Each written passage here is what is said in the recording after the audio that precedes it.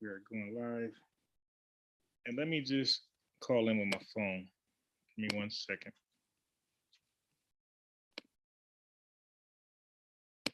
1 second.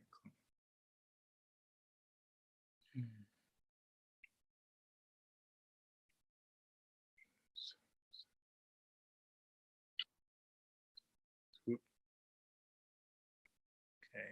Call my phone. Ooh, this phone is crazy. All right.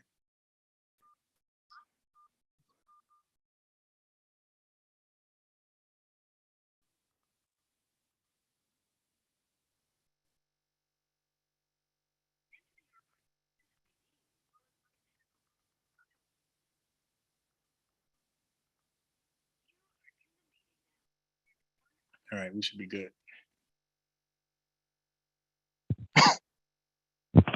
All right. Yeah, we're good now. All right.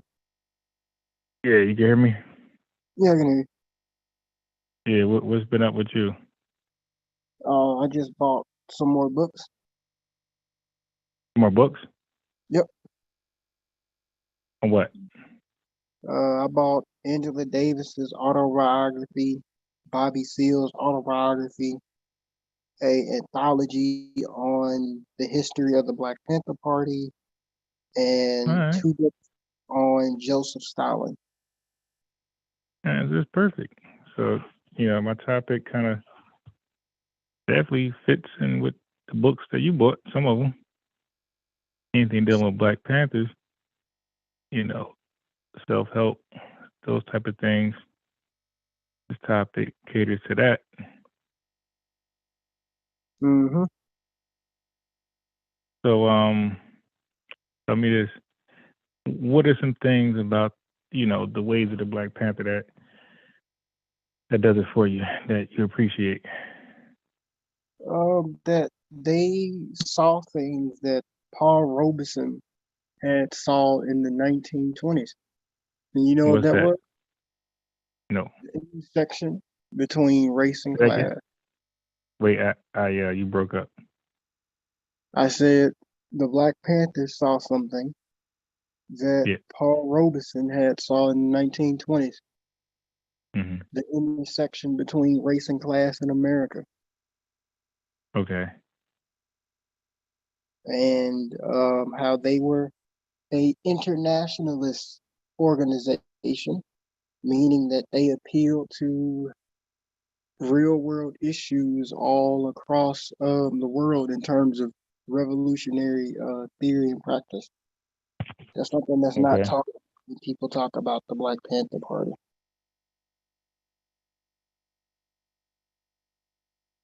Okay. You can speak on it a little bit. You know, for those of us who are unaware. Yeah, I mean, if you just look at what the Black Panthers were reading when they first started, they were pretty much Marxist because Marxism during the early 1960s and 1970s, Marxism is it's a left wing ideology that champions for the working class to unite, and they use Marxism Leninism to help them interpret the class issues in America. And but they also knew that there was a race problem in America that needed to be dealt with as well. If you read Black Activism by the great political scientist Robert H. Brisbane, you will discover that the Black Panthers had a slogan. And you know what that slogan was? No. We are interpreting 400 years of slavery and Jim Crow through the lenses of Marxism Leninism. They don't tell you that when they teach you about the Black Panthers in school, they tend to gloss over that like these are a bunch of sexy black people who had guns with leather jackets and screaming black power. They knew what the deal was, And a lot Wait, of people they knew what? they knew what the deal was. And when you say they, who are you speaking about? The Black Panthers. Okay, got you. Go ahead. And a lot of people don't know another thing, that Mao Zedong in the early 70s gave many black activists shelter when they had to go on the run. The first one that he gave shelter to was the great, he's the author of Negroes with Guns. His name is Robert F. Williams. Robert F. Mm-hmm. Williams was the former head of the head chapter of the NAACP in Monroe County, where he was from. When the United States government tried to assassinate him, he retreated into Cuba and then China, where Mao Zedong had greeted him. You can look up the picture of them two shaking hands. Yeah, now, Mao Zedong also gave political shelter to Huey P. Newton and other Black Panther Party members, and he so also now, gave shelter to W.B. Du Bois. all right, let me say this. I mean, but some would view, you saying Mao Zedong gave shelter, some would view that as like Bin Laden or Hitler giving shelter. It's like, what do you say to I'm that? just stating the facts. Yeah, now I understand, but what I'm saying is, if Hitler gave shelter to somebody, I don't think they would like really, that won't be something, to champion, and like Mao Zedong is like thrown in that category. All right, I mean, that's fine. I'm just saying that because the people don't know about it. Got you. It's like, yeah, you're just educating, the facts. Like you said, you just point out the facts and making people aware. Got you. I mean, people have their own opinions on, all types of stuff, So I'm just stating Yeah, stuff yeah, that but now, we pick up. right, got you. But you can't say you spitting facts and then say people have opinions about other people, because other people that they have opinions about, their opinions could be based off the facts about those people. Like, I'm saying Mao Zedong is one of them. All right, that's fine. Okay. So, do you think, like, outside of the government interfering with what the Black Panthers trying to do you believe that the Black Panthers made any mistakes in their own, strategy? Do you think they could have did something better or did without something? Well, I mean, if you read the memoirs or autobiographies of any other Black Panther Party members like Stokely Carmichael, Bobby Seale, Angela Davis, they Mm-hmm. do talk about certain mistakes that were made along the way. And such as, I don't know these mistakes. I'm asking you, such as what? Um, Stokely Carmichael argues that they appeased they they they appeased a lot of white liberals, and they Okay. started to change politically. That's what caused him to go into exile when he went into Guinea and South Africa. Uh, some people would argue that during the 1970s, Huey B. Newton had became addicted to, I think it was heroin or cocaine. Yeah. People have also argued that, uh, people have also argued that the Black Panthers didn't have a good sense of surveillance with putting new members in. They just let anybody off Oh the yeah, street yeah, in yeah, without yeah. checking them. Yeah, I don't have a problem with that. Yeah, I don't. That's going to be an issue with any organization, in this country. Yeah, I don't have a problem with that. I don't fault them for that at all. Yeah, but the facts tell us that that was a hub for them to be infiltrated. I mean, Yeah, but it's really hard to like do some mafia background checks on black people. It's very hard to do that. Even today, it's very hard to look at somebody black and say, you know what, you look like an infiltrator. Yeah, that's very hard to do. I mean, the mafia did that type of surveillance on its members when they had to take the oath. So, I mean, Yeah, people, but the mafia penalty is death, like on the spot. That's not the Black Panthers penalty for being an infiltrator. Is death on the spot. So I mean, people, but still, that still caused them to get infiltrated with lack of background security. So that's a mistake yeah, that but people there's no argue. way. So I understand the argument. I heard it before. What I'm saying, Nation of Islam and every other black organization, going back to Marcus Garvey, had infiltrators. I don't know one black org who didn't have infiltrators, especially one who was supposed to be like a revolutionary, or some type of self help. I don't know one that was not infiltrated. Do you know? No, I don't know. Yeah, I've yeah. That's why I don't fault them for that. I mean, it's still a mistake according to certain members when you Ah, have primary source documents, bro. yeah. So Nah, it's I think people. I think people at that point is starting to just nitpick. I mean, Yeah, me as a at that me point, as an you just don't like academic, the Panthers, me as not you. a student of history. I mean, I Yeah, generally pay more attention to primary source documents, meaning that people who were there in interviews and memoirs, etc. So yeah, I'm going off of what they I say. understand. Yeah, yeah. So my response is not to say they didn't. That's not their criticism. That's not my rebuttal or response.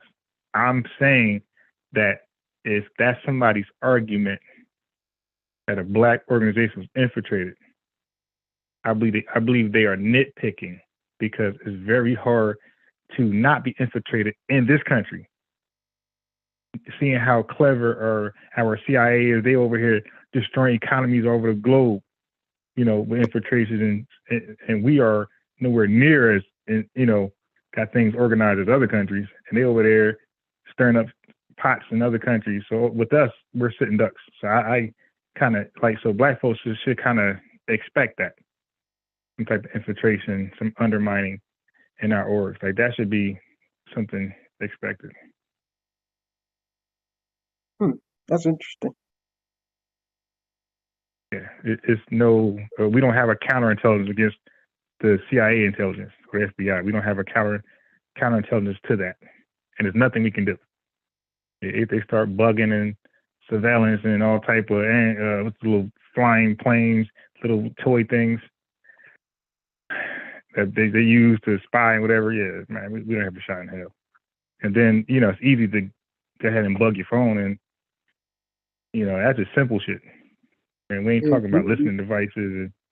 people they be talking crazy on the internet. Like, the internet is the. I mean, I guess the CIA don't really got to do no more work no more now. As you said, all, all, Right, yeah. all, So everything discussed on there anyways. all the CIA agents got to do is look up this person's Facebook. They got Yeah. all they got to do is look at what this person said on YouTube and all that type of stuff. So Yep. it's like I sometimes be looking at some of these cats on YouTube, bro. I swear to God, right?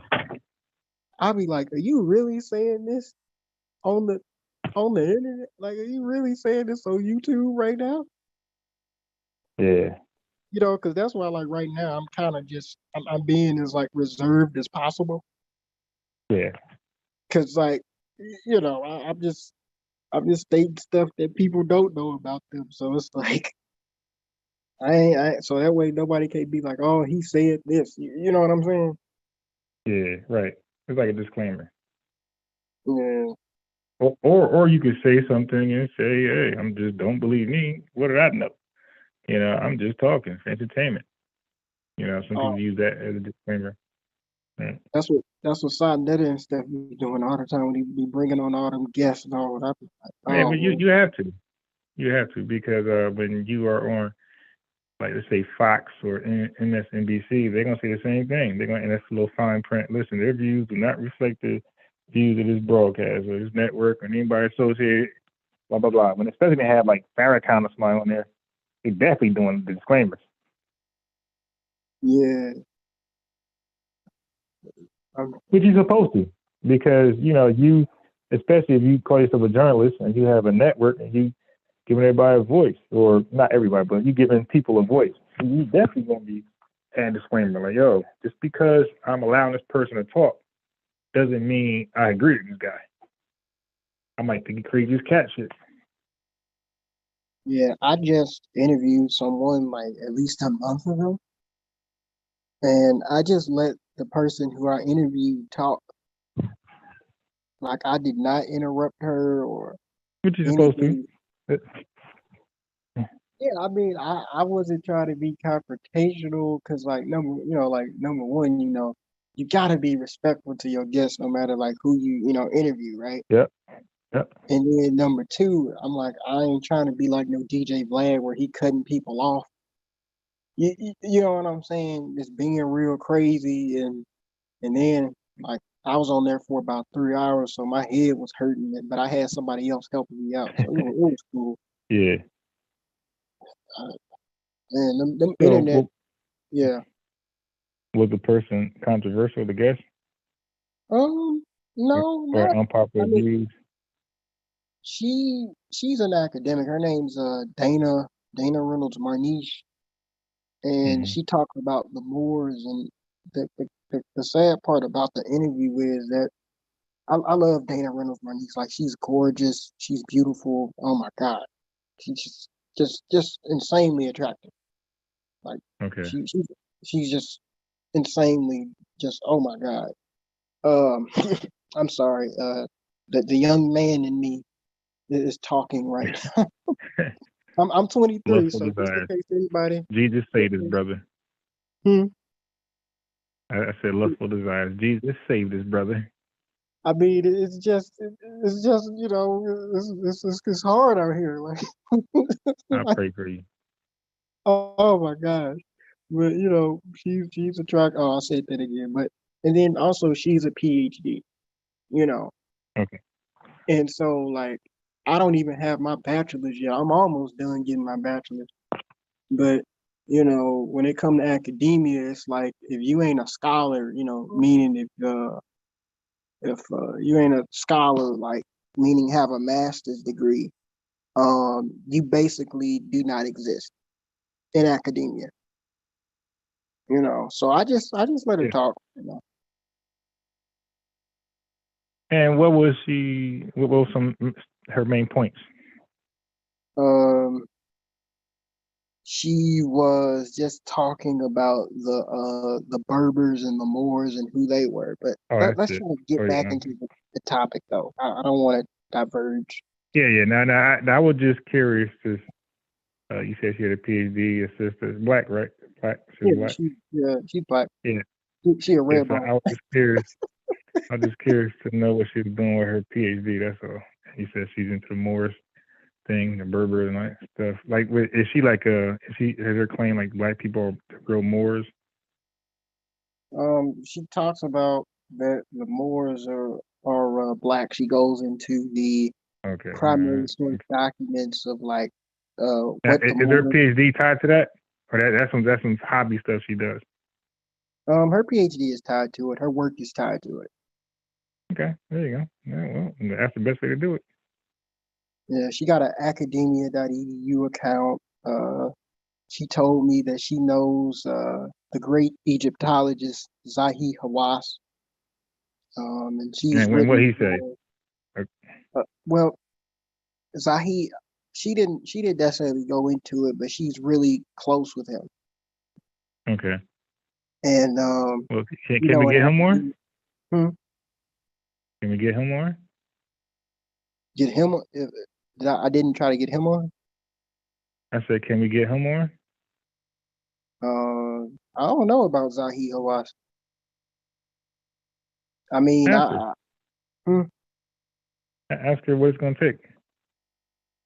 I wonder because it'll probably be like he probably could if she wanted to, but she's still close to him. So I don't know. I gotta ask her. Yeah, ask her. That'd be interesting, especially the topics that's on like the serial killers. He'll fit in perfect. Yeah, he probably would, but Yeah, find out.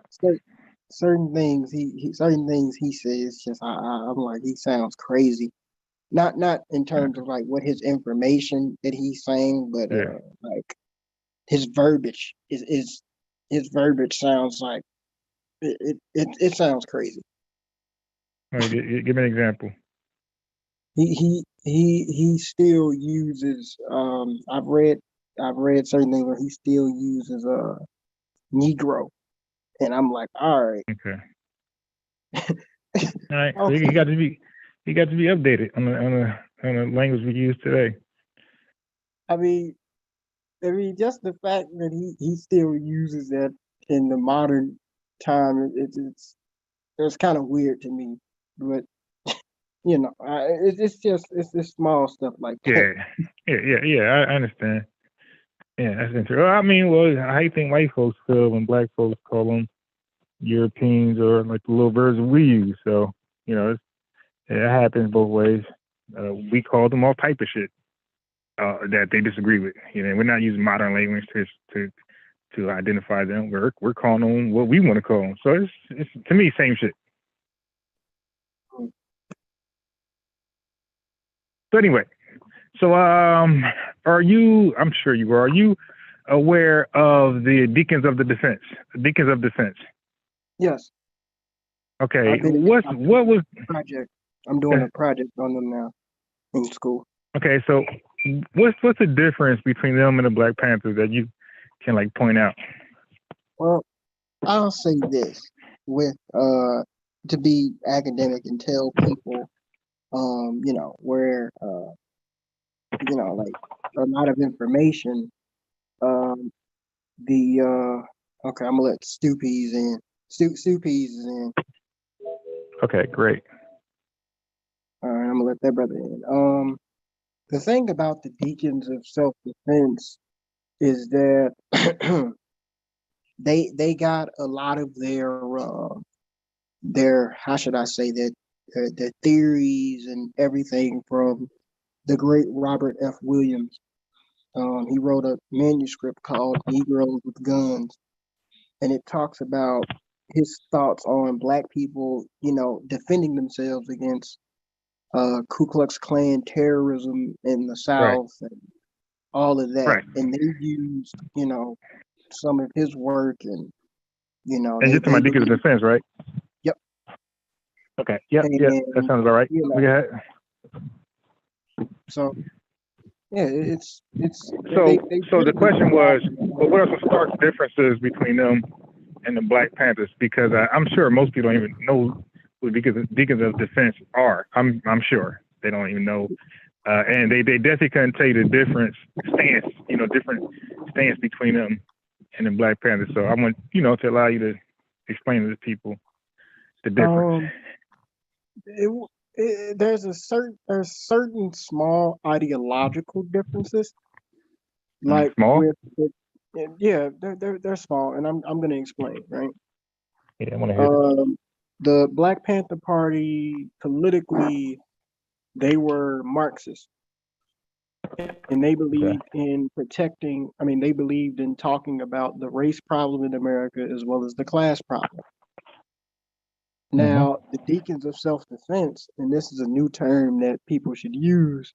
The Deacons of Self Defense, in my opinion, were a group of um, race reductionists, right?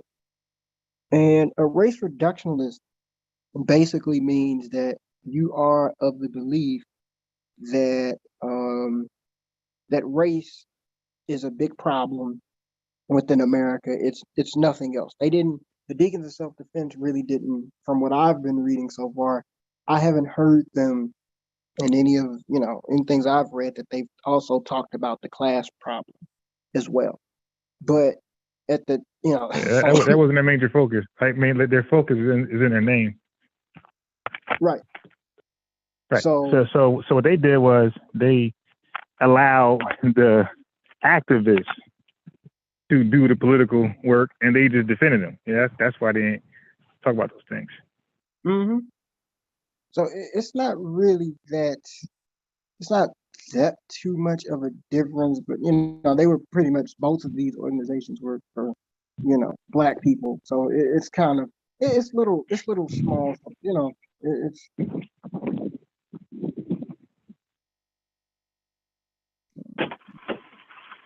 little small thing. So you're saying small, but let me ask you this: what was the Deacons of Defense main aim and purpose? Their main aim and purpose was they first started off as um the group of black men who were armed, who wanted to defend themselves against Ku Klux Klan terrorism, and they believed in arming Okay. themselves because the Ku Klux Klan used to bomb churches and threaten black people, and they were like, we should, according to the American way, we should bear Wait, arms wait, and wait, protect one another. the American way or the American Constitution?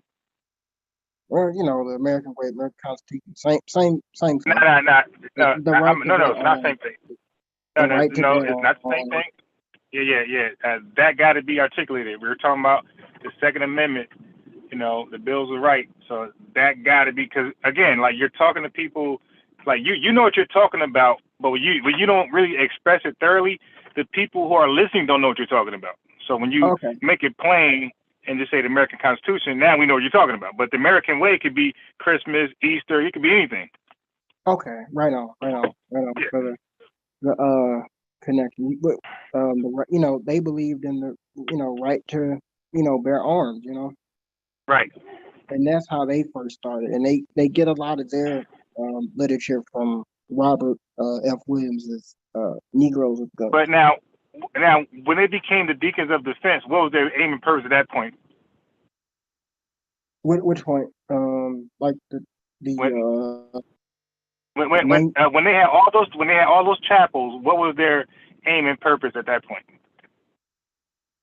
their aim and purpose was to arm themselves and protect themselves against racist terrorism. So you didn't read anything about them protecting the civil rights activists?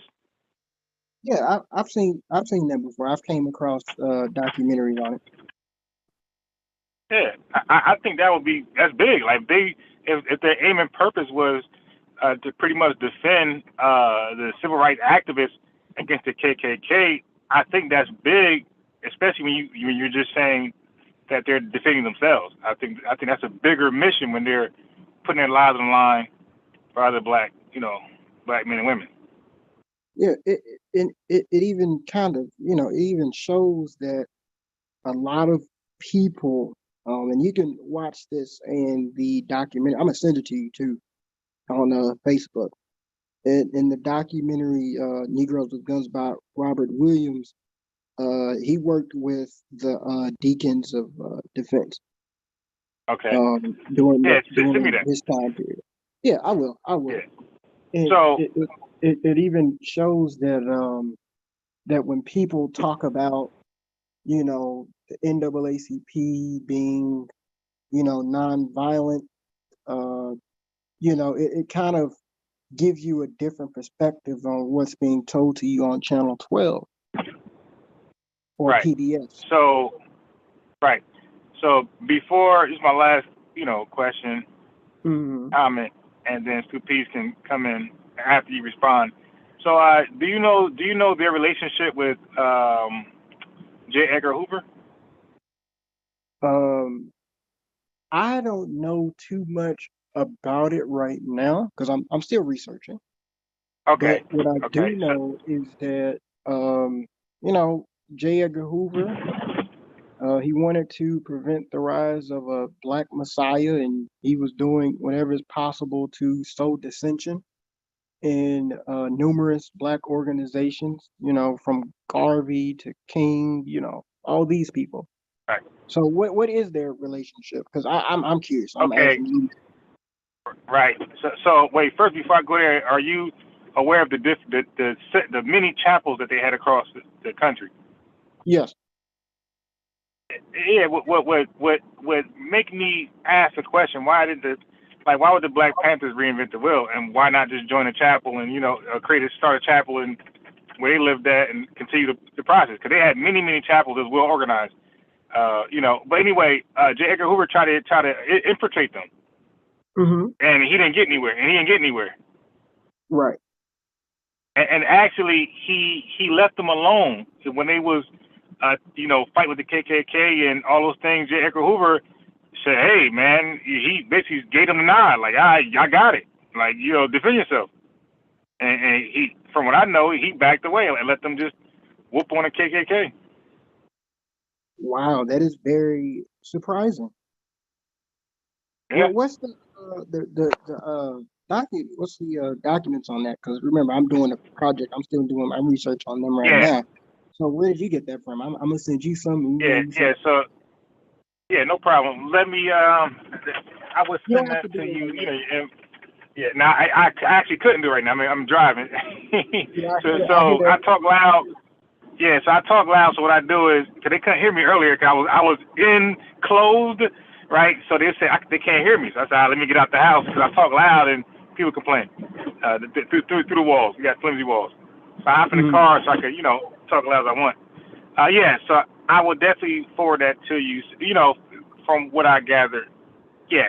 So, but the Deacons of Defense history is very, very unpopular, and I believe people should study them before they look into the Black Panthers, because they are what gave the Black Panthers the thought to do what they wanted to do. They were the inspiration, motivation of I the Black mean, Panthers. there. I kind of disagree with your first statement that like we should like study them, the Deacons of Self Defense first, you know, So why? moreover. But they came first. But they came. Like, why would you not go with what was first? I thought you meant that like, oh, like they were better. You know what I'm saying? That's what I thought. I'm No, sorry. I mean, okay. In my opinion, they were, but that's just my opinion. But I'm just saying, like, as far as like just look at it as a history. Somebody who loves history. You will want to go and read what led to other things. You know what I mean? Yeah, they're the Deacons of Self Defense. They're the precursor to the Black Panther movement. Right. It- But a it- lot of it- them. it So makes- my only point is, I bet you the average black person do not know that. right, because we're miseducated in the Yep. education system. We don't got to go into detail about who allegedly miseducates our children, but Right. you know, Yeah. Yeah. I think certain forums like this are very important and things of that nature, especially on these subjects. Yeah. But yeah, So what was the we should Black all. Panther? Hmm. Go ahead. Yeah. Finish that. Yeah, we should know. Like I always tell people, like you said, like we should already always know the precursor to like what came before. Yeah. Because sometimes Yeah. when I'm like talking to my friend, this is like my friends, right? And this is just my very last statement, and then we can move it on over. Is that when I tell my friends about African American history, right? You know what I always tell Yeah. my friends? What's that? That the preface to African American history is Afro Caribbean and Afro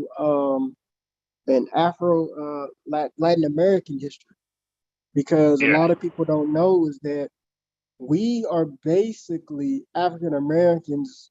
The majority of the Africans who were taken from West and Central Africa and even East Africa were brought to Brazil and brought to Jamaica and brought to Guyana, brought to St. Martin, Suriname, all these areas and things of that nature. So we should always study who came before. So one last thing before before Stu P steps in, because you said something. You said we don't know these things because we're miseducated in the school system, right? Right. Right. Okay. So now we were also miseducated back when the Black Panthers was trying to help out the community, correct? Yes. So what was the Black Panthers resolution or solution to that miseducation? What they did That was, was, before you had to join the Black Panthers, they gave you a required reading list that you had to read Right. several, books such as the Red Book by Mao Zedong, all of Marxism, Leninism books, and they also Right. created the free breakfast programs. Because that's why we have like breakfast in school today is because of the Black Panther Party, and I'm pretty sure that even during these free breakfast sessions, that they still educated the people, but in a certain way that they could understand it. Right. Ho Chi Minh, he says he's the father of Vietnam today. Uh, I remember I was reading the book on him written by William J. Diker, and he was a communist and he organized the Viet Cong, right? The Yeah. Revolutionary Army who fought against France, America, etc. They Yeah. had asked him, like, Ho Chi Minh, like, why don't you be snapping on the people, the Vietnamese people, because our people are, mostly illiterate, and how are you able to just talk to them like that, right? And you know what Ho Chi Minh had said to them? Nah. He said the key is you talk to the people. You do not talk at them. And that's what, the Black Panthers were doing with, Black people during those time periods. But we also have to keep in mind that the Black Panther chapters weren't everywhere. Like where I'm from, there was no, I'm not going to go into it, but there was no chapter from what I've seen so far by Yeah. anybody I that don't was. know. I don't know too many chapters. I mean, how many chapters you think they had? Me, myself, personally, if we look at it, they were founded in Oakland Right. and like Oakland, California, and things of that nature. I don't know how many chapters they've had. I just know that their philosophies have still kind of stood up in terms of people in my generation. We still kind of Yeah. read the Black Panther Party, so Yeah. that's something. Yeah. I got it. But there's a reason why people franchise. There's a reason why people put chapters out there because they want the information out there, but they want it to be structured. They wanted to make sure that you get exactly what you're supposed to get and you produce exactly what you're supposed to produce from that structure and that base information. So the Deacons of Defense, they had like off the top. I can't, don't stick me, don't hold me to this. But they had about 30 or more chapters across the country, and they were very organized. And I don't believe the Black Panther had anything close as far as chapters to them, but they were very organized and they phased out because the Black Panther got all the attention. So the Deacons of Defense, their chapter just phased out because of that. But the reason why I asked that question with education is because the Black Panthers didn't sit here and complain about the education that the citizens, the black citizens were receiving. They actually counted it, and when they came off of school, like you just said, they gave them. They were basically tutors, and I'm getting to that. Right. So even parents today, the parents that want their children to be great doctors and just great engineers, great things in life, these parents do not rely on their public school, private school. They come home or they meet them at the library. I know because I'm a part of that circle. They in a circle. They educate them themselves, so they don't rely on public schools. So I hear black folks always say, "Hey, they don't teach us. They don't teach us." Every person in this country, ethnic person in this country, don't believe that public schools teach them. The public schools are not supposed to teach you every last thing about yourself or anything. It's like kind of generic information to guide you somewhere, and you take it from there. Yeah, it's called, and even what you saying, you take it from there. You know what what Lenin calls that philosophy? What's that? He calls it theory and practice. You read every single book on theory or history that you could get your hands on. Now it's time Yeah, to apply it. yeah, And a right. lot of people generally, they'll say a speech, and then they won't do anything with that knowledge that they have. So it's called theory and Yeah, practice. that's true, and that's true because what you just said, and that's what I'm gonna go to after Stu Pease, chime in and talk about what you want to talk about. I'm gonna go into what you just said, that little theory thing about just talking and not acting. That's what I want to speak on after after Stu Pease go in. Stu Pease, you there? Yeah, I'm here. I'm here. I'm just Okay. listening. I Yeah. don't know much about the Deacons of Defense. Okay. Is it an enlightening discussion between me and a brother, Comrade Lamont? Yeah, I like it. I like it. I like it. But your point of view is that the Black Panthers didn't do as much as the Deacon of Defense. I don't believe they was as structured and organized as the Deacons of Defense. Now that you say that, I kind of. Oh, I'm sorry, stupid. Go ahead. Go ahead. Go ahead. Okay.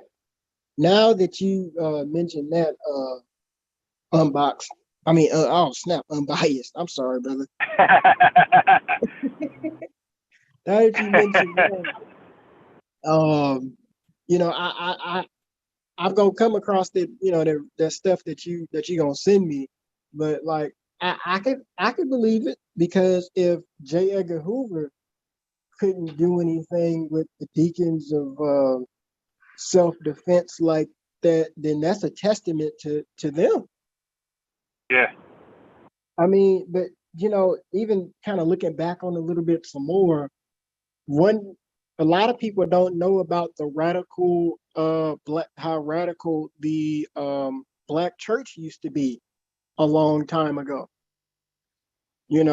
Not every minister was about we shall overcome. You know what I'm saying? The black church, especially to be more specific, the AME church was on the African Methodist something church, but they were on some straight up activism stuff. Through Right. what I've read in Slave Culture by Sterling Stuckey, and even reading Black Religion and Black Radicalism by Gerard Wilmore.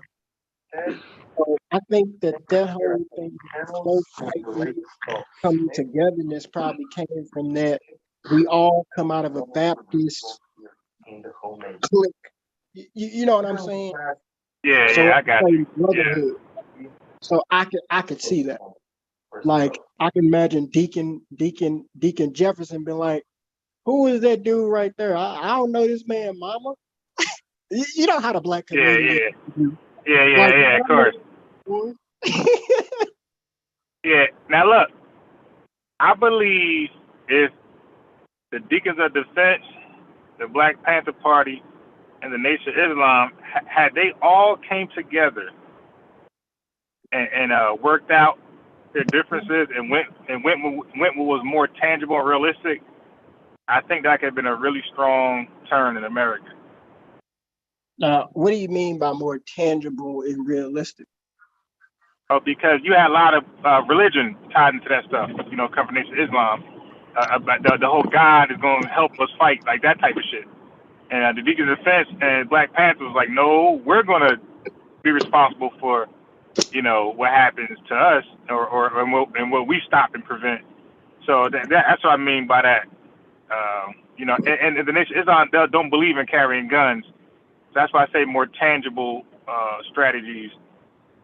So the Deacons of Defense and the Black Panthers were like on something with the. Well, I really appreciate the Black Panthers pushing the Constitution, and that's what I mean. I go ahead. I just said yeah, right on. Oh yeah. So I think if the Black Panthers and the Deacons of Defense would have somehow clicked on Nation of Islam and gave the Nation of Islam that Constitution, I believe the Nation of Islam, like with their numbers, could have helped propel, the cause a lot faster, But like they never really what was on that, and I think that's what really like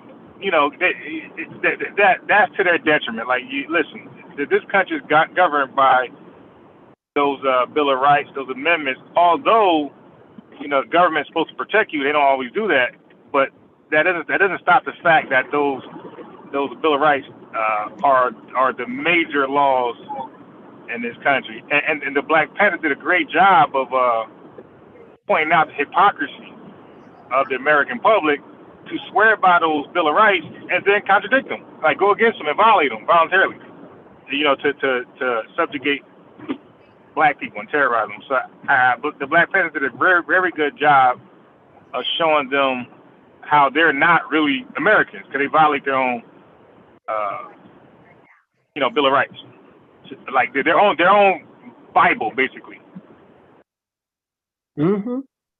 That's the thing that has made the Black Panther parties be probably more known than them, is because they were very pragmatic, like you said. And I even say this from what I've been studying about Black leadership, right?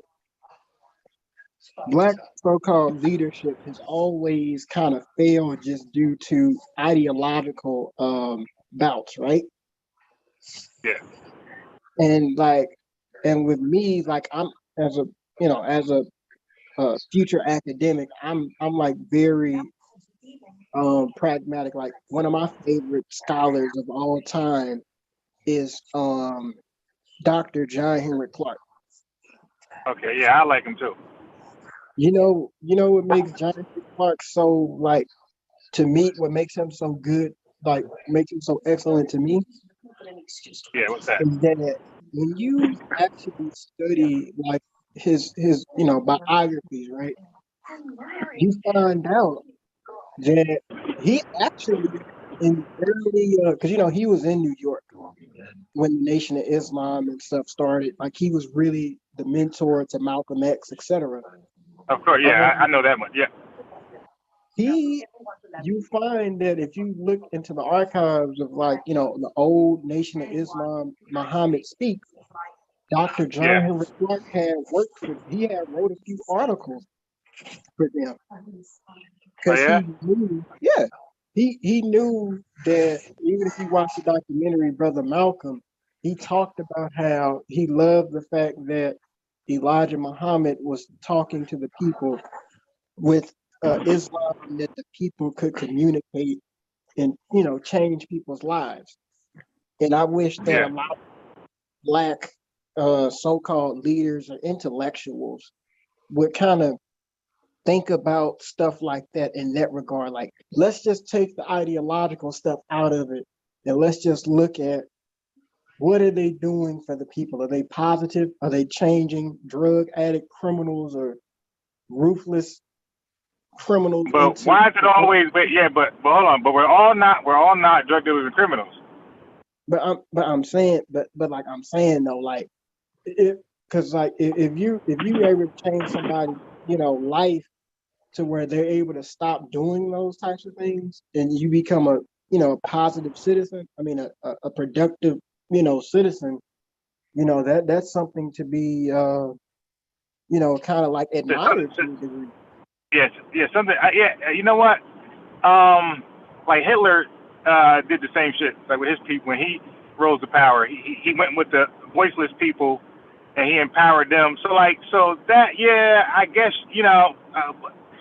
the gang members, they also go to the same people to recruit. And the church, they also go to those same people to pay tithes and do. So like those people are fair game for anybody when they trying to start from the bottom and build themselves up, especially if they have like personal gain agendas. Like that's where everybody go. They go to the drug dealers, those people.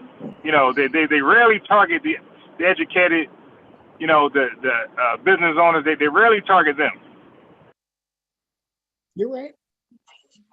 That's how a lot of revolutions and stuff kick off. If you look at a lot of people who are classified as revolutionaries, like who literally topple governments, those are the uneducated, masses are usually the first in line, like you said. Yeah, but I see those revolutionaries, like those events, I see those are legit. Like they actually have a real plan, they follow through, like you said, they topple the government. But these other people, I don't see the government being toppled. I don't see nothing happening. and I just see a bunch of fanboys who just donate their money for the rest of their life to these individuals. Like that's just what I see. Hmm. Yeah, a lot of I would even say even today when I look at a lot of people, I'm not gonna mention names. Some Yeah, because I might wind up working with a certain someone in the future. right. It's I'm Yeah, cause just we all black, right? Yeah, so like one thing that I've always noticed is that these people basically just stay on YouTube.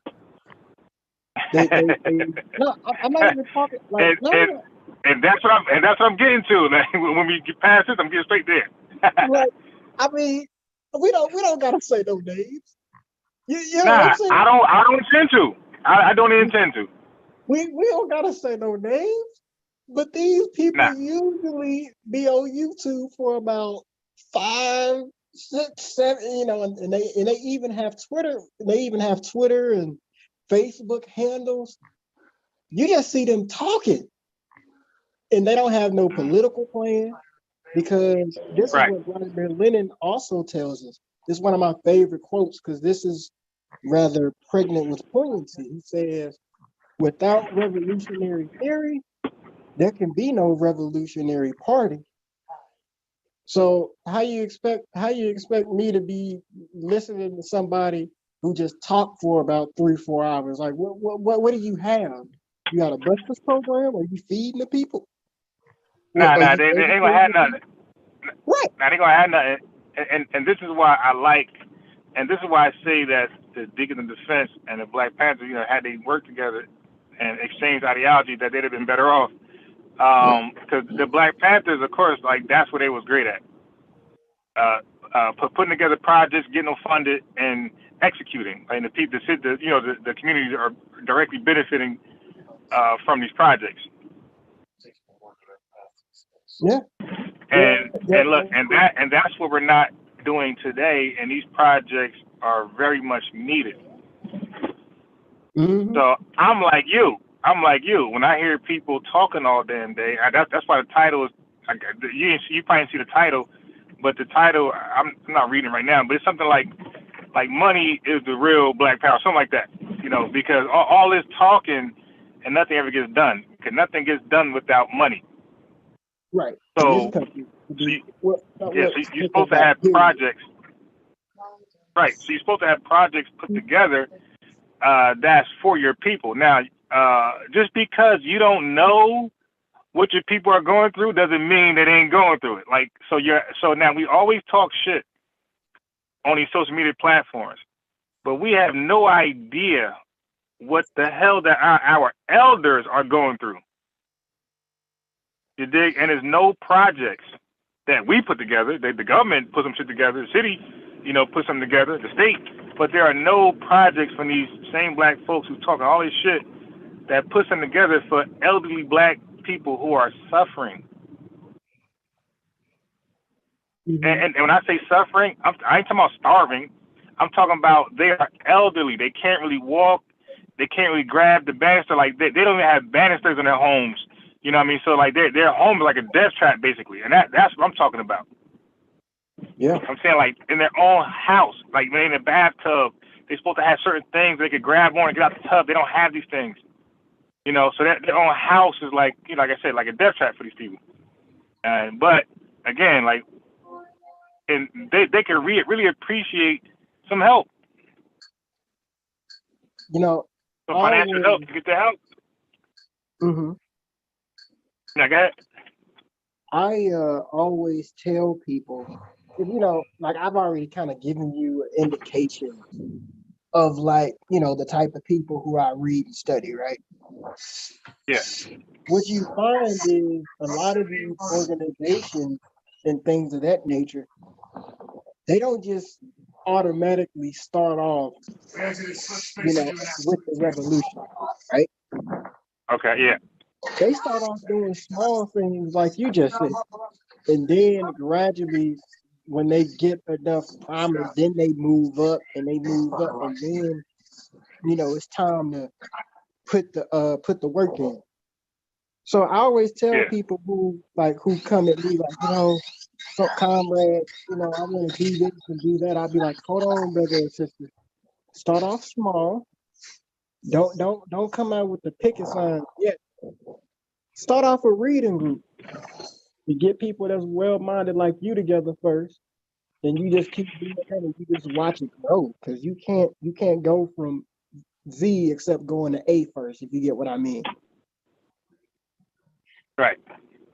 So we do need to have, especially people in my generation, we need, because I'm like 23, so we do need to start off small with helping out our elders. And we do need to, also deal with, other things like, we're at risk of, being, killed allegedly, by police, et cetera. So we do need to do other things like that too. Really helping So when you say being killed, right? So now when I go back to being killed, so now this goes back to what the Black Panthers had, which was they talk about the Constitution, because there's a lot of laws that's on the books that we don't know, and people use our ignorance against us, right? They prey on we don't know the laws, especially police officers, and they take advantage of certain things that we don't know.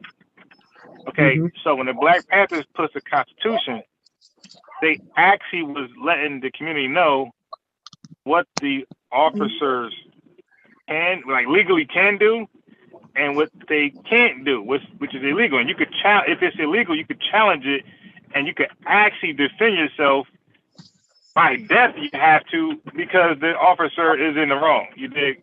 So the things like that, of course, their time's a little different than ours. 'Cause I think they was barely integrated. So there's a big difference than what we're dealing with, because we got more justice that they ever could hope for. So that same Constitution it works for us better than the Black Panthers, because we got some sort of protection. Definitely more than what they had at that time. Yeah, we come out of in Marxist ideology. We call that we came out of a different. We came out of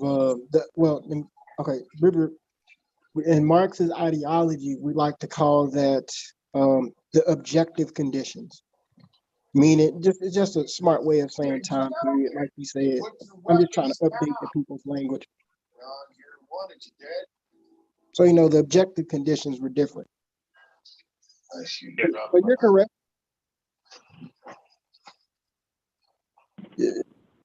It's a lot of things that, with our people, we do need to, look into, what the Constitution said, because we're Americans. You hear me, Unboxed? I mean, Unbiased? Nah, I didn't hear you. What'd you say?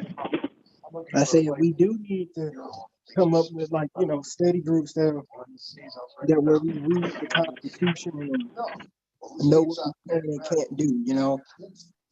We need to do things like that. Yeah.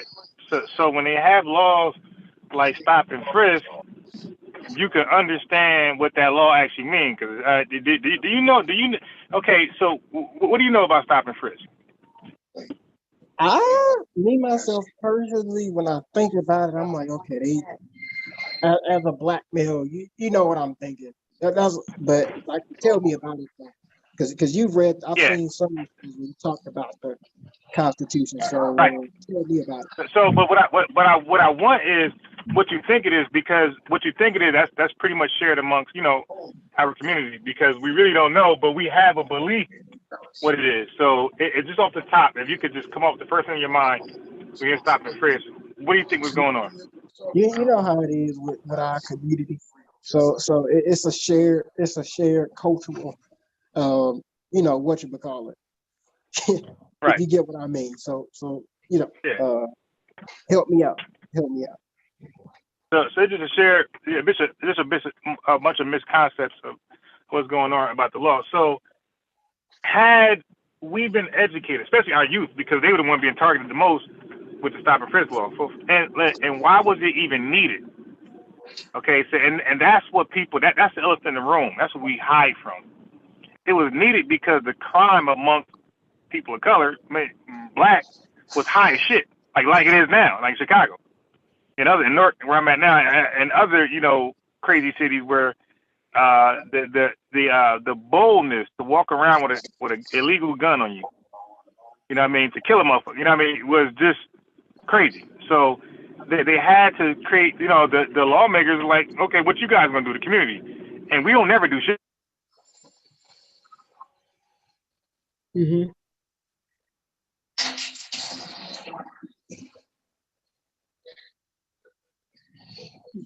You still talking? Thing. We're gonna come up with something, and it's always going to be about laws. And law is never comfortable; it's always uncomfortable. Because it's a last resort remedy, right? It's an emergency. So now they come up with stop and frisk. All right, we're gonna make sure we're gonna clean the city up. We're gonna make sure that nobody's walking around, or not nobody, but a large percentage of people are not walking around with any illegal weapons to cause criminal, to bodily harm or participating in criminal activity. So it did work. You got people discouraged to walk around with guns because the police would run down on your ass.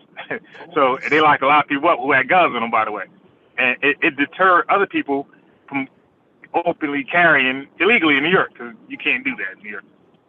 So now, what was not pointed out to the residents, to the people of the communities of New York, was that there was a limit, and there had to be a probable cause for a police officer just to stop you, and that's not known in the black community. Like, we just think police officers randomly pull up, and some of them probably were, because you got cops who want some bullshit. But that was still a violation of your Fourth Amendment, right? Your Fourth Amendment right. So, but that's not known. Like, we're just thinking a cop just could stop you and search you, and then you got to go home afterwards. You just had to eat that. But if we were educated properly about the law, the state law, if you had something bulging in your pockets, that was enough cause for a police officer to detain you and search you and make sure that wasn't a gun. So if you were walking with nothing bulging in your pockets, they were not supposed to stop you, right? So now that becomes a violation to your constitutional rights at that point. And if you had a phone that could record or a witness, y'all can file a complaint and something probably can get done. So things like that are not known, in our community. Like, we're not educated on these laws being passed, and I guarantee you that's not going to stop bad cops, but that's going to stop a lot of unnecessary stops when we start to be educated on what's legal and what's illegal as far as police interactions. Yeah, you should send me some documents that I should read that's gonna give it to me in a digestible whatchamacallit on this. Because I definitely like to read it. I know when I go back to school next year, I'm definitely gonna shoot some pamphlets or whatever to, my people, Yeah. Oh yeah, definitely. I love that Constitution, and I'm always watching documentaries on, like, government and all these different branches of government, all this stuff. I love it because I think that's something that we should really be educated on. It'll help us out. We should really be educated on, like, everything, like, our history and where we at. Yeah. Because, Malcolm X says, history is the best qualified thing to reward our research, and we should also be looking at the law of the land. Got you. Yep. We gotta get down like that. Right. But even kind of going back to kind of like the I should say we got people who talk a lot. I honestly think like that the rise of social media has given people platforms that really don't need to have one. You know what I'm saying? Yeah. I mean, I'm just being real because, like, a lot of people just talk crazy. Like, but you know what? But guess what? I don't fault the person talking crazy. Like I don't fault the pastor, none of those people. Okay, they can own. That's why I was going back to the low people who they target, the criminals, the illiterate, the uneducated. Those are their target market, right? That's their target audience. Is Mhm. the more educated we become, we start to take on your opinion of them. Like you just said, we talking about your opinion on them. When they become educated as well, they're gonna say what you just said. Oh, they sound retarded. And then their voice won't be strong at all. Their voice is only strong because the people are retarded, and they actually believe stuff has merit. Don't use the people. Don't use the people as retarded, because then you go push them away. You know what I'm saying? Yeah, but I can't have you say that the speaker's retarded if the people think that retardedness is good news. So they both retarded. Any advantage we can get on the couple. All right, all right. I mean, okay, how can a retarded person talk over a rostrum and then get smart people to follow him and believe what he's saying is like actual facts? How's that possible? I'll leave it to you. I would say that the person is usually, like, as we both agreed, is very charismatic. Yeah, but only to retarded people, not educated people. Educated people don't fall for those things. That's why all the members, if you ask them their level of, education, is going to be dropouts and all type of shit, crazy felonies. It's not going to be people who were bachelors and masters. It's not going to be people who entrepreneurs. That's not who follow these people. Now they might donate money. I had a conversation earlier with a sister. They might donate, but they're not going to join. Remember the tale of the rebel jig. And they never join, by the way. And that's why these organizations don't have no big names. Nobody join these shits.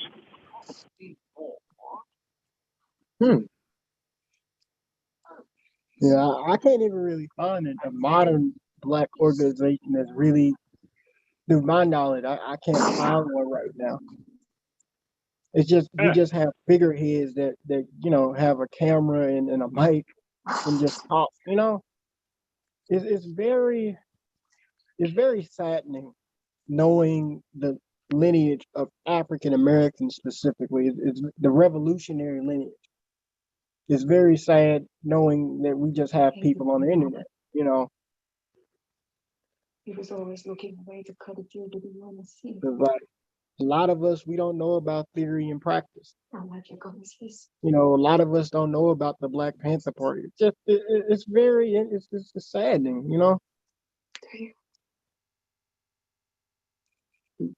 Yeah. Where's Stu P? Where's Stu P at? Probably smoking a spliff. Stu P, you there? You want revenge? Where's Stu P at? It sounds like Yeah, y'all- man, I'm here. Oh. What Hey, you man, we watching, need to TV? add on.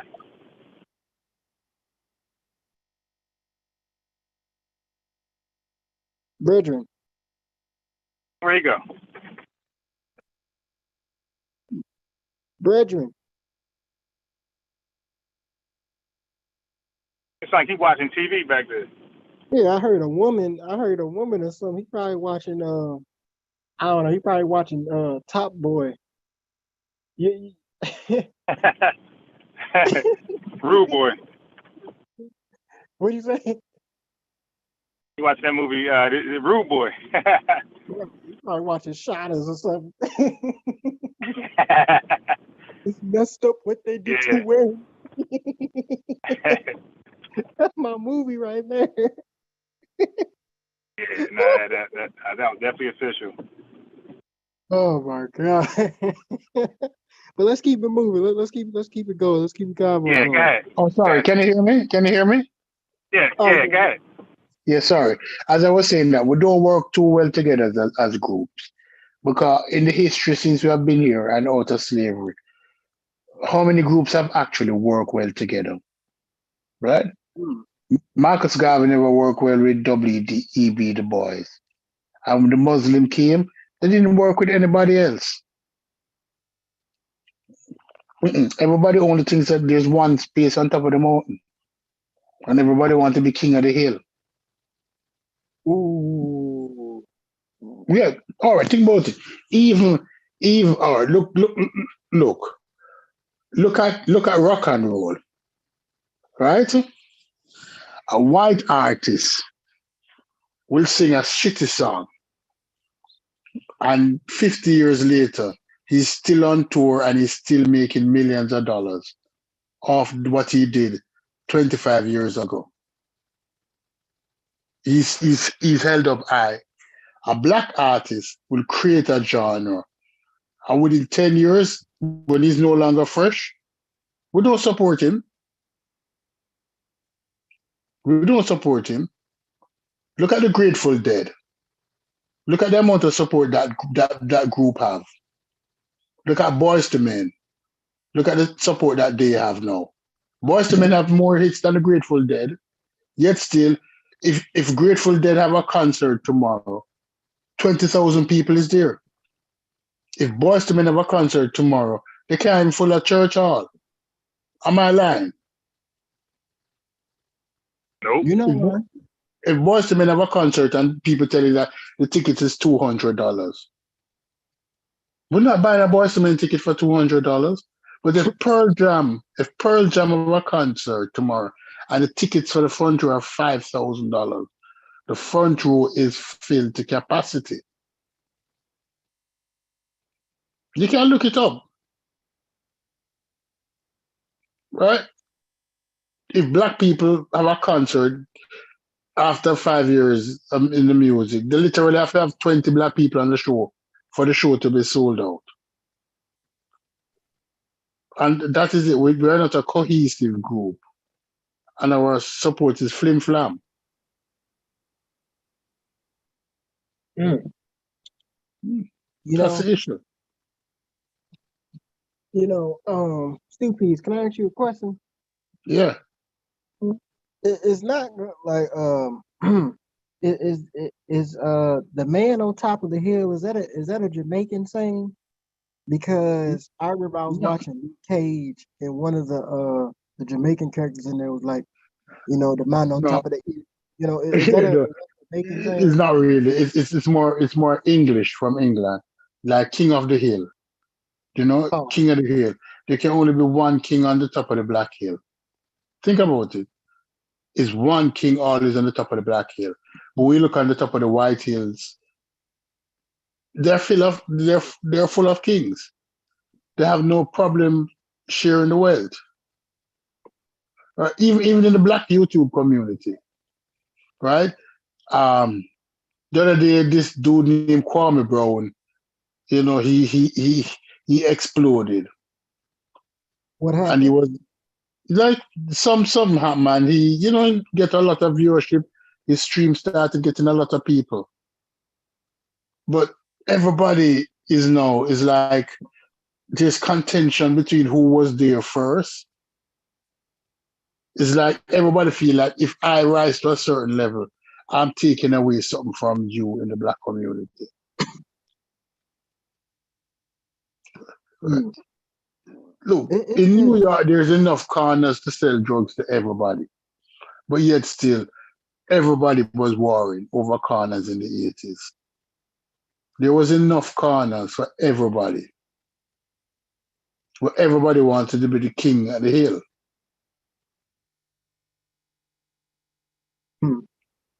No, look at our community. Everybody wants to be king of the hill. Everybody wants to be that guy, that number one. And it caused contention. Right? Where even one spouse would be jealous of a next spouse. Well, but it is so. Yeah. You think about it. Let's say open a barber shop in a Black community. You can't cut all the hair in a Black community. Right? But I guess there's enough space for another barber shop. So there's two barber shops. But one barber shop is going to try to demean and belittle the other barber shop. You ever see coffee shop doing that? You ever see bagel shop doing that? Have you Mm-mm. ever seen a coffee shop or a bagel shop try to tear down the other shops? I ain't never seen it. And even with you bringing that up, right? Where I live, we have in a certain area, we have a huge Asian population, right? And guess what? You got all Asian restaurants and businesses in one little neighborhood, right? And they even have a church that's in one church that's in that neighborhood that I'm pretty sure everybody who goes to that place, who owns a business to that place, goes to, right? And me and my mama, we went into one of these restaurants because we wanted a box of shrimp fried rice, right? And we go into this restaurant, and I can't remember what the price was, but let's just say it was $20 for a box of rice. Me and my mama was like, we ain't gonna pay $20 for a box of rice. So let's ask the lady, is there another restaurant that we can go to that has least expensive prices, right? And guess what the lady of that restaurant said to us? Oh, you could go down to, you know, China Walk, over there like two doors down. And we went down that restaurant, got our box of fried rice, and while we was in the car, we was like, that's crazy how that person had put so and so on. You can probably go to his restaurant down there. Like, I wish black people could do that, where we have our own church in the same neighborhood filled with black owned businesses. So it's sad, and it's interesting to look at. You know,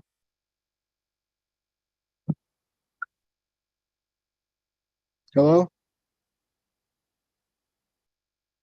We're here. Stoopies have wound up leaving. I think he got kicked off. He'll be back in. Hmm. Yeah, we do need money because we live in a capitalistic nation. And we do need money. Even when you study a lot of revolutionary parties, especially like one of my favorites I love to study are the Bolshevik Party during the Russian Revolution. Can I tell you something that's very interesting? Unbiased. Unbiased. Say that again, bro? Can I tell you something very interesting about the Bolshevik party? Yeah. Did you know that when it was during that time period where before the revolution was about to kick off, right? Did you know that they had a lot of their financial backing from a Russian businessman by the name of Alexander Parvus? And Alexander Never heard of him. Parvus, yeah, Alexander Parvus was a very rich businessman of his time period. And he always gave them money for a printing press. He gave them money to bribe off the czarist police. And he gave them money to, further upgrade their organization, and even give them, like weapons. So, we can't take out the capitalistic element, because we live in a capital society. So we need money. Money is one of the most important things.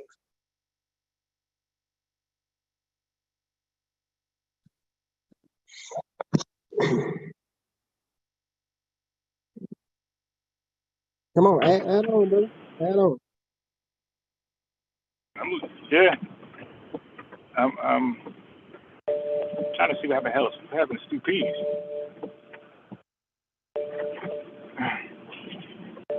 Because I heard it when I heard it when he went out. Hmm.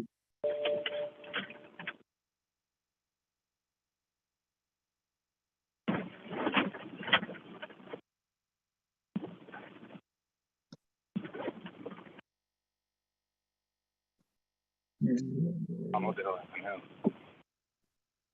now. That dude was probably laying down watching a movie. And I already know he was in that TV.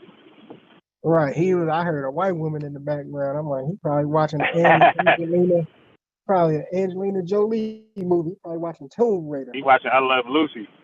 Right.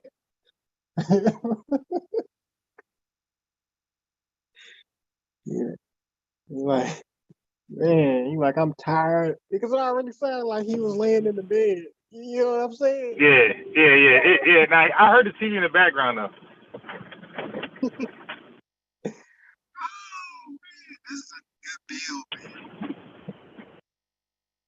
Yeah, I definitely heard the TV in the background. So, what city do you live?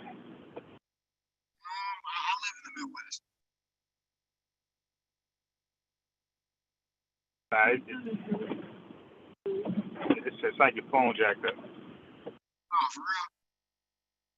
Nah, yeah, your phone definitely not the same. Yeah, I'm in the Midwest. You hear me now? Nah, yeah, something happened with your audio. I'm in the Midwest. Can you hear me? You hear me? Hello? Yeah, Can you hear me? I can barely hear you, bro. I'm in the Midwest. I'm in the Midwest. I don't know what's up with it.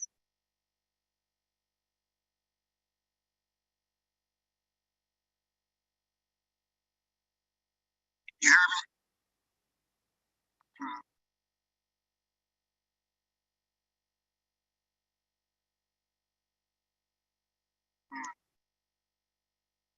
Hello? Hello? Hello? Yeah, your phone janky. Oh, it is.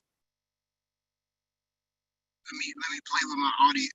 Okay, I'm seeing my stuff now and I'm talking and my thing is going up. Can you hear me?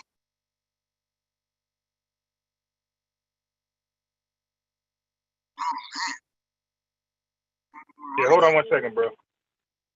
Hold on 1 second.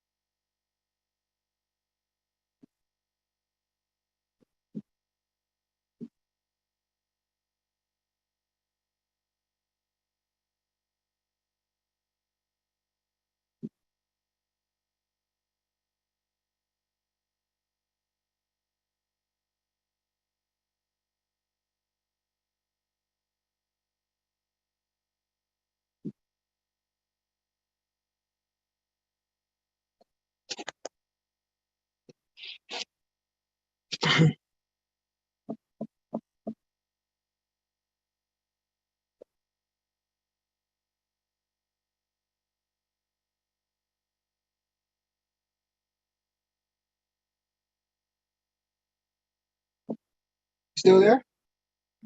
Yeah, I'm here. Yeah. All right, so I hear you better now. Okay. So let's keep it going. Yeah, go ahead. You can finish. I'm here. I'm just, I'm just admiring how much of a good build this is. That's all. Yeah, now your audio definitely has changed. Like you sound like you got me. You on speakerphone from far away. You want me to move up closer, or Yeah. all right? Can you hear me better? Can you hear me better? Unbiased. Yeah, you sound a little better now. Okay. Yeah, I'm just admiring how much of a good build this is, because I'm usually like on the pseudo killers a lot, and it's like Yeah. it'd be a whole bunch of people, and it's like for some reason it's like we can't all, we can't all come to a same consensus because it get to a point to where we all start cussing each other out and acting crazy. You know what I'm saying? That's what Yeah. I was uh-huh. I was talking to Unc today, and I was telling him that same thing. I said, Unc, sometimes, because I know from my panels, it gets crazy. But I said, Unc, I noticed that when I just did the one-on-ones with the Nation of Islam or whoever, if I do an interview, even though I highly disagree with these people, it was like a nice, respectful dialogue that the viewers actually appreciated, and they actually learned something. And they knew some things they didn't know prior, you dig? And they were shocked at certain answers to my questions. So I said, sometimes, I said, because what y'all be talking about, bruh, y'all might know what y'all talking about, but the viewers are lost. I said, I'm one of them. I'm totally lost. When y'all get done, I ain't learned shit. Man, I All be right? on there all the time, right? I'm on there all the time, but I can't be on there all the time when they be having them 12-hour shows, man. Nah, I be well, there. the 12 hours, yeah, they don't expect you. Even myself, I don't expect anybody being 12 hours. The show is 12 hours for different, don't forget, people hop on from UK, from all type of different parts of the world. So they're right now, it's like 6 a.m. in some of their homes. So the 12-hour show is for people from California, because they're 3 hours behind me. So it different. Bro, you won't believe. I fall asleep on my shows a lot. I wake up 6 o'clock in the morning, and there's people still going in, and there's probably more people attending then than it was when it was my time. 8, 10 p.m. my time. So I realized. I said, oh, okay. Like there's an audience for early morning shows. Yeah, so that's why the 12-hour shows are there. It's not for you to stay for 12 hours. It's for other people to join when who they might work overnight. Okay, and that might keep them up. So you never know what's going on, but there's always people available. A decent amount of people available during those different time frames. Okay. Yeah, one of my mentors is from the UK, and I remember when I had interviewed him before, I had to think about what time would be best for me and what time would be best for him, because Right. people in the UK, they're about 6 hours ahead of us. Yeah. Right. So it's like, man, I gotta really be considerate of him. You know what I'm saying? Yeah. You got to choose time comfortable for him, but might be uncomfortable for you. Right. It might be some 7 o'clock in the morning stuff for you, 8 o'clock. Mm-hmm. Early afternoon for him. That straight up be a stress. I'd be like, man, if I do at 7 a.m., I gotta be up, and like, Yeah. because I love So talking to him sometimes. My mentor is one of my OGs is Robin Walker, by the way. He wrote a okay. book called When We Ruled. You should check it out one day. Buy it on Amazon. Yeah. I'm familiar with him, his name. I'm not familiar with the works, but I'm saying right now, he got to wait in line because I got a whole bunch of books that I haven't read that I've been putting away. I work 2 jobs, so I really, like, even going live, I barely ever go live because, like, even now was a decision to read or watch my shows or go live. You know what I mean? Because I'm building something. I'm not on here yelling and I'm over here becoming great on the low, and people gonna know when I The reveal it. results come But in. I'm on a low improving. I'm in the low being great. I'm becoming great. So my people get when all these years go by, and people just talking and shit. You know, we'll see. You know, and I'm a flashy guy, so you definitely gonna see it. You know, you're gonna see what I've been doing when I ain't been live. But anyway, I gotta ask you this question. So, you live in Midwest, right? Is that what you said? You live in the Midwest? Oh, I'm sorry about All that. right. I'm sorry about that. I'm at I a had the. I'm at a Stu Peace moment. I'm sorry about that. My mom had called. All right, no problem. So Yeah, but you said you live in the Midwest. yeah. Yeah, I'm trying to get this question out. Okay, you live in the Midwest. All right, cool. Now, are you in a, you know, what's your demographic? Mostly black, mixed, white, Hispanic, Filipino, Asian? What's going Uh, on? when I'm with my mother, I'm like usually only probably 3, maybe 5 black people that is in, the area that I'm in. And every time that I'm walking, just to exercise, white people are always saying to me, "Oh, hey bud, I haven't seen you out here, walking lately. Or do you live around here? Or I don't see you around." It's that type of stuff. Yeah. And All then right. you'll see white So, people driving around like American flags. It's real. yeah. Even one of my You got the white wing, right wing, yeah, even Trump supporters. But even hold one of on. my But neighbors has I'm, I'm a iron cross sticker on his truck. Like no, it's very I mean, no. Listen, people are playing chess. That's what that is. Like some black folks, these black revolutionists, they show their whole hand. They can't get shit done. Smart people play chess. Like we just talk about infiltrators, right? Smart white folks will infiltrate. Dumb black folks won't. But they'll complain about the organization doing harm to them. So it's like, yeah, but you should infiltrate, like how white folks do. When white folks believe an organization can do harm to them, they'll infiltrate and redirect it and be in positions where they can bring back intel. The silly black folks, nah, I ain't messing with them. So you don't believe in reverse infiltration? Okay. So people play chess. People, you damn right. Like when I'm around, certain people, I'm shit, man. I love Jesus too. hey, Yeah, I play chess. I'm not showing my hand with strangers. I'm whatever you need me to be, and that's how I was growing up with women. Like whatever you are, that's what I am. I don't tell women I'm Muslim and blow a cute Christian, or I'm a Hebrew and blow a cute Muslim or more or Egyptian wannabe woman. So whatever you like, that's what I am. hey, You Christian, I'm Christian. You Muslim, I'm Muslim. You are atheist, I'm atheist. Yeah, that's how I was when I was dating. Like whatever you are, that's what I am.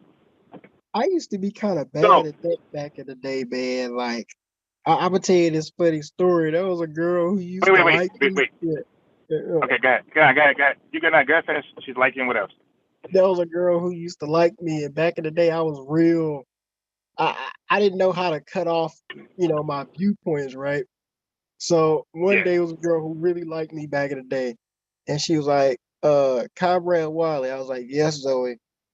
What your room look like?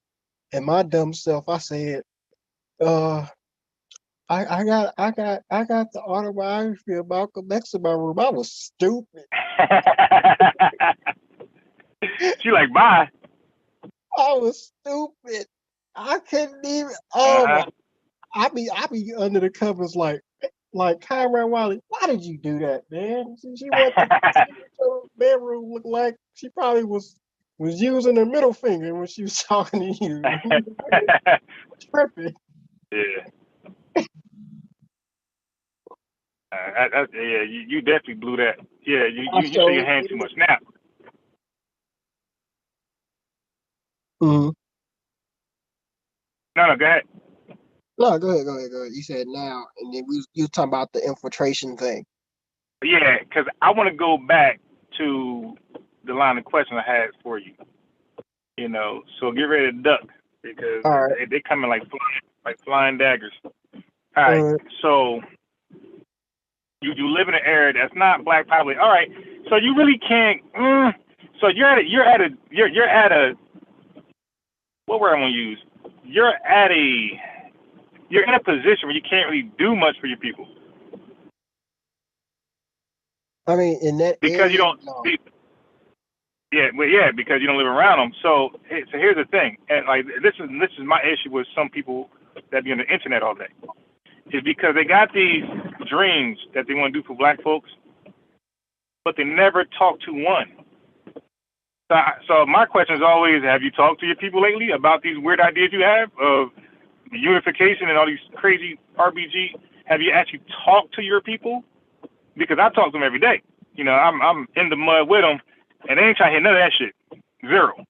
So when people have these fake little realities for their people, I'd be like, yo, who are you gonna use that with? Like that little tactic. Which one of these Negroes out here you gonna pull that with? And he gonna join on with you? Which one? Because you know, in Newark, it's a culture. Like I didn't believe a certain guest a couple years ago when she said that a particular panelist when she said in her neighborhood like they didn't know selling drugs was bad and this certain criminal activity they didn't know that, and I laughed and I call cap on that. I changed my mind now. I'm like, no, it's a culture. People really believe that like these people really believe that this is just the way it is. You know, it ain't bad, it ain't good. It's just the way it is. And let me explain what I mean. Drive. You know, they made a movie about Drive in New Jersey Drive. So the driving in this city is so barbaric. I don't know what other crazy terms to use, but it's out of control. Like, and it's a culture. Even with the police department, like they're complicit. Like the mayor, you know, they're complicit with this behavior. They run stop signs regularly, and it's not just the criminals. It's regular working people. It might be your person in church next to you. Might be at the local mosque. This is the culture, and it took me a while to understand this shit. I'm like, yo, why everybody running stop signs like that shit ain't there? You know, because you know when you first see it, when you first see it done, you think it's just the criminal. You know, it's a criminal behavior. It's not. It's a culture. Everybody does it, and it's because nobody gets in trouble for it. And I found myself doing this shit. Not stop signs, but red lights. I'm stopping at stop signs. But I found myself just adapting to the culture and taking red lights too. And I sent a picture. I got a picture. Like it's always a nasty car accident out here because everybody just lawless. So with that being said, cities like this, what should be done to the black folks who behave like this, that has this criminal nature, that has disregard for the law? Like, what should be done with them? That like they're a walking criminal brewing. Because they're not working, they got little education. Like, so the whole makeup is the makeup of a criminal, right? When they have like shows like Makeup of a Serial Killer. Well, the makeup of a criminal in an urban city is unemployment, right? You're unemployed, little to no education, the devil's playground. You got all the time in the world, and you hang around people just like you. So, what should happen to those people? I would say one of the first things is we gotta get with, I guess, you know, black entrepreneurs, right? Who you know get businesses, you know, the right way, right? Right. And then we need to, you know, so because a lot of people in my generation, I'm 23, we care Yeah. about what am I doing to get that bag, as we say. What am I doing to get that Okay. bag? You know, Right. so we need them to come in, teach them how to get that bag, but then we also need some black educators, whether they be a black male or a black female, to also teach them about knowledge of self, you know, like the Black Panther Party. So, you know, they learn how to get the bag and they learning about their history at the same time. That's how I think that we should do it. But me myself personally, I'm more of a theoretician. I'll write something like, the principles of, communism, like that. That's kind of, like my thing. But I would say that we need black businessmen to teach them how to get the bag the right way, not the criminal way, but the right way.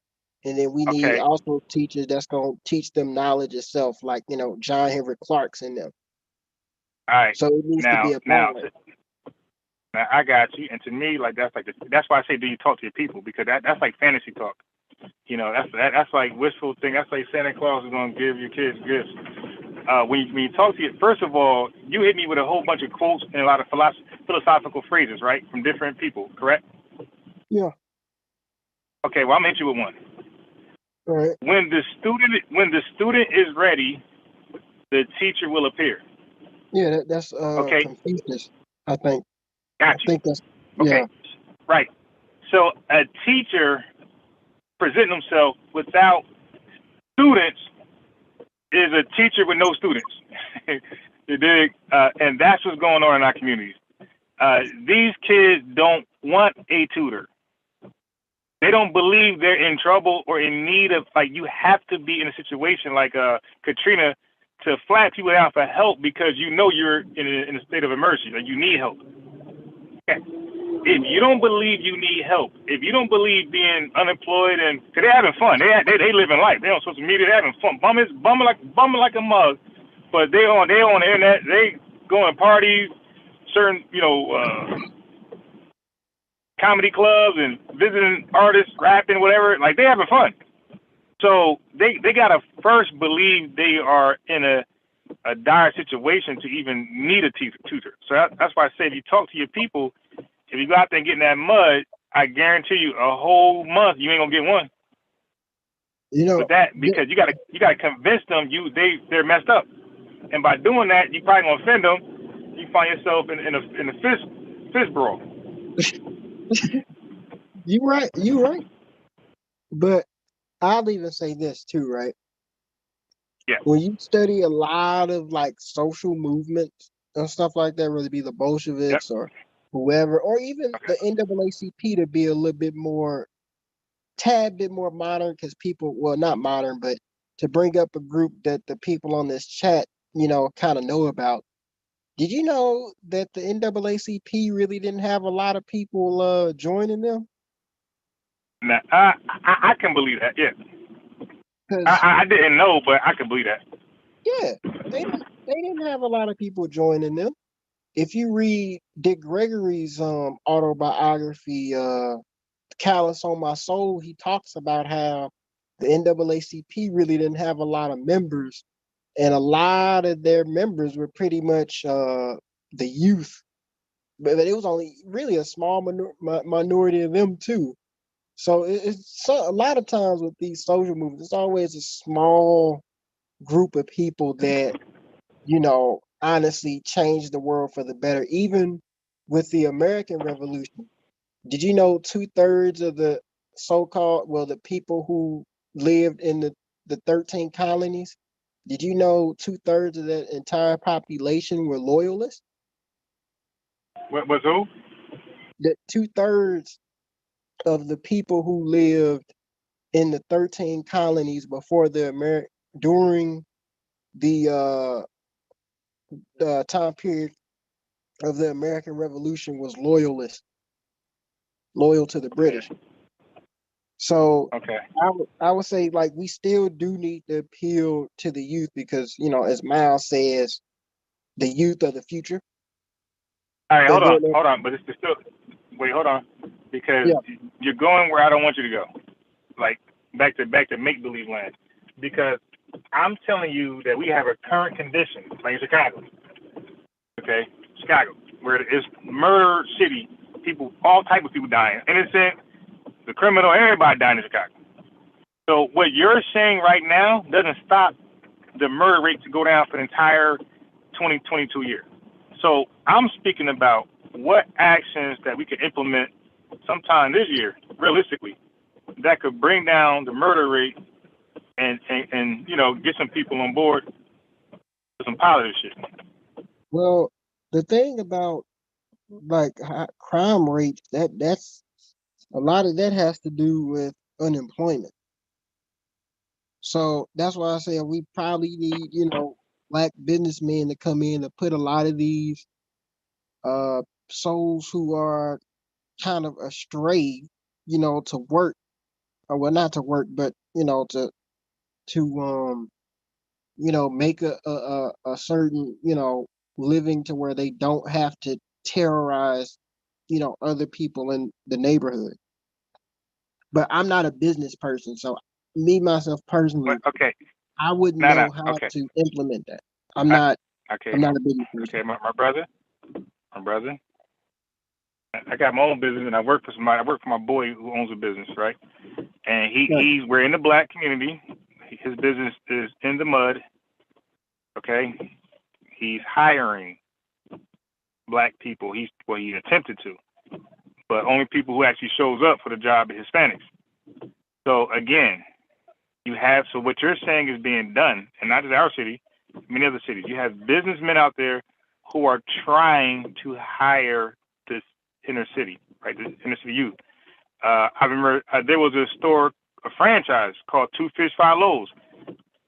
A pastor, right? Everybody get on the church pastor, and he always hired the youth and ex-cons. Okay, always. And maybe they took advantage of the job, did some bullshit, stole some food, gets the homies, and maybe the convict stole some ex-cons, stole some money. But my point is, these businessmen you're talking about, they are actually in the inner cities.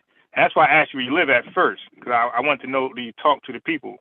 And you can't, because you're not really near the people.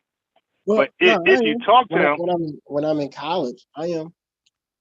but you ain't college. I'm talking about the people in the mud. The people who we believe needs the most help. Okay, the people who all these organizations go after to scam and to brainwash. Those people. I'm saying those people. Try get in your soapbox and talk about that shit. Yeah, we got businessmen to hire you. Again, my brother, they don't want to work. They like to live their free life, doing shit, doing nothing, living at home, playing video games, smoking weed, drinking on the block. That they actually find entertainment in that. So you got to convince them that that's not entertainment. That's actually foolery, and they are wasting their lives. But to do that, you got to have a conversation with them. And to have a conversation with them, you got to stop them from what they're doing to convince them that you have some information for them that's more valuable in their life than what they're about to do. And I'm telling you, brother, that's unrealistic. So If what you do you try to stop them, so I mean, I'm not gonna run up and try to stop people like that, but I mean, so what do what's you your think plan? we should do? Huh? I mean, like, what do you think that we should do? Leave them the hell alone. Hmm. Okay? Leave them the hell alone. And work with people who's willing to work with you. Stop wasting time on your worst and start building an alliance with your best. I know you heard the other phrase, your net worth is your net worth. Yep. Okay, so most other people go after their best and build some shit with them, and then they come back and get the have-nots.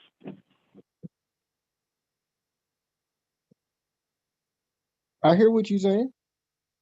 Right. So I'm saying leave them the hell alone, but the problem is they are causing a huge nuisance in these communities. So by leaving them alone, they don't just magically disappear. They're still in the community terrorizing, and not only just terrorizing, brother, they have counterintelligence to counter you. So while you out there trying to get people on the right path, they're out there doing a tug of war with you, trying to get them on the wrong path. Mm-hmm. Yeah, so these are literally ministers to society people, right? Ministers to society. So, and like that's what people don't want to talk about. And if anybody disagrees, go out there, and you got the whole month of April. Go out there and tell me how many people you got, on your side doing great things. gonna be a small number. If anything, you probably gonna have nothing because nobody really leave their computer. But if you actually did and was bold enough to go do something about it, you might get 1 or 2 people in a whole month's time. That's horrible. In sales, you'd be fired. Mm-hmm. So, but like I said, in the meanwhile, these people are left to terrorize your community. And because we don't have a solution for that, we put it in the hands of the lawmakers. And the lawmakers are always going to be harsh on criminals and criminal activity. Mm-hmm. They're going to give them football years because they see these people as, again, fitting the profile of a criminal in the making. They don't have much of an education. They really don't have any employment history, and some of them are ex-felons, returning criminals. So when they get locked up, they make an example out of them because they can pretty much say, like, this person is a career criminal. So let's put them away forever. Football years. Mm-hmm. Okay. Then we get mad at that. But then I come back and say, well, what do you offer? Not you, our people that get mad at that, like lawmakers. And they have really nothing again. So it's basically leave them alone, let them terrorize the community. Jesus is going to come one day and save everybody. Like, that's what I'm pretty getting from all this. From people lacking actions, lack of involvement. Yeah, that's something that we have to think about. Like it's sad that it's like, even like with what you're saying, like, we might have to leave, a lot of these people alone because, I mean, I guess, the old philosophy, like some of them just can't be saved, right? Yeah. Yeah. I'm saying they possibly can be saved, but it's too much time wasting saving them. We could be building an alliance with somebody who's already saved and ready to go. He just don't have much of a direction because everybody's not a king, queen, or boss, none of that shit. Some people are just laborers, and they just need a sense of direction. Mm-hmm. And so you go get them. Now you still lend a hand for the have-nots. You throw it out there for them. They want, like fishing. You still throw out the fishing pole out there with the worm, but you don't come back to that pole unless that sinker start bobbing. But you out there in the water, but you're in the water with the net for those fish that's ready. Yeah. Yeah. What's that saying? And I think that's what we keep doing. I think we waste too much time on people who are clearly that you got to like fight, kill to get them on board. When you got people who are ready, they just need to see the direction. What's that saying called? You can give a man a fish and you feed him for a day. But Right. if you teach him how to fish, you'll feed him for a lifetime. Exactly. And that's what I'm saying what happened in our community. I'm saying some people don't want a fishing pole. They just want the handouts. There's a lot of us that's like, that's kind of what welfare and those things do. It suppress them, depress them, make them feel empowered, make them feel like they can't do shit, and then they become, dependent on, handouts and shit like that. So they won't do nothing. As a matter of fact, they basically plan their life on handouts, for handouts, and that's just unfortunate. But that's why I say, the little I read about the Black Panthers, they ain't really do all that. Like they just provided stuff with other great people in their mind. The Huey P, Fred Hampton, all those people in their mind were great, qualified members. It turned out brilliant. They were not going after the dummies, the pimps. They were like, nah, who is ready for this fight? I ain't trying to convince your ass nothing. Yeah, you right on that one. Right on that one, because it's a lot of times that is kind of time wasting when you like preaching to like a brick, like a brick wall and stuff like that. Yeah.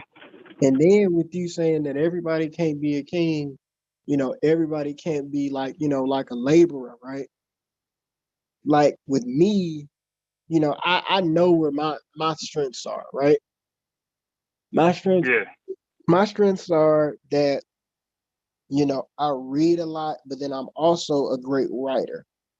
Like, Okay. my job is to write, books like The Wretched of the Earth, because I've always, that Lenin quote I told you, without revolutionary theory, there's no, revolutionary party. So like, I know I'm a good writer.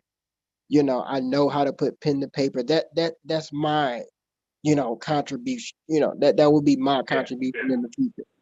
I don't think, Okay. I mean, I am charismatic, but I'm not charismatic enough, I don't think right now, because I'm still young to where I can galvanize and organize people like that. That's not necessarily my skill set. You know what I'm saying? Well, I don't believe that was Elijah Muhammad's skill set either. But he felt there's a void and he had to fulfill it because he wasn't the most articulate person. He wasn't the most charismatic. He was the opposite of every minister that he, groomed and made become articulate and charismatic. But he didn't say, I'll just wait for that God to come. He realized there was a void and it was a necessary seat to be filled. And he Yeah, filled it temporarily, and then he got other people to spread the message for him. So that could be you, he was a great organizer. right? That's what But you made might him be, but he didn't. Yeah, very. but he didn't go to school for this stuff. Like he just went out there and tried, and he was good at it. And like, Yeah, and that's what happens with most of us. Most of us don't know we're good at something until we go put an effort behind it. And then now after you put your effort, wow, after you put your effort behind it, then you can determine is this for you, But until you do that, you don't know. you right. Yeah, my you know what my mentor told me a long time ago? What's that? He said, Comrade Wally, because this guy, my OG, he taught me for like 3 years. Like for my first 3 years in college, he said, Comrade Wally, your job would be you would cause more, damage in the classroom, fighting, against, like academia or like, racism in academia than you would be, good on the streets. In terms of like, putting, theory and practice together. You're better suited for the classroom or, the college campus Well, being that professor. That's Malcolm X did both. Malcolm X, he was in the soapbox and he was in the university. yeah, he was. And even with you bringing up Malcolm X, I would even say that like people kind of sleep on like how good of a speaker that, Malcolm X was and how good of an organizer he was, right? Because you know what I always tell I people? don't think anybody sleep on that because he's responsible for all the members Elijah Muhammad had. I don't know who's going to be sleeping on his organization skills and his speaking skills. He had he wrote the Battle of the Bullet, and most of the famous quotes from Malcolm X, people don't understand. They all come from that one speech, Battle of the Bullet. Say it again. All those great analogies that we use come from that one speech, Yeah. Battle of the Bullet. But he was also a good organizer though. Look at Great organizer. what hmm? Yeah, now you're right. He was a great organizer. I think a lot of those skills came about because he was a hood, you know, so he already knew how to talk to people in a certain language. He knew how to, you know what I'm saying. So I think a lot of that street skills that he learned before changing his life around. I think that also helped him a lot too. You know what I'm saying? You know what I think? Helps What you people, think? everybody? People are comfortable when they know something, okay? So that same person who's afraid to speak on the soapbox will have no problem in a bar talking about sports because they know their sports. Or let's say blackjack, talking about blackjack all day, or gambling, or betting. They do the NBA, NCAA betting. Okay, so people become comfortable with speaking when they know a lot about something. Mm-hmm. So I believe Malcolm X was comfortable with everything he did because he tell you he's read and studied a lot. So he felt like he had a lot of information. Therefore, he's not going to shy. He's not going to shy up on you. And I see that from anybody I ever known. They're always usually shy when they don't really know much about the subject. But if you pull out something that they are pretty well versed on, you'll see them talk more than you. Like, wow, this person talking a lot. And I'm good at coming to a point or a topic that you pretty much know, and then I bring out the shyness just goes away. They become very talkative. Mm-hmm. So the more information somebody has, I believe they will talk more to people. I could see that. But what about just some people who just don't have that charisma? So Yeah, there are those too. But you're not one of them.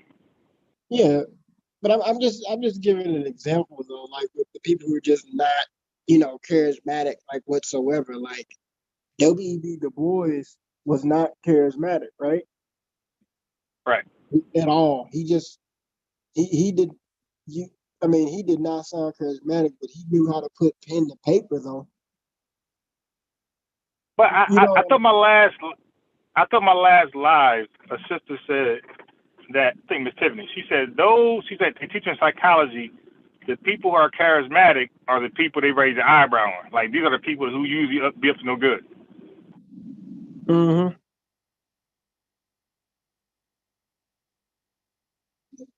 I can believe that.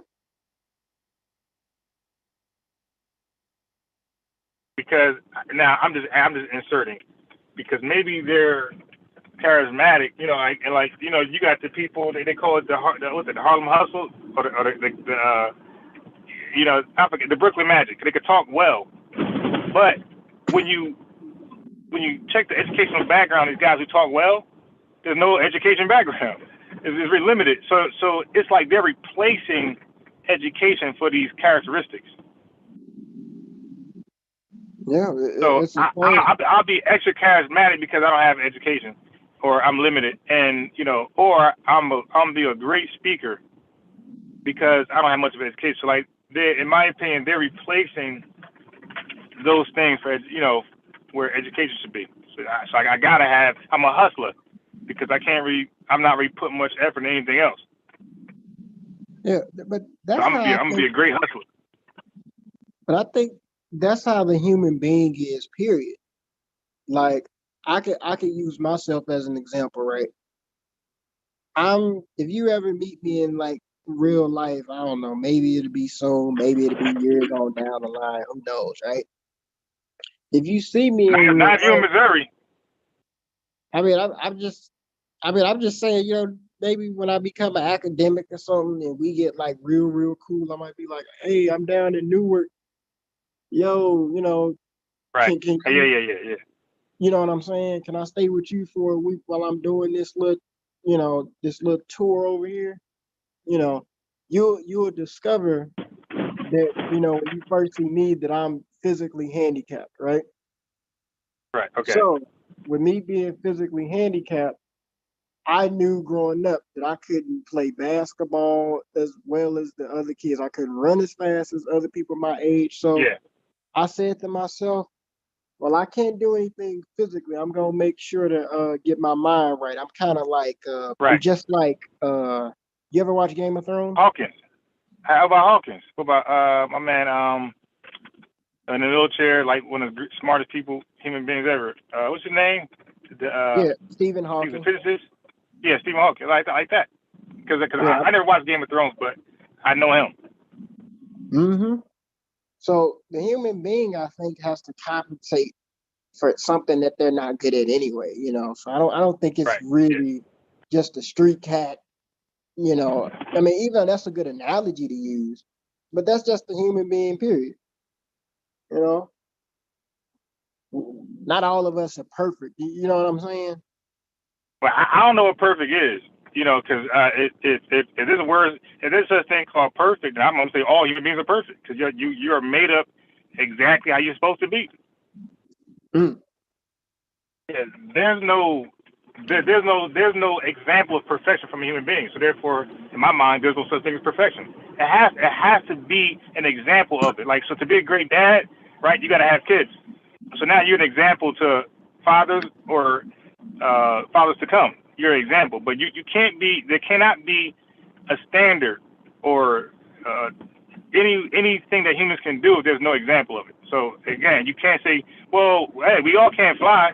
It's like, dude, we never could fly. That's not a human being attribute. So I don't think perfection in the way people use it is a human being attribute.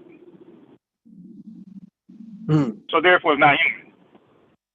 So humans are not expected to be this thick, like you might have a perfect 4x6 of, slack of wood. I think things like that, like immaterial, material stuff can be perfected. The perfect line you just drew. But but by that definition, I don't think we even need to associate that with any living thing. Hmm. Hmm.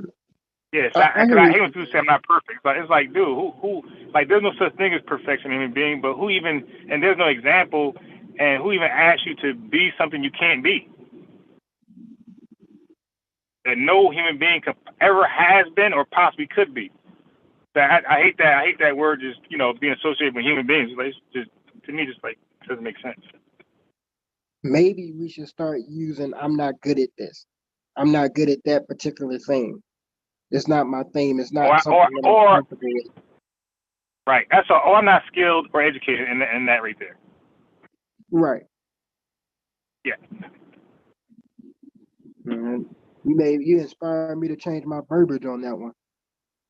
Yeah, because if you think about it, like, there's no human example of this shit. Like, we keep using it as though there is one, as though human beings can, like, what is it? What is it? So we can try to be that. What it entails.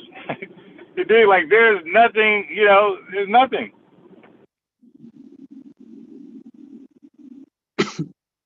You're right. So, and that become an excuse to not.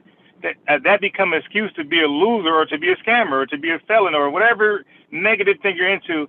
That becomes your excuse. They all say, well, I'm not perfect. When you have a deadbeat dad, deadbeat mom, abusive husband, they're going to use that. Well, I ain't perfect. They're all going to use that. It's like, wait, but asking you not to be an abuser is not asking you to be perfect. Asking you to not smoke crack is not asking you to be perfect. Just say, do the right thing. As far as society standards, like, do the right thing. So that's why I like it, because it's like losers use the word perfection more than winners. Mm.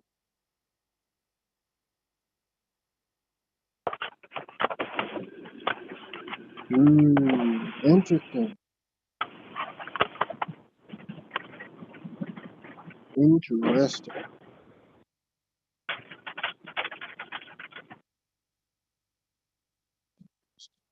Oh shit! I didn't hit the wrong pedal. But can you tell me about that? You say they got an accident culture down in Newark. Oh yeah. Okay. Listen, Like they're what wild and reckless. They're wild and reckless, and it's the culture. It's not somebody being lawless or being bad. Everybody does it. Because I look in the car, you think it's gonna be somebody. It's not. You think it's somebody black. It's not. It's somebody Hispanic. It's somebody white. It'd be regular people, white folks who in part of the gentrification process, speeding runs. It's everybody. It's a culture in Newark that's tolerated by, like, law enforcement, everybody, the mayor, and everybody else. And now it's like normal. So what? I mean, You where know, do you think that come from? Like, I mean, that sounds. I mean, I be hearing people in Chicago are good drivers, but I mean, like, what is it? So y'all just running past stop sign? I mean, running past and guess stop what? signs? And it's so normal.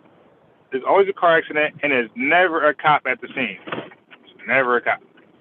What? And again, just ask somebody who frequent Newark or lives here. When there's an accident, that cop, that ambulance, that shit ain't coming. So if somebody like died in a car accident, You it's just like, did. Look, the picture I sent to people yesterday, from a car. The car was on top of itself, and it was smushed. I don't know how they survived. And the only people that come to their aid was a bunch of Jewish people who black folks hate. Like, wait, all black folks rolled past them except for a bunch of white people and Jewish people in the van. They pulled over and assisted them. But I sent Unc the picture. I sent X. I sent a couple people the picture. If you see it, you're gonna be like, how the hell do you even get out? The car is on the flip side. It had to be speeding. It didn't hit no other car, or they were speeding. They got or they missed another car, but they were definitely speeding to some degree. And they're on top. They're upside down, and it's smashed. I've seen cars upside down, and the car be whole. This shit is the top is smashed in. And they're walking out. They probably dizzy or woozy, but they also look like they intoxicated or pilled up some shit, which they always do out here. But that just. But my point is, no cop cars. Like they was on the phone calling whoever had to call. Like, hurry up, please. Nobody comes. Nobody. Don't know why, but it's commonly known that no, you could forget about it. It could be a fender bender. That he not waiting till the cop comes. I mean, he wait. I do the right thing. But dude, he not gonna be sitting around for 45 minutes or an hour. He might be like, I'm out. I hate to do this, but I'm out.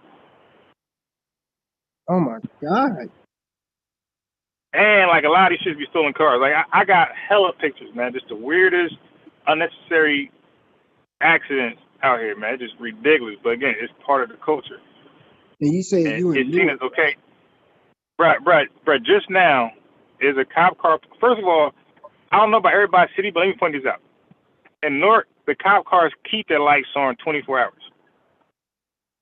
Right? They don't cut their lights off. And I'm talking about also the neighboring Irvington, East Orange, the neighboring cities also. Like it's so horrible. The cop cars keep their lights on all 24 hours. Hmm. So if you ain't from out here, you're gonna pull over like a dumbass. So you say you in Newark, right? Yeah. How is what's my man name? How's Ross Baraka? I mean, what is he doing down there? How do y'all? The mayor. Yeah. I mean, like again, I don't know much of his works. I don't know much of what he's done for the city. All I know is that if crime is this tolerated, it has to come up from the top. It has to extend from the top. Just now I pulled over. The one way with a speed bump. There's a police car right down there. Two cars came flying. It's a one-way speed limit 25 miles per hour with a speed bump. Two separate cars came out flying past the cop car, knowing he's not gonna pull out.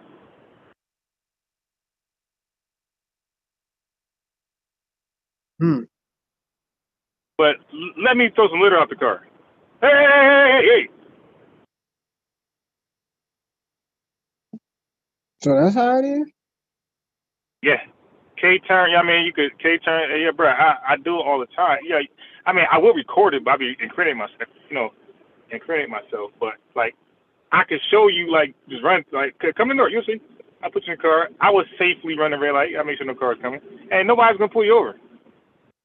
Like, Man, I don't check the rear view. I don't check the rear view, see the cop behind me. Now, of course, if you take a red light, you sat there for a little bit, and, you see that there's no cars coming either direction.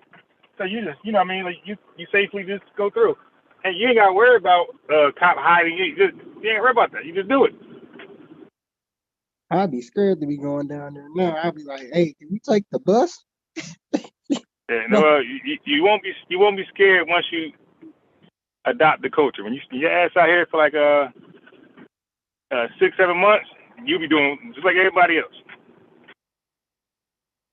Jeez, like, I mean, the permit book says I'm supposed to stop at a red light. I'm biased. What's up? Yes, sir. What's up, Adrian? It's Brendan. What's up, man? How you doing? What's up, Adrian? Brother? Yeah, for sure. This is a good conversation. I tell you, I always enjoy your interviews on bias for sure. You gotta put your Cash App in there, man. Let me buy you a cup of coffee, man. Let the brothers buy you a All cup of right. coffee every now and then. All right, no Yeah, problem. yeah, for sure, for sure.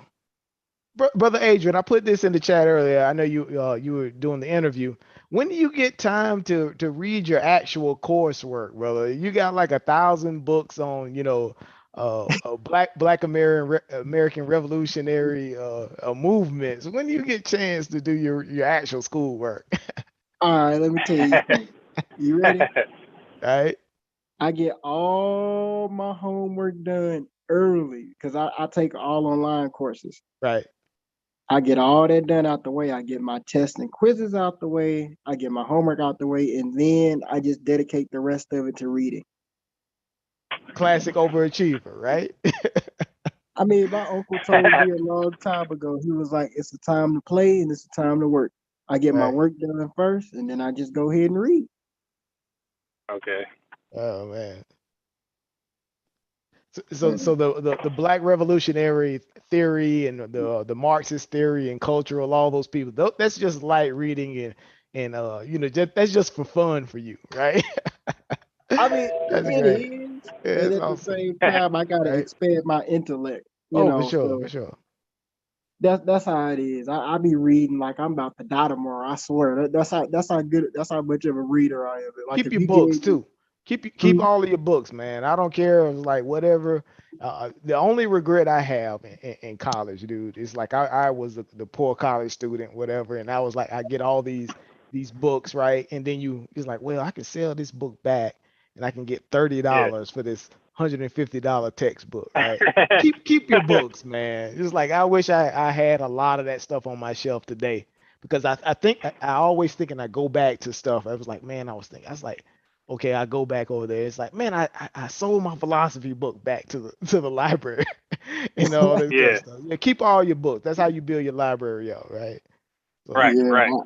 I put too much time and effort into my library. Like five, I got a bookshelf, a 5 shelf bookshelf right. that I just made recently, and I filled it all the way up, but I still got books on the floor. Hmm. Like I said right now, like if I was to become like a vegetable or something like that, my best friend gets all my books. Right, But right. if I have children, I'm gonna pass them down to my kids. Oh, for sure, for sure. That's a part of your legacy as well, right? In terms of like, yeah, and actually I was talking with Unc about that the other day. I was like, when I'm dead and gone, it's like, okay, well, after everybody finished fighting over whatever money I left behind, it's like, I want the question to be, okay, well, who's gonna get the library, right? So Yeah. of course that's not going to be the first thought, right? But at least they can say, okay, well, yeah, he's got a great library, right? So for Yeah. sure, for sure. It's funny you Speaking say. speaking of It's funny you legacy, say. no, I'm sorry, go ahead. No, no, no. Go ahead. Go ahead. Go ahead. No, I was gonna say, speaking about legacy, right? I know the topic of the show I see in here is like money is black power, not talk, right? Right. Did you guys kind of touch on that piece in terms of what the financial Oh aspect yeah. in terms of that? Yeah. Yeah. Mm, right. So I would ask Yeah. Adrian this: what are some of your thoughts on that piece in terms of the financial aspect, right? In terms of the political, activism, right? Is it more about, okay, well, acquiring financial, I guess you would say, leverage? Just I just leave it open. I would say historically, with me studying revolutionary movements, all of them You needed can money. hear him. I think you kind of went out a bit. Yeah. Nah. Yeah. Look, the audio problem happened again. No. You got okay. You did something different. So whatever you did different, that ain't working. Hello? Mm. There you go, right Yeah, back. we hear you now. Right back. Yeah, yeah, but your earbuds, those ain't working. Okay. They I definitely ain't was working. saying we're looking at all the revolutionary movements that I've always Taking some studied. great cons. They they always needed money. So we do need to have we need to have, the philosophy and the financials too. because Mm. we live in a Right. capitalistic society. I don't lean so much towards Marxism to the point to where I forget what country I'm in. You know what I'm saying? Mm. Yeah. I don't think capitalism. Well, I mean, I do believe there's capitalism. From what I'm reading right now, what I'm looking at is very illogical to me. But we still live in a capitalistic system, and we got to try to find a way to maneuver through that. When you So say I that, mean, when you say you think capitalism is logical, um, can you expound just a bit? Yeah. like I find it illogical to me that there's a small minority of people who own the majority of the wealth. And it's like when I look at stuff like the Panama papers and things of that nature, I'm like, this isn't like this don't this one of the bad stuff about capitalism to me, but I'm not so anti to where I'm Marxist, to my grave. I know where Mm. we at. Mm. And you know what? When you say it like that, right? I can see where you're coming from because like, um, in terms of being in a capitalistic society, right? I guess the access to capital becomes problematic, right? When it's limited to only a small number of people, right? I think that's the big, I guess you would say, contention piece that we have today about capitalism, right? He's like, how do you expand access to capital to more people, right? And I think for me and especially for I guess for people like us, right? I guess you would say education and knowing how to get access to money. When I say capital, it basically is money. Money is capital, right? Hmm. That's one of the big problem areas. And I would also say, our I guess our outlook in terms of how you I guess the usage of money, right? Um, when you sit back and you say, okay, well, like for instance, if I give you $1 million, it depends on the perspective of the person I give it to, right? If you give $1 million to a person who kind of understands capital markets, they understand business or whatever, they would say, okay, well, I have an opportunity to use this, right, and to use it in a way for leverage to build or actually make more capital, right? As opposed to saying, Yeah. okay, well, I've got $1 million and I can now become a more powerful consumer, right? Right. As opposed to being a powerful business owner, right? I Right. think I think the education piece that way I think that's the bigger problem, right? Yeah. Um, if that's sort of makes sense. I kind of I know stumbled what through I'd it. be doing with a Right. million dollars right now. What would you be doing, brother? I would honestly be using the $1 million to keep going to school. Okay, Like yeah. That's that would investing in yourself is a great that is a great option, right? You should always invest in yourself, right? But does it take $1 million worth of education, right?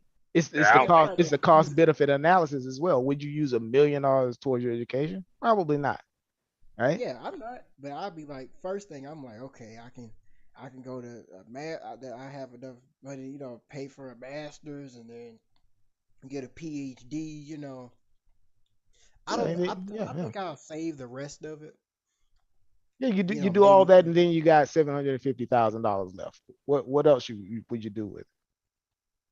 hmm, I'd probably just put that in my bank account and just never really touch it for real. Cause I'm a You'll put miser $750,000 in the bank account, right? For how many years? Let it eat up by inflation, right? Inflation is what usually about around 2.5% a year, right? Today, what is about 8%, but we're unprecedented times, right? But 2.5%, you're gonna get eat up by inflation by the time you get ready to retire. How much money you think is gonna be left in there? It's a horrible use of capital, mm, you know? mm, Yeah. So when I go to your major point, Yeah. We that don't. you're making? A lot of time it's like you say. It goes into the education, right? When you're in a capitalistic system, you don't know what to do Yeah. with capital. Like for instance, Right. like instead of putting $750,000 in a savings account, you could just buy. Okay, well, let me buy some treasury bills, right? I could buy treasury bills, right? That I guess mature annually that give me about two and a Yeah. half percent, right?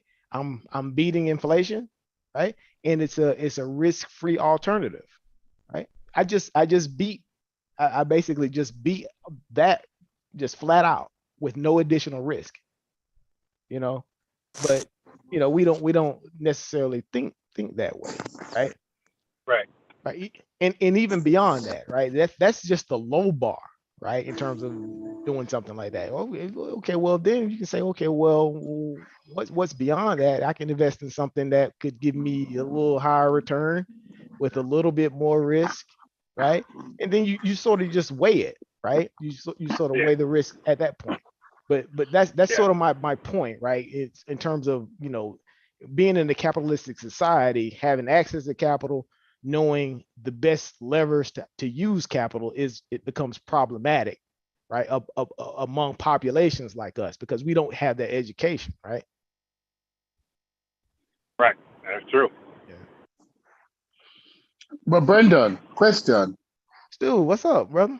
I'm here. I'm here. I'm There you here. I go. got There you go. yeah, question. Hmm? Why the need to be wealthy? Is the need to be wealthy a new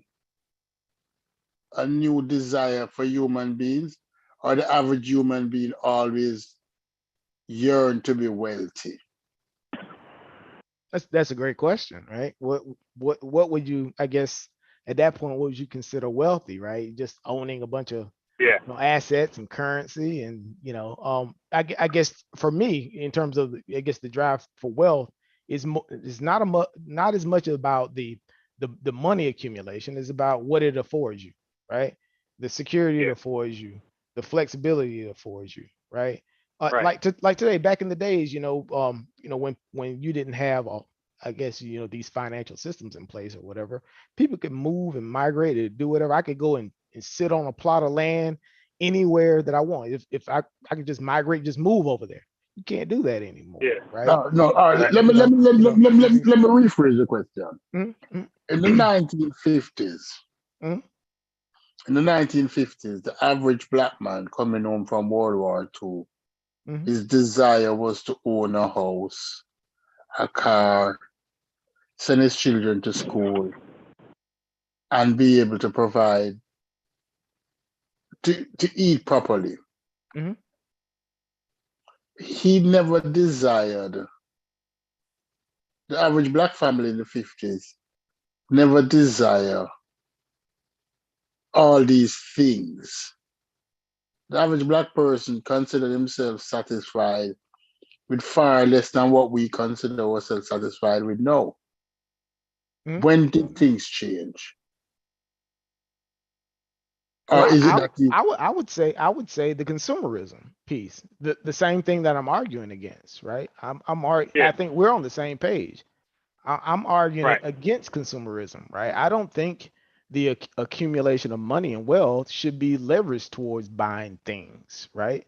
I think it should be leveraged towards investments. I think it should be leveraged towards, paying for education, buying homes, um, doing things like, like like like, hey, you got a son, your son just had a child.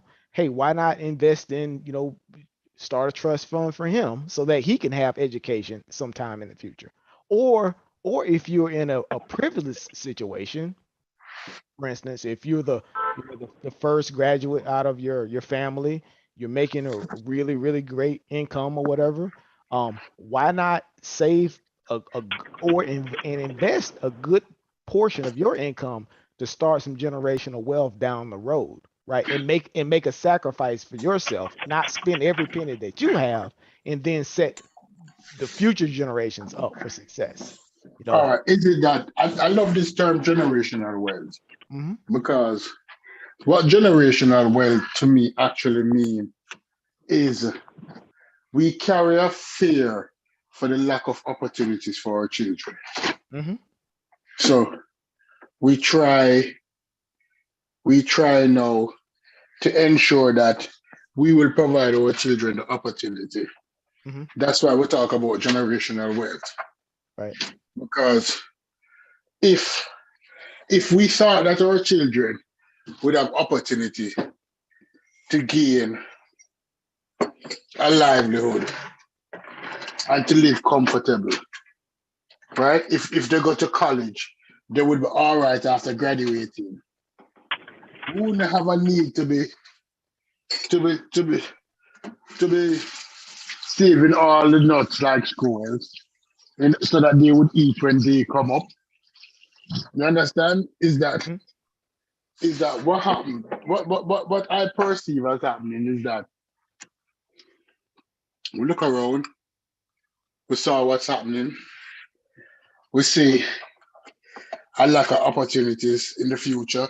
So we say we have to secure opportunities for our seeds. But then at the end of the day, how is it that you're going to justify 6 cars and just just consumerism? This is most people. This is not about generational wealth. This is about consumerism. Right. This I is about totally agree. accumulation. Mhm. This is wealth for the accumulation of things that don't mean shit. You understand? Oh yeah, for sure, for sure. All right. Look at it.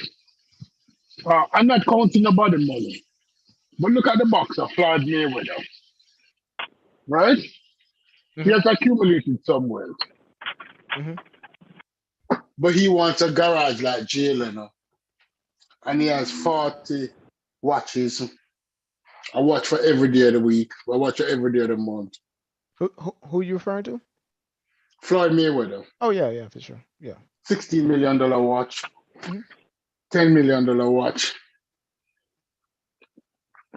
Right. Is it Yeah. that? He's on the extreme, I guess you would say, end of the spectrum, right? The super Yeah, wealthy, no, right? but we have to use the extreme and Right. then we'll come Mhm. down to the middle. Mhm. All right, let's use the extreme. Let's use the extreme. The extreme is Floyd Mayweather. But most black millionaires are black people who start to accumulate um some excess cash. They have a car, they have a work car, and then they have a going out car, and then they have a fancy car. It come like us on the TV conversation. When it Yeah. became necessary for us to have 5 TVs for one person. Well, when you Then think there's- about the TV thing is, I Yeah, guess yeah. at I that would say point, marketing, advertisement, marketing. yeah. And plus they're very cheap these days. You can buy, a good flat screen TV for, maybe Nah, but what Stupi's five or talking six about, hundred bucks, nah, right? nah. What the Stupi's talking about is the latest state of the art technology. Like when that comes on the scene, it's very expensive, and the average consumer believes that they need one in their living room. Yeah, I get it. In terms of electronics and stuff like that. Really, when you think about it, right? You say the average person, or even the slightly above average person, who the everyday millionaire, right? I would stay with that, right? They have we just say an everyday car. You have a work car. Most of them, more than likely, they either own a small business or they have a high income, paying career, Yeah, right? yeah, Um, yeah, you know, yeah. yeah, those type of people, in terms of like, okay, well, the people who have a high income sort of career, they have investments. People who own a business, they manage their business, to the best of their ability. You don't overspend, right? And like you say, you buy a home, and your home may be I guess you would say, the most expensive thing that you really own, right? If you could say Yeah, that, yeah. right? So though, in terms of consumerism, that's where, I guess you would say that middle piece is that middle part, right? But I think that a lot of the problem ends up happening, right? Is that, um, you know, I guess trying to get to that space, right? Trying to get to that middle space there, right? It becomes very problematic, right? So like for instance, if you have a person that's probably never made over $40,000 or $50,000 a year, right? They begin to prosper a bit, whatever, and then they make, a quarter, 300, $450,000 a year, right? Mhm. What do you do with that excess cash? Just like you said, Stupies. What do you do with the excess cash that you would have had, right? Or you never would have dreamed of having, right, beforehand, right? Mhm. You could spend, you can buy cars, right? Of course, a lot of people do. I see them do it, right? You buy cars, you buy bigger and bigger houses. I see them do it, right? Or you actually get a really, really good financial advisor, right? Or Mhm. or you say, okay, well, I'm going to start a business, right? Which some do, right? Very, very few, right? In terms of my circles, very few do it because I don't necessarily run around, I don't know a lot of entrepreneurs, right? Um, Mhm.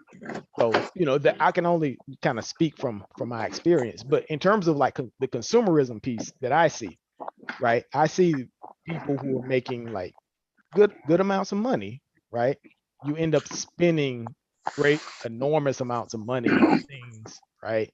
That you could be either investing or building wealth as opposed to, you know, buying depreciating assets, even homes these days, right? How big of a house do you really need?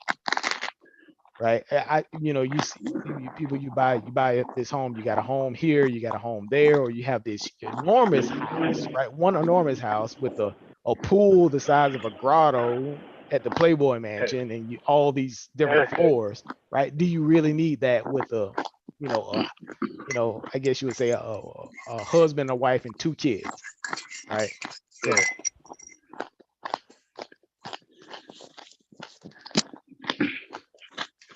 No, I'm eating. Sorry about that. no, no, no. Look at this. Look at our communities. Everything you just mentioned a while ago. Guess what you never mentioned? Guess what? Well, you can't guess, but you wasn't even thinking of that. You never mentioned giving back to the community. You're right. You're right. You never mentioned providing So programs. You know how I would say, how I give back to my community is my family, right? right. Wait. Outside So of hold on. So outside of everything I give you back to my actually family, I have nothing left to give back to my community. No, no, no, no, no. Now No, hold because on, wait, Supi, because you're actually going towards the topic.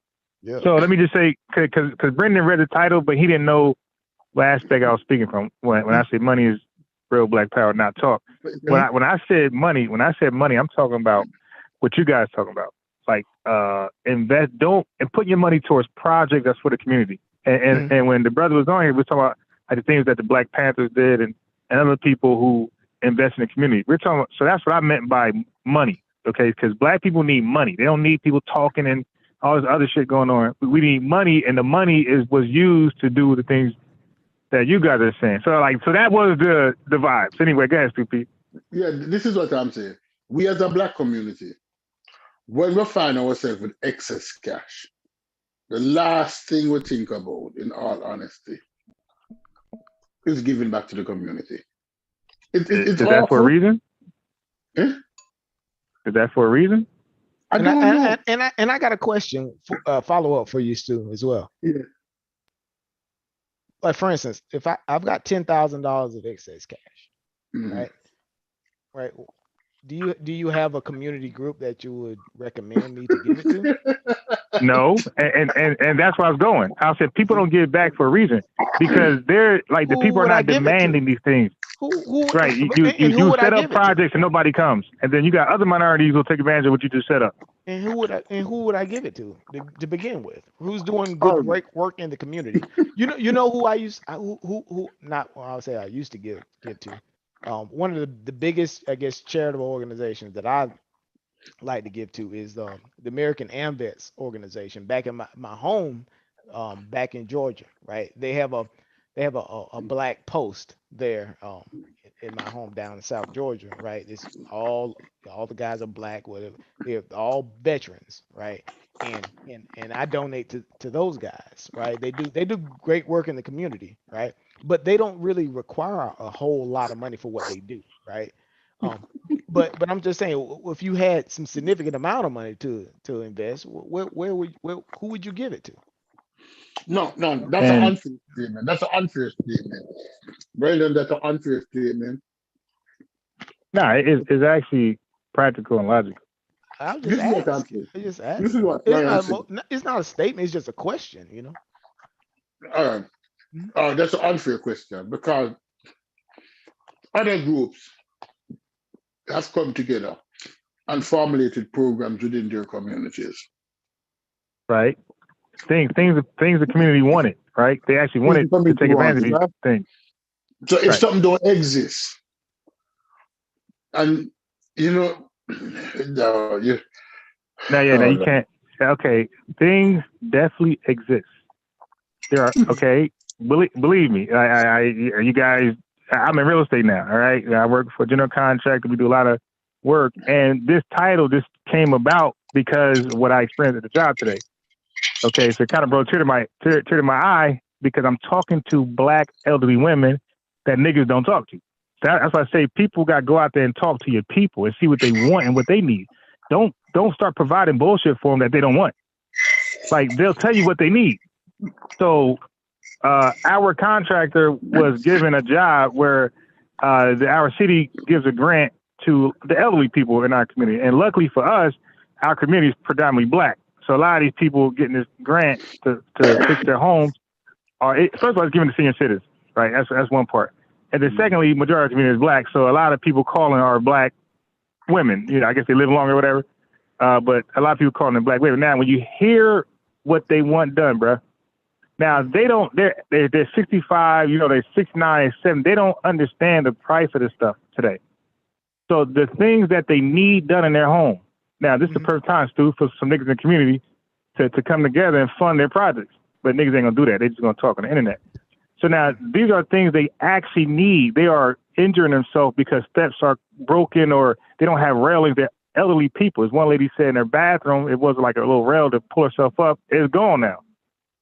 So she's listening to things that I don't see need fixed. And bro, she's over the budget completely. And I'm saying to myself, like, damn, that's fucked up, man. Like she will nothing is only one thing will get done, possibly. All the other stuff that she needs done is not getting done. It's all of them calling, asking for these things, man. All of them. So our the elderly people have so much stuff they need to get done, and this is the perfect time for some black, you know, proud to be black niggas to step up and serve these people. I can ask you a question. I can't tell you the scenario what I experienced happening in Jamaica. I don't know if the same scenario happened here. But let me tell you this scenario. You will have poor people living in houses that need repair, but they have children, and many of these children in a far better position to help the parents. But the children not helping and the parents not asking. But if the opportunity comes where this parent have a pool on which to draw on, will not draw on that pool, but will take the benefits that could be given to somebody who in a more dire situation than they are in. You understand what I'm saying? No, Like, because they receive, they just qualify for this program because they're in a dire situation. That's why they even get the grant. do they have? Otherwise, it'd be given to everybody. Do they have children? Yeah, but guess what? Do they have grandchildren? Yeah, right. No, they do. They got children. A lot of them on crack because the area they living in, right? So it's a lot of kids on crack, and probably grandchildren on crack too, or some type of pill. Yeah, they all messed up.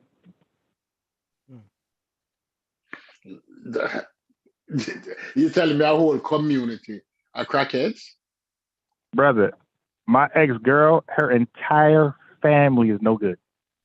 Every last, except for her grandmother, every last person is full of shit.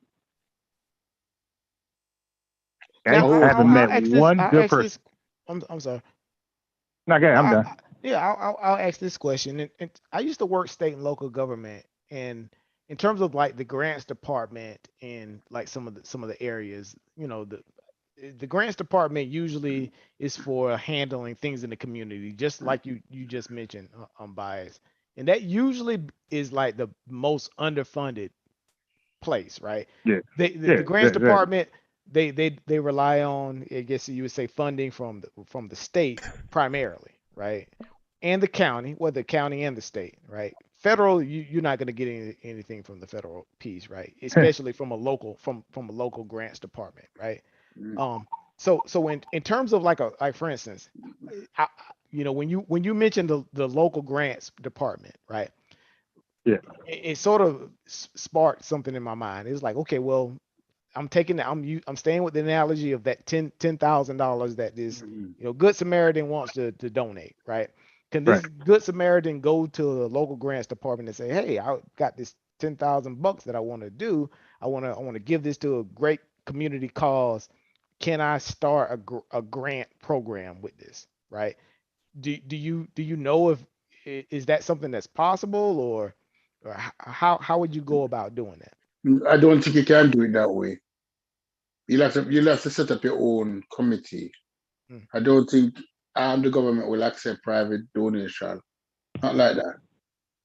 It has to be a non-governmental organization working in conjunction with the government. But So I would have to set up both a nonprofit, right? And then I would have to set up all of this administrative type of stuff, right? right, I guess just to start a grant, right? I guess you would say a grant program to do it.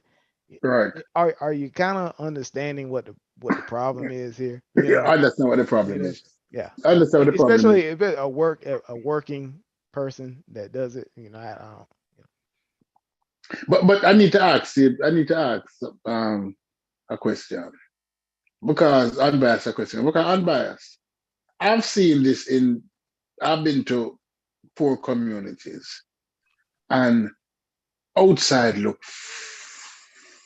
shitty, fucked up. Outside the house, deplorable, and inside the house you have 6, 7 people living for the last 20 years. The porch literally falling apart. Is there any program like in the communities to just educate boys on simple using a hammer and a nail, using a paintbrush? No, that wouldn't be a program I'd set up. You understand? Teaching black men, black young boys how to use a hand. Simple things around the house. Growing up as a teen, you had to know how to paint. If a pipe was leaking, you had to know to change a washer. If the toilet bowl was running, you had to know to change a flapper ball. Yeah. Yeah, like a mentor. That's like a mentor. So what you would say? I guess you'd say program, right? Yeah. Simple little things.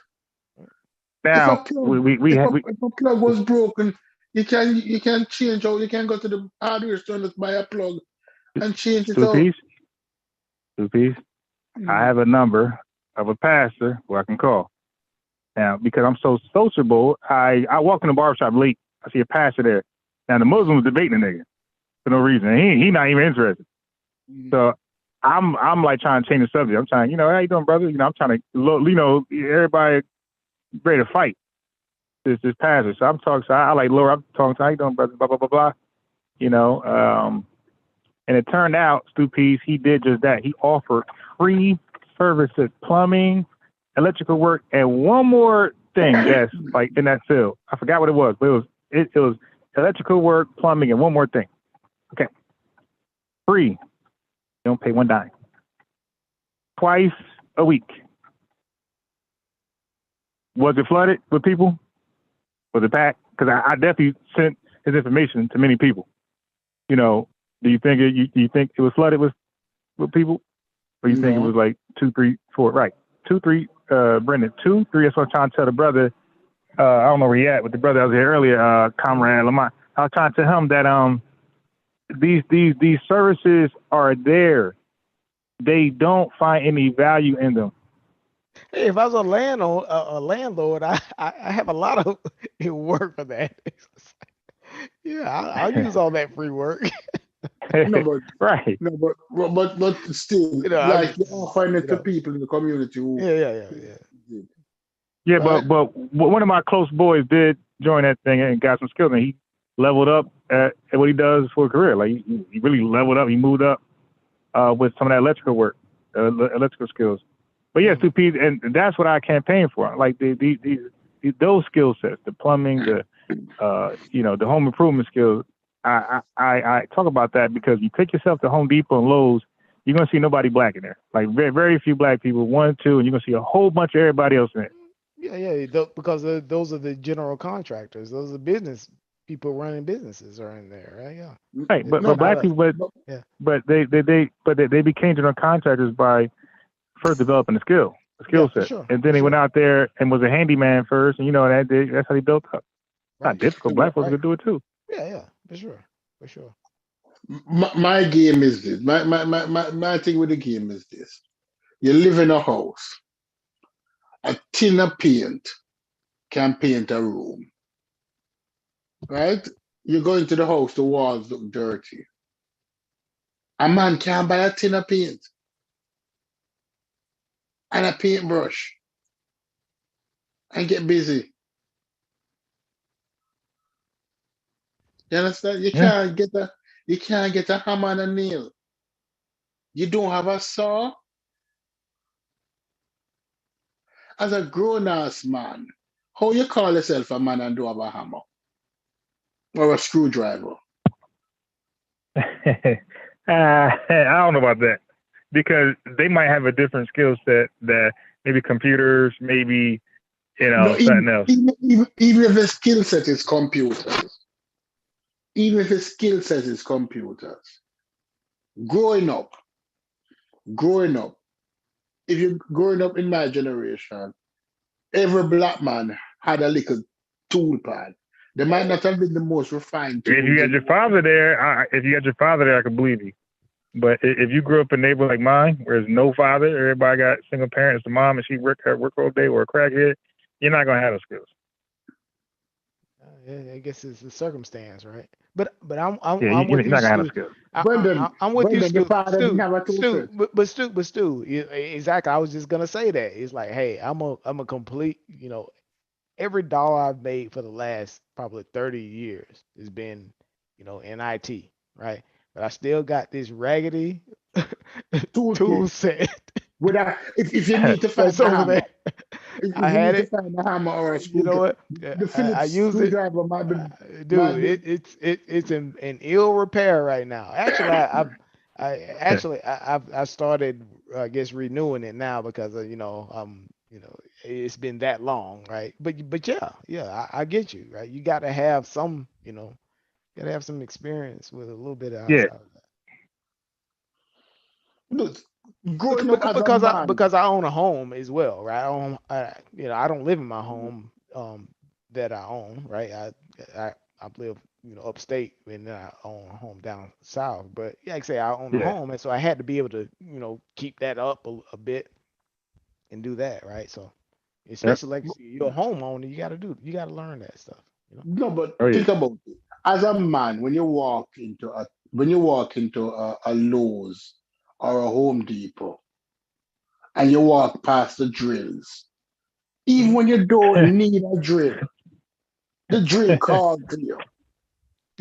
Even when you don't need a drill, you don't have nothing drilling. But it's in your genetic makeup as a man that drill calls to you. Yeah, I like working with my hands. It's like Right. anytime I get a chance to, right? Remember the first time you go up, you went into stairs and you went upstairs and you see all the tools from what the tool company? What Sears use? Craftsman. And you see all of the Craftsman tool. Even when you don't know Yeah. even when you don't even know how to work on a car. You in there for half an hour I looking just at brought a new crap. Craftsman tool set, a screwdriver set. I just bought a new Yeah, one. Yeah. right. Even you don't know how to use it, you're there thinking, looking at the tool sets, Oh and yeah. say, if I had this, right? Yeah, but my in terms of like my father, he was a mechanic. So, in terms of like all of that, he Yeah, was see, really in tune with his they got a head hands, start. right? So that it was like, the tools and all this stuff right there, you know, that's where I kind of get that from. So yeah. Right. But Exactly. being but I think the whole like for instance like auto mechanics and stuff that used to be like the trade for black people back in the days, right? No, That was like the one of the biggest things, right? but we're not, Brendan, I'm not talking about a trade. Yeah. I'm not talking about a trade. These dudes nowadays will go into the Nike store and they salivate over sneakers. Dude in my age group would salivate over sneakers, yes. But when they go into a tool store, even when they don't know how to use the tool,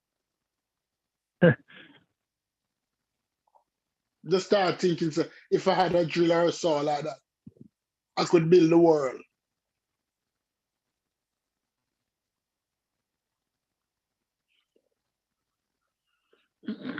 Yeah. I hear you. Like for instance, like some of the guys that I work on my team, they're engineers. They have nothing. They have no. I guess you would say their primary jobs have nothing to do with anything to do with their hands, right? And we come back, from the weekend. And he was like, yeah, I would just put a new axle on my daughter's car, or I did, this particular things inside of the house. Everybody's working with their hands with us, right? Dude, it's amazing. I was like, you did what? He was like, dude, he was like, Yeah, you, the you changing installed out. an axle. You installed an axle on your car, right?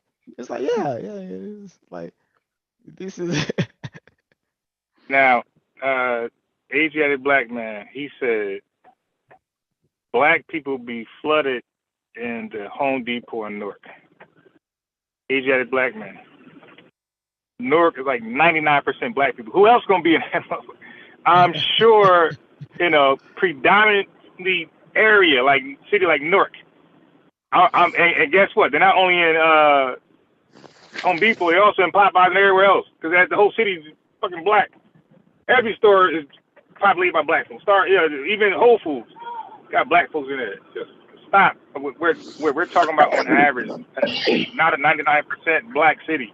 We're talking about on average. And now, if you're a black man, you put yourself in that pot.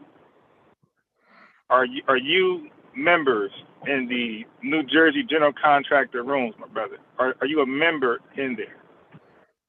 Okay, see, you put yourself in a pot, you got to know what's going on, with the contractor in New Jersey, why they're struggling for work.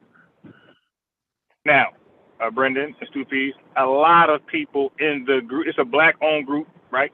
A lot of people in these groups are complaining about the services they get from black people. Okay? So it makes it harder for us. So we got to, try to convince them otherwise. I had a sister today from Keyport, New Jersey. She got stiff. A contractor supposed to build a deck for a black guy, and he took 4 months. He did really nothing. He just left wood in her yard, and then he died from COVID-19. But took like $2,000 from, but took $2,000 from her. Wow. So you know how much talking I had to do to get her to let us service the deck for her. A lot of talking, a lot of convincing. Okay, a lot of education, and the way I talk on this live, that's how I was talking to her. Just educating her about what we do and what went wrong over there, what she should have did. I empowered her, and then I let her know that we're legit. And and now she got she got an appointment with one of our lead techs sometime next week. So just because they're at Home Depot, like you say, doesn't mean that I mean that's a great start. But if you're doing shitty jobs, you're scamming people. It's like, man, it's another hustle. Listen, sometimes we have the worst service. We give the worst service to each other. And we work in the white restaurants, it's smiles. But when we're black people, it's like, he's too broke to get my attention. It's unfortunate, but it's true. We Yeah, give each you other the right on that. worst We be doing service. each other wrong. Hmm.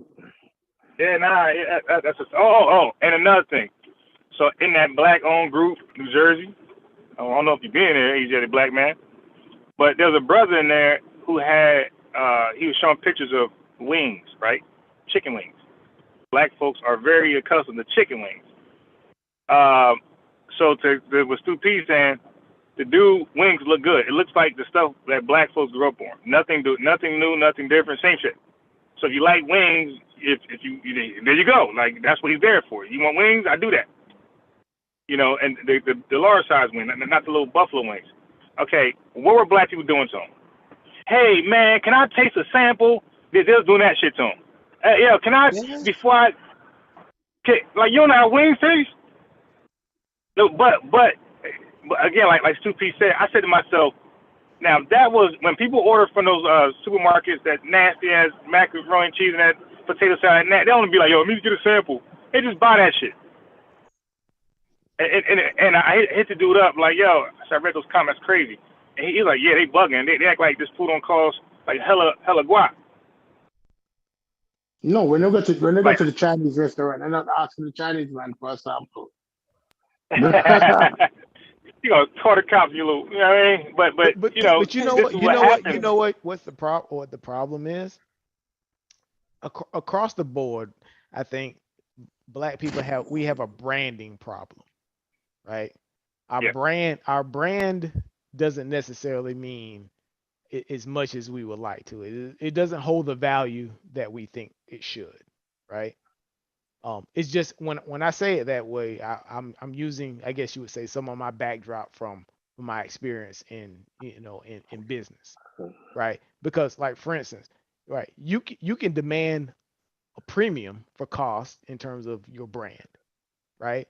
You can actually get a lot of leadway in terms of some of the customer service issues and things like that because of your brand, right? But the biggest thing you have to do, you have to build a quality brand in the first place, right? You don't get a lot of leadway, right, when your brand is crappy off the rip, right? So you have these anecdotal sort of situations where, yeah, this guy came over, he did a crappy job. He's a black dude, and yeah, black construction workers are shitty. It's like we've got a branding problem, right? yeah, Whatever we need to do, we need to fix that, right? Because you don't get a lot of I guess you would say leadway in terms of your reputation at that point, right? Because yeah, we're already indebted. Hey, I'll tell you a story. It's about branding. You say if I took up the phone, like the other day, the turbo on my car went out. Right, the turbocharger on my car went out. The warranty is up. I don't own it for miles, so I had to get a turbocharger changed. I went to a Jamaican mechanic, and to change the turbocharger, he was charging me $1,000 for labor. I provide all the parts. The turbocharger cost like the original OEM or the original one cost like $2,000. So it would be $3,000. I went to a Spanish mech, and he was going to come to the house. He works out of his car. He didn't have a shop, with a lift. Mhm, He's going to come to the house, work out of the car. mhm, First thing he said to me, you know that both of us come from Jamaica, so I'm going to give you a deal. mhm. $1,000. I went to a Spanish guy who has a shop with two lifts, official looking shop, parts, everything. He said, all right, $500. No, when I don't support the Jamaicans, people will be mad at me. But when you support your own, sometimes they give you subpar quality work, and then when you're complaining, they're acting like you're bougie. They say you're acting like you're bougie. The work Yeah, yeah, is it the same in Are your we feeling community? each other like that? Again, you end up with these anecdotal sort of examples, you know. No, but I've done it. Uh, you know. You get a Jamaican painter Mhm. and paint splash on the ground and him don't properly clean it up.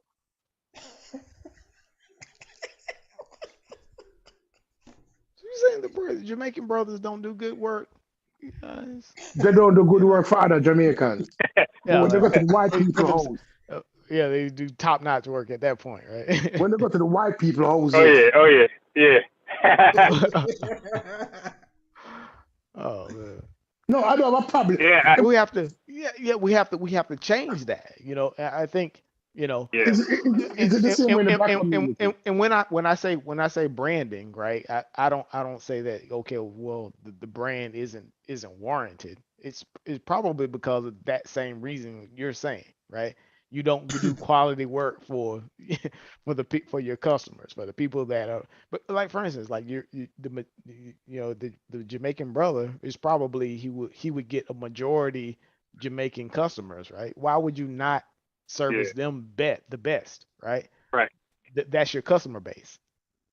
right. When you treat your customer base like crap, what do you expect? You know. Let me go as far as to let you know. If you Mhm. go to a Jamaican doctor up here, the Jamaican, he has an asshole Jamaican receptionist who act as if you are Uh doing the doctor a favor huh. to come spend your money, right? I know that the little Jewish doctor don't really like me, but him like my money. Or Right. little Jewish dentist don't like it, but they like your money. So the Yeah. approach is different, right? You mean you don't get the magazines and the free filtered water and everything before your appointment, and you know when would you be back, Mr. Stoopies? Right. Can we schedule your next appointment today? Yeah. Listen, we as a people, if all right, Yeah, for you're in sure. New York, you're in Newark or wherever you are, and you go to other brother where you know from there. Him treat you with a sense of familiarity, like you're not spending your money, like they're doing you Right. favors. Oh my God. Oh my God. It's like Right. a sense of like in familiar. When it comes to my money, I don't have no familiarities. I want Yeah. professionalism. Yeah, for sure. For sure. If you call the white man Mr. Dog, call me Mr. Cat. Right. When I come in there, hello, Mr. Cat, how Mr. are you? Cat. Yeah, if you call him Mr. Horse, call me Mr. Camel. But don't call the white man Mr. Horse. And when I come in there, hey, Steel Peas, what's happening? No, Yeah. man. Yeah. For sure. So right away, Basic because basic customer service, right? basic customer service. Think about it. In our community, put us to any shit we want to do. And Business you owners know, in the chat, right? Take notes. If I know you've got some business owners in the chat. yeah, Oh yeah. we as business owners, when you go to a black restaurant and order, it's like you're doing them a favor. You're doing them a favor. And Yep. especially if the I'm food telling is good, if they have any inkling that the food is good,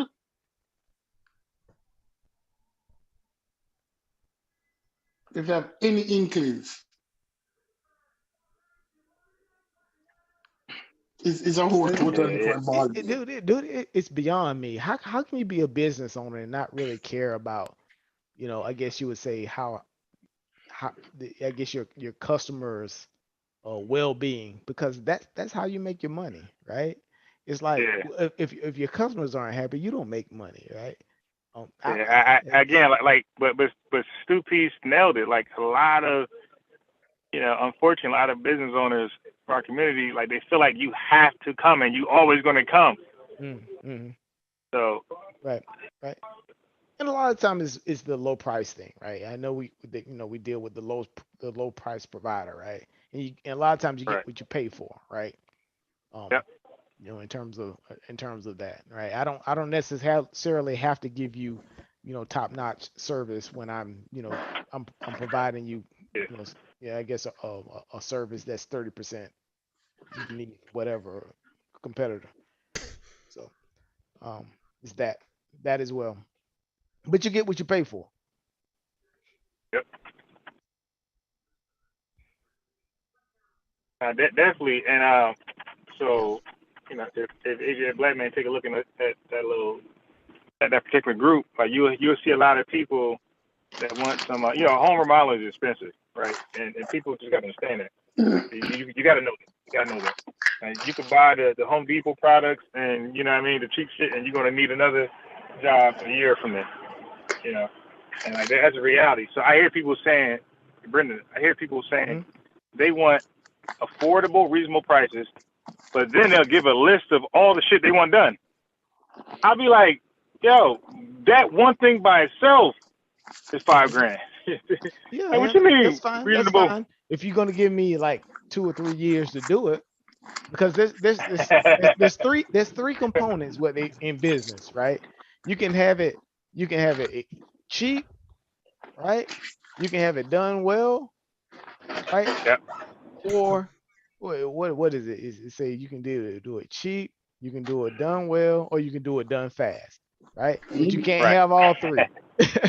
Yeah. Right? So if you done it, what you want it done well, or you want it cheap? Yeah, I'm gonna stretch those time frames out as long as I can do it, right? So yeah. that's it. Yeah. This one brother. Oh my God, he gave me a headache for 2 days straight, man. Like, dude, if you can't afford it, just do it yourself or something. My man, I let my man know from the door. Like, bro, the price you're gonna get, the quote you're gonna get is the quote. All right. Right, Now, let right, me talk to your boss. Listen. You can talk to him all you want. You dig? But I'm telling you right now, the quote is the quote. All right. That's why it's called a quote, not an estimate. right, Like, right, this right, is the number, and that's it. right. So now he wasted all of his time to come down there and talk to him, and he just was leaving sad. Like, dude, Was this like, stop. a home improvement job? Yeah, like, dude, like, stop trying to nickel down your people, because if Right. anybody else, like, what you want done, because you got to pay for, and they ain't want to put down payment. Like, like, Yeah, seriously? yeah. We So we're gonna just a come out lot of of our us. pocket and get all the material. Yeah, a lot of us have no idea in terms of what it takes to maintain a house, right? you know, Yeah.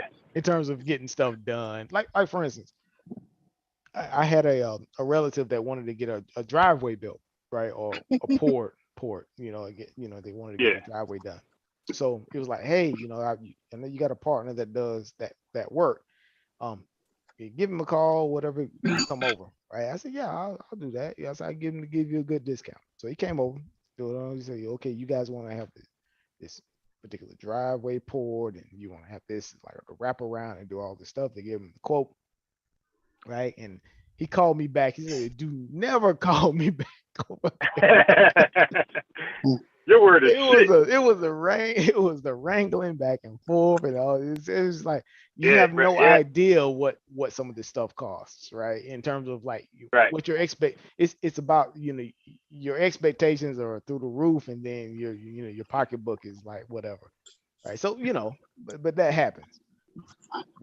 I think that's a part of the problem as well, right? We gotta understand that it costs, home ownership cost, but that's an investment though. Like whatever Yeah, right. Like you're anytime. right. It's called home improvement for a reason. You're improving Exactly. your home, and you're improving its worth, its value. Exactly. You didn't spend anything, right? It's just like I tell anybody. A lot of my colleagues, or when I see them with an expensive Rolex watch, I'll say, and they'll show off their watch. I'll say, just make this statement. I say, well, you didn't buy anything, and they'll look at me crazy, right? It's like, I didn't buy anything. I was like, no, because really a Rolex watch in your arm is equivalent to a block of cash. You didn't buy Right. anything, Okay. you know. Right. It's the same thing. That's the same thing as your home improvement efforts, right? You didn't buy Yeah. anything, Yeah. right? That's an Right. investment. It's a block of Yeah, cash. Yeah. yeah. Yeah. I love that. When somebody buy a Rolex, especially a gold presidential, Right. then basically just take the cash and put it somewhere else. That's not going to lose value. No, it's a block of cash. Really, you can. Yeah, It will more than and if likely increase in value. increase in value. So You when they know, come with a Rolex, they say, eh, no, because that you you didn't. buy appreciating value, You didn't buy especially if shit. you buy the right one. You buy a gold presidential, that shit will never go down in value. No, not at all. Right? You Damn. didn't buy. You didn't You buy buy a anything. 44 millimeter or 42 millimeter gold presidential. That's the joke, right? That's the joke, right? You know, Okay. you didn't buy That's anything. funny. You didn't buy Yeah, anything. You know, it's a block of cash on your arm, and plus, not only that, right? It's a block of cash that's worth anything in the world, right? I can Mm. exchange my Rolex anywhere in the world for the same currency value. Wow. It's like an international cash value, right? So once it is genuine, and they yeah, prove that it's genuine. for sure. If you go to Japan, it's worth the same amount, if not more. Right. Israel, Around the world, Wow. global. Damn. but that's what, like, is as I get older now, I realize that when you're buying stuff, sometimes you just have to buy the right stuff. Right. Just buy the right stuff. Huh? Because when you buy some stuff, it's like you don't buy anything. It's like you still have your money in your pocket. For sure. Right. Exactly. That's the point. That's the biggest point. You get to enjoy it and have it. You get to have your cake and eat it too. Yeah. You know what I mean? What's better than that?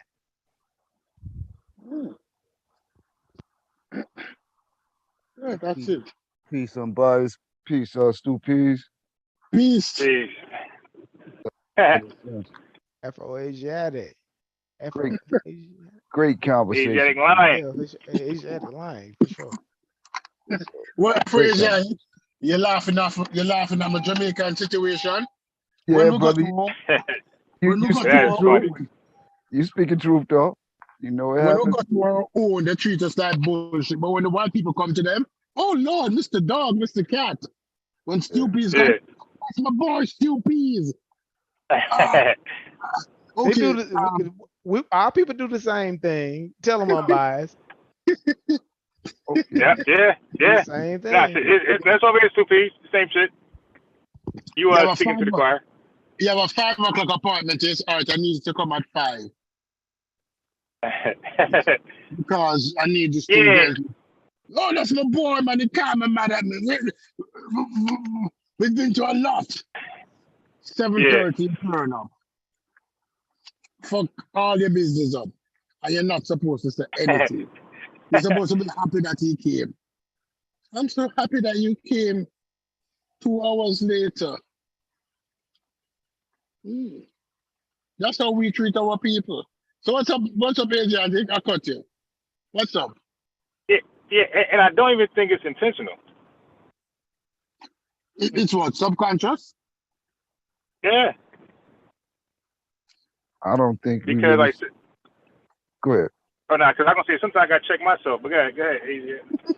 Yeah, I was just going to say I don't think our people really study that aspect of business or really like know how important and valuable it is, the uniformity, and things of that nature, the customer service. I think it's just something that got to be taught in a matter, some cultural issues that we got that we need to work on. Because they say the same thing in Tanzania. They say like when you go to restaurants in Tanzania and in East Africa, the customer service is just horrible. You know what I mean? You get that attitude. How the young girl behind the counter or whatever with that hood attitude. I try to give them the benefit of the doubt, but it happens definitely. Good attitude. Yeah. Yeah. You mess around and have your business pulled behind her. Right, but if you really think about it, right, in terms of what it's worth, right? Simple customer service, right? You can go from demanding a discount to demanding a premium just by changing your customer service approach, which That is doesn't Right. correct. really which doesn't really cost you anything, That is correct. Right. you know? But that's something you We, had to we be cheating taught though. ourselves. Yeah, That's exactly. You something you cheating had to be yourself. taught though, bro. For sure. Yeah. Yeah. No, it's Hmm. it then it would be incumbent upon you, to teach others. I went to school for business myself, not at no, high level, or nothing like that. I probably don't have as much Yeah. education as yourself. But, Right. I understand that. Do you I would ask you this, brother. Have you ran a business? Have you ran a private owned business yourself? Yes. Uh-huh. Well, you got more experience than me. Yeah. You know what I Some mean? So small, so what you learn in doing the business yourself, you got real life experience. So Yeah. so never You got a discount real that, education. You got right? real Yeah, skills. exactly. One day of real life business experience is worth a ton. Yeah, I Yeah. For came sure. in on the conversation. Great conversation. I wish I would have caught it earlier though. But what I caught, good stuff. Oh yeah, for sure. Yeah. Yeah. Yeah. Yeah. And like I said, it was inspired by real life situations. I was like, you know what? We got to talk about Right. some of the That's stuff why I that like. really That's why I matters. like this. That's why I like your panel, your channel on by. We talk about real life stuff, right? Right. Not some esoteric stuff that's 10, 20,000 years ago. Real life, right? Yeah. Right. Relationships, Day to day business, activities. exactly, right? Education, how the young brother is like navigating his way through. You gave him the interviews. How guys are like ensconced in these religious movements today, right? Not talking about in the 60s today, right? Right. NOI people today, what how they thinking. Yeah. That's why I like it, right? So for sure. Go ahead, Asiatic. Oh nah, just wanted to add on and of course say what's up to you, brother unbiased. Been a while. And I look at the discussion, I don't look at it in a vacuum. I look at what happened before, so our people has been through a lot of trauma. And Yeah. while in individuals, many brothers here, brothers trying to do things and move things and take responsibility, that's what got to be done on a personal level. But I think overall we can ignore the trauma that our community has been through collectively, why we behave, the ways that we do in certain instances. I think that's just always my point of view. But I understand the personal responsibility though, and the value of the conversation. Yeah. Because I always say, there's nothing wrong with going over the whys and what's and when's and how, but just know while you're doing that, the community is still being, corrupt. There's still a lot of crime. There's still a lot of crime, and all this stuff is negative influence. All this stuff, motherless, children, fathers. All this stuff is still happening. So that still got to be addressed. In spite of all that trauma that you're pointing out, this stuff still got to be dealt with. And at some point, where do we draw the line, and when do we say, you know what, I'm good with trying to keep looking backwards to pull somebody up that don't want to be pulled? I'd rather just work with the people who want to work, and I'll come back and get anybody if they're left alive. I'll just come back and get them. Right. Because you But can't run a business. You can't run a business on, okay, well, I'm trying to help out my right, brother, man. It just does. It's not gonna work that way, right? You got deadlines to meet. You got people like knocking at your doors. You got like, hey, if you took a loan out, you have that. You got bills to pay. yeah, It's just not feasible, right? I mean, Not at all. it's a it's an interesting question. Like when I was in college and dealing with an instructor, and he mentioned that actually he was a executive Mm, from Viacom. mm. That's when he was one of the instructors that we had, and he was telling us not to basically hire family, but he was a Jewish guy telling us that. So I resented that. Nah, that's actually true. The general contractor I'm working for now, black dude, I'm real close with him. He hired his family, and none of them working for him. You dig? Yeah, So I, yeah, under, I I go with understand, that. but I go with that. I disagree with him, and I use his own community as a point. You can go into their Did you communities. hire your family when you had your own business? Did you hire your family? Yeah, Maybe yeah, he was talking about like absolutely. immediate family, not your But brother, your sister, your yeah, Right. father. but Yeah, I just another challenged him Jewish guy. Yeah, yeah. on it I'm because sorry. they definitely hire within their own family. You can go into a Yeah, jewelry store Within their community, right? Community. and you yeah, can see yeah, three generations of yeah, them. You know, but AJ, I know you understand why he was saying that, right? yeah, I understand, but they see, they approach it different. Even when we look at No, the no, no, no. I'm not talking about that. I'm saying like when you hire somebody who's qualified, your relatives ain't necessarily qualified. They got the job because of inheritance shit. that's the But the point. people who are actually qualified, right? The people who are actually qualified, they have something to prove to you. Yes, Okay, and that's all he was saying. He was that's the saying like point I'm that's getting why you to. don't. Yeah, go ahead. That's the point I'm getting to. He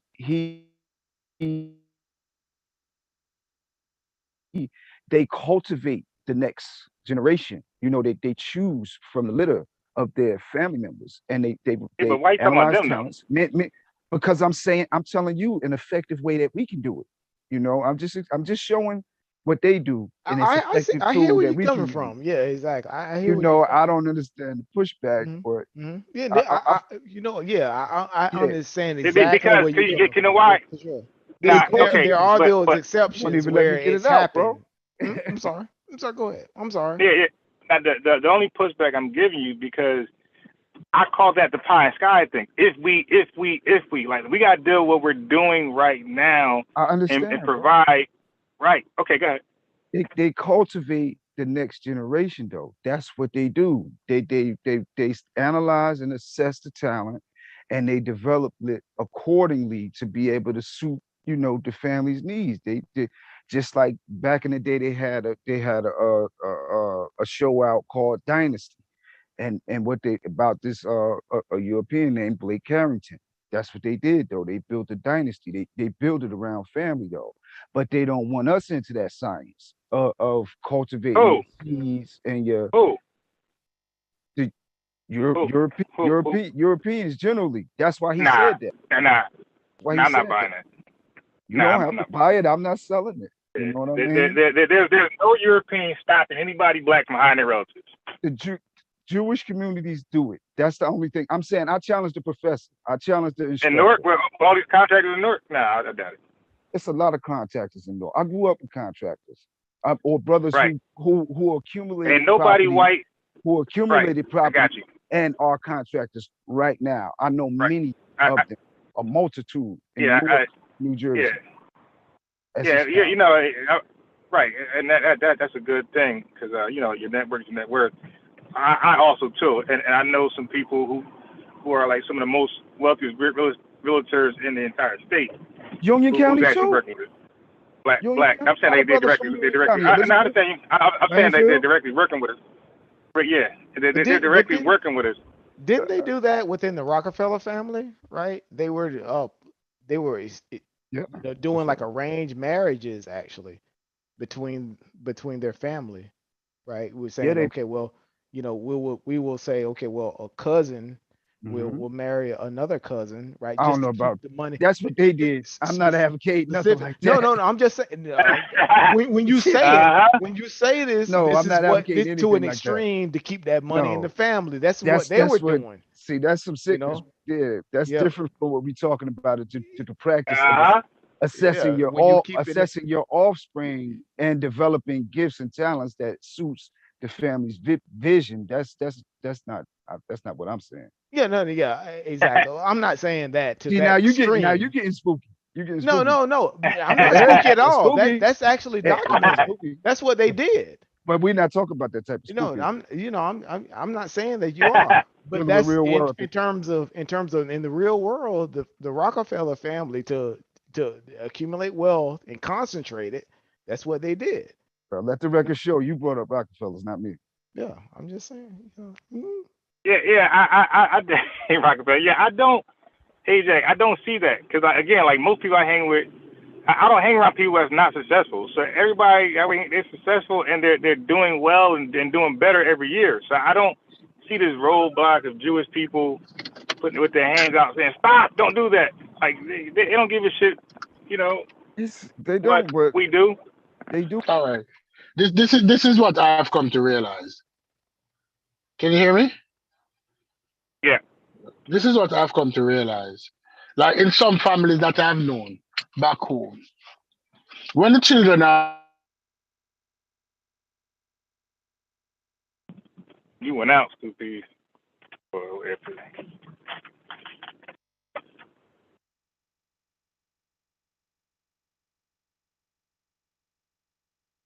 don't like to speak things into being as black people. When LeVar Ball did it for his son, some people were saying that he's braggadocious. But we need to speak the success of our children into being.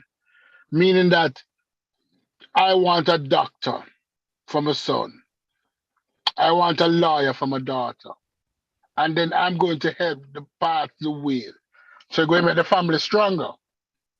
In the Jewish family, they know who more business-minded than who. So the business-minded one are generally steered into the family business. In our culture, we don't direct our children that way. Exactly. If I say black children doing the arts, which idiot direct black children into the arts? And say, oh, they're going to make a good profession. Right. A white person can graduate from university with a degree in arts and get a job as a CEO. A black person graduate from a degree in arts and can't get a job driving this public bus. You understand what I'm saying? Fashion. My cousin went to college to do fashion designing. I said, my girl, how many major black fashion designers you know out there? How many houses? You might have one and two that names you can call. But that's almost like winning the lottery.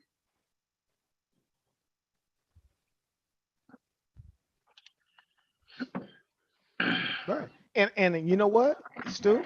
In a generational wealth passed down, if you're not careful, if you don't prepare, you know, the people who you're passing it down to can equal a lottery winning. Like for instance, I understand why some people they say, well, no, I'm not gonna give my money to these people when I die. Because almost not giving it away. I'll give it to the Humane Society or something. Like for instance, if you think about it, I'll ask you this question, unbiased, right? If you were on your deathbed and you had $100 million, right, 100 million, right, and then you had to identify one person in your family to give it to, do you have a person that you would say I can entrust $100 million? Nah. You know, those are the kind of questions that you're gonna have to end up answering when you, like you say, people that are building this generational wealth. What are you gonna do with it? Who are you gonna pass it down to? Right? How are you gonna do it? Right? You're gonna do it in a trust. You're gonna do it. You know, how are you gonna manage it? You know. No, because you know what? The last thing I will want you to do is to make a fool of yourself with my money. No, but Brendan, look at it this way. We talked about this before months ago. You have basketball players who have made 150 million, 200 million over the 10 years of Yep. them career, Mm, and they broke. How the hell you Yep. broke It's after making marketing. 200 million? exactly. Marketing. It's All of like that. it's Uh, it- branding. It's branding and marketing. We get branded and marketed to right. very early. We get L- branded with Nike. We get branded with Mickey D's. We get branded early. And And let's No, so let's know the money that I would have to build over a lifetime. If you can blow $100 million, right? 5 years after you leave the league. Exactly. 5 years Let's know after you what you're leave gonna the do with league. mine. Yeah, exactly. It's ridiculous. got to be a problem. Yeah, it's a So with big problem. the psychology, Yeah. Right? Listen, psychology. let's say in the last 20 years, we're not going back far. 2020, 2000 to 2020, the NFL and the NBA has provided the black community with over combine those two with over, I would go as far as to say, with over 2,000 multi-millionaires. Would you agree with me? Between 2000 and 2020, the NFL has provided the black community with more than 2,000 black millionaires, multi-millionaires. Sure, I agree Yeah. with that. There. And we're talking about 10 million or more. Yeah, Within those 20 years, with over 2,000 black people with 10 million or more. I'm not talking the ones who have 100 million, 10 million or more. hmm Should there a radical shift in the mentality of the community? that's what it's gonna take. A culture shock, a cultural Yeah. shift. Mm. No, no. The question I'm asking: how many of these sports people, children, are lawyers and doctors? Because the father can afford them to send them to the best colleges now. Say Yale costs 500,000 or Princeton costs 500,000. You have made over 10 million in your lifetime. Shouldn't your children be going to Yale and Princeton? Shouldn't they be coming out as lawyers and doctors?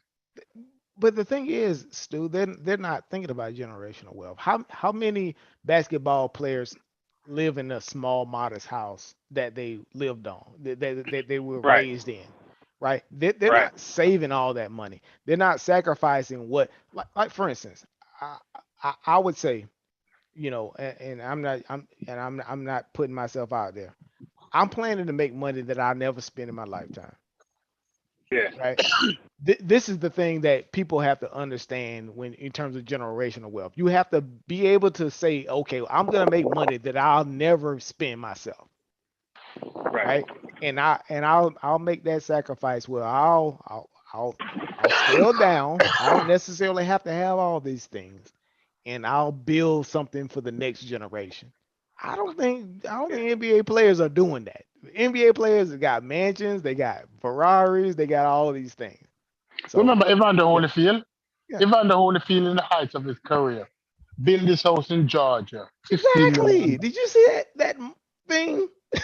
Yeah, $15 million, something like yeah. 20,000 square foot. And it's being When passed down for every broke millionaire. and It's being when passed down between when broke when millionaires. when Rick Ross bought it, I think Rick Ross paid about $3 million for it. It was repossessed. Exactly. Yeah. You have made so much money in boxing, and you bought a $15 million house. But this is the other thing. How many of these boxers, these heavyweight champions, how many of them have a gym? How many of them bought a gym with their winnings? Yeah. Have you ever seen a Mike Tyson gym, a Evander Holyfield gym, a Larry Holmes gym? That's what you learn. That's what you know. And you couldn't buy a gym in in a nice area in the middle of the city. How many of them buy a gym? Indigenous black man want the number to chime in. And some of them that do that, those stupids, when they Jump do in, that, IBM. they don't market it to us. We never know about it, or they don't really, highlight it the way that they do their achievements. So it's a marketing thing, in my opinion. A lot of it is marketing. It's what's marketed to our children. It's what's marketed to our community. It's a strategy. It's a marketing strategy. All right. The brown bomber. You know, anybody here know who the brown bomber is? The brown bomber was one of the greatest Yeah, boxers. Captain Cross. Boxer. Yeah. The brown bomber tried to build his community. He went back into the community. He had dry cleaning. He had restaurants. He had, Lewis, right? huh? Yeah. Joe Louis. Go back. Joe Louis brought up a lot of shit in the black community with his business. Trying to build up the black community. He gave black people the opportunity to manage it. And all of those businesses went to shit. All of them went to shit. Go and look back at it. He wasn't a businessman. He was a fighter, you know. Yeah, but he tried to Yeah. encourage his people. He tried Right. to give them businesses. Right? How is it that the little Chinese man can come from China and he open one little fucked up Chinese restaurant with the most fucked up food? There's no Chinese restaurant in the white community, you know, like there's in black community, you know. Go to the black community, every corner, you see a different bathroom restaurant where the Oh, yeah, bathroom is yeah. inside the kitchen. Yeah. The Chinese restaurant, the bathroom is always inside the fucking kitchen. That's the food you eating. You know why? I'm a businessman. You give me a shitty business, I'll run the business. I'll run the business. Yeah. Every Chinese restaurant, the kitchen is in the bathroom. It's almost like if you walk to the bathroom. If you're not a business person, you'll throw it away, and it's not worth very much, right? Yeah. I'm trying to see the black barber shop and hairdressing salon. I want to see the black coffee shop now. I want to see the black coffee shop. Where's the black coffee Starbucks. shop? Like Starbucks. Not even like even if it's independently owned. Where's the black Ethiopian coffee shop? You better Ethiopian franchise coffee. Starbucks. Ethiopian coffee. Yeah, I want to see the black coffee shop. Ethiopian coffee, Jamaican coffee, Brazilian coffee.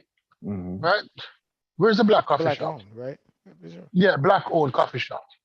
A little nice little coffee shop somewhere in the corner with two little tables and chair outside.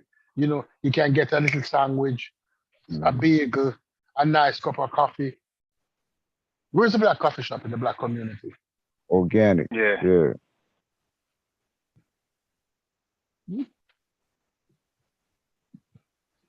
Well, we had one and two black juice bars was tried. I don't see much of them anymore. Where's the black juice bars in the community? But I will say this in terms of I'll always, you know, give my props to the biggest, you know, technology company in the world that's black owned. Look up Worldwide Technologies, right? Worldwide Technologies, that's the biggest technology company that's owned, is black owned. Look at it. It's a major, you know, look at that. Yeah, in terms of, if you really want to have, I guess you would say, a case study of black owned business, look at that one. Look at Worldwide Technologies. Yeah, I was just We call it looking, WWT. brother, in South Africa. He just invented a car that runs off of just electrical power that he's drawing out of the atmosphere. But So some late, solar shit, solar car. not even solar. He built a device that it draws energy somehow out of the atmosphere, out of the charge that's Oh, around okay. us in the air. South African brother, but I think that, I don't know. He's in Silicon Valley now, I believe. But you know, I hope he keeps that technology South African and makes that technology work for Africa.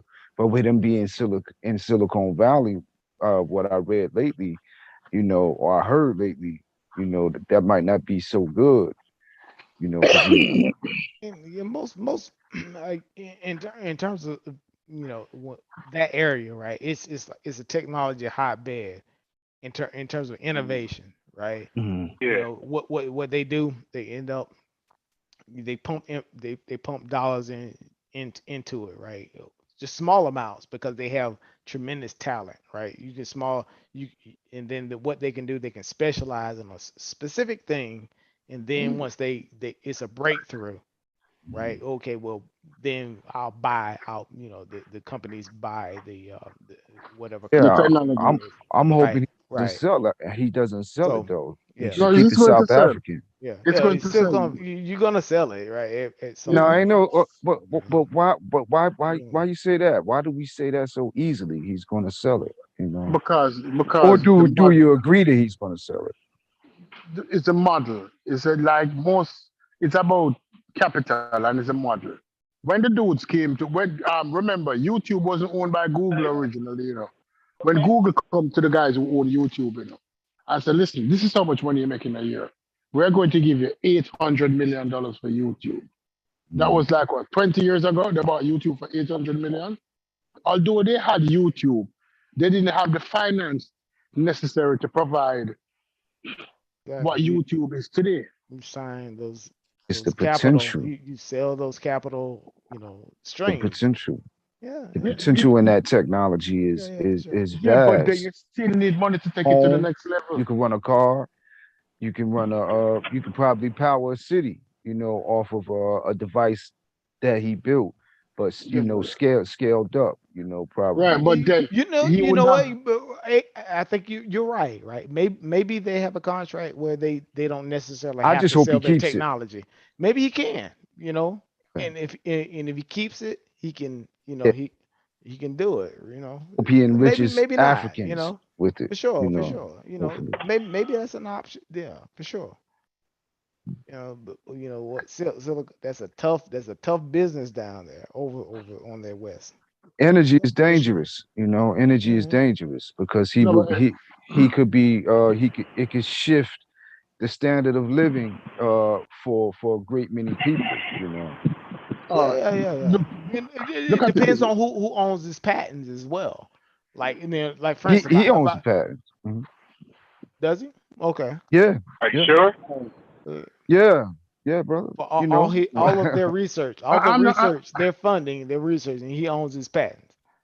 No, it's not. Yeah, I don't know about that, bro. It's his research. It's not I need to Silicon see. Valley. It's his. I, I need to see. I need to see that car. Yeah, But it's Yeah, then, his. yeah, but yeah, then, yeah, I need to see that car that you're talking about. But then, yeah, let, yeah. let, let, I gotta let, see let- that because right. resources. We get the funds. The fund. Where the money come to fund something like that.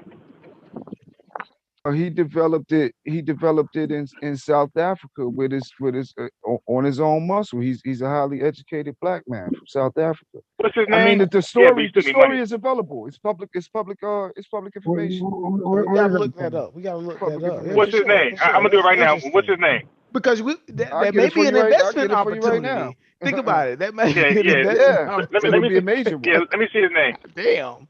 Major one. Yeah, give me that guy name. Yeah, for sure. Because Yeah. Share that.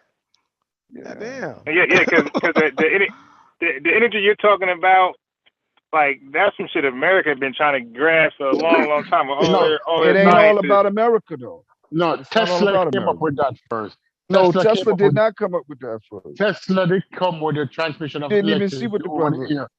Tesla, did you yet. said it came from electricity came from the air. Tesla did write something like that, but he couldn't put it practically To give the in credit use. to the I'm not giving credit to the white man, but if you read, you realize. Listen, Yeah, but we if they deserve can- credit, give them credit. Like that, if somebody done something, they white Tesla ain't make a car and do. let's be honest. Nikola Tesla, the Russian madman, was a genius amongst genius. He He was said one of the he brightest. said he studied Africa, two peas.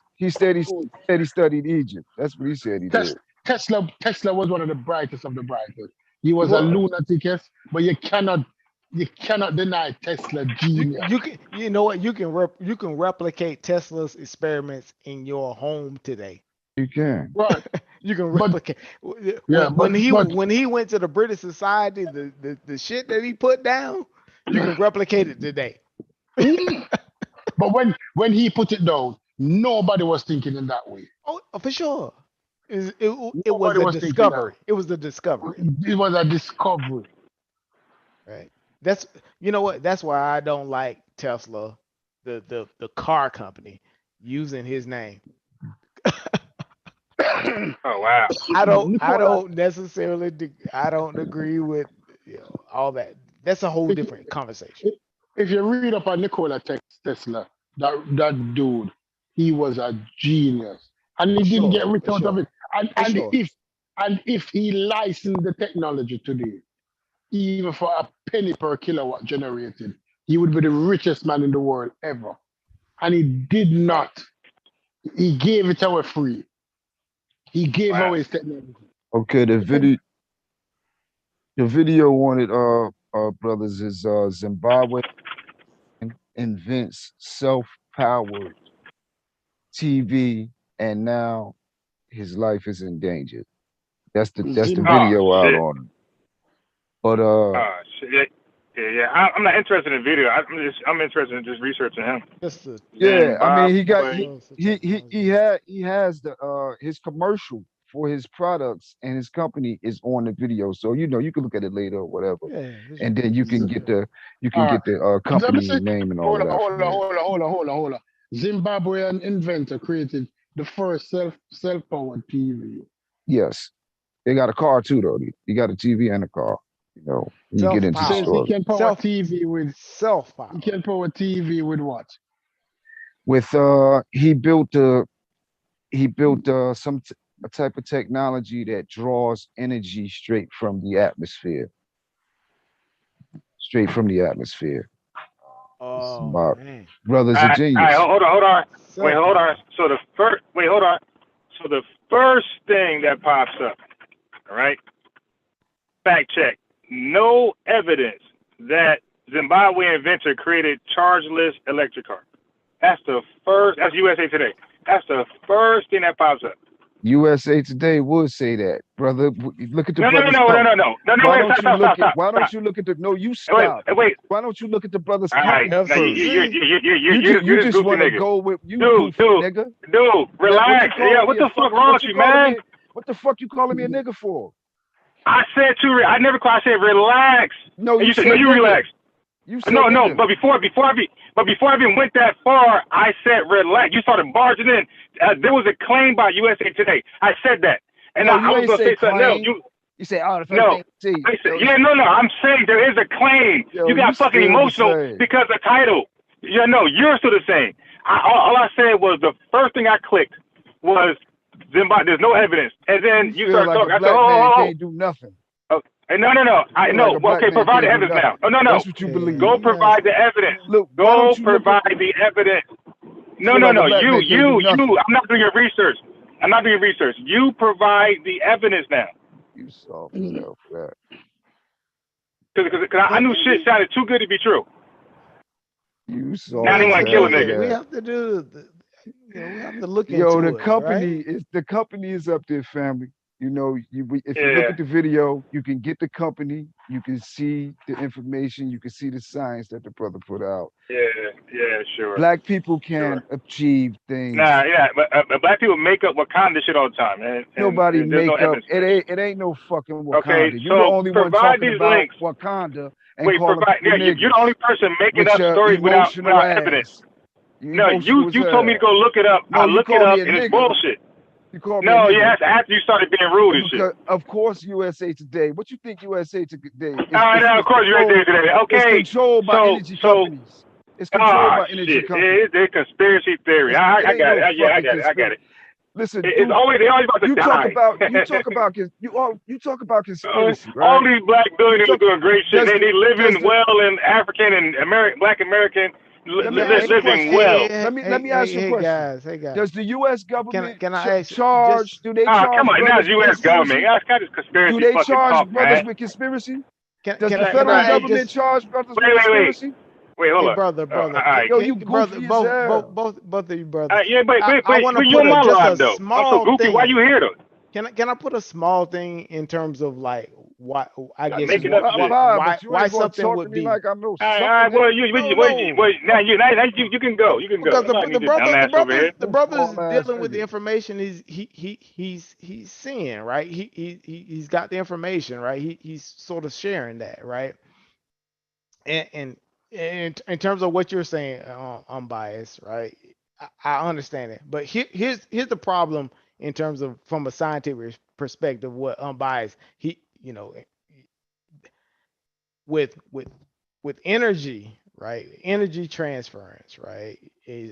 When you say that, okay, well, you're able to power something with zero, I guess you would say that lossless energy, right? It is very difficult in terms of doing something with lossless energy.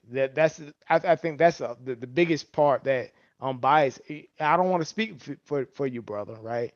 In No, terms of that's about right. right, the lossless piece in terms of being able to power something like for instance, if I have a lossless, piece of appliance and that's sitting inside of my like in my house, right? Okay, well, you what is the technology that drives that, right? Right.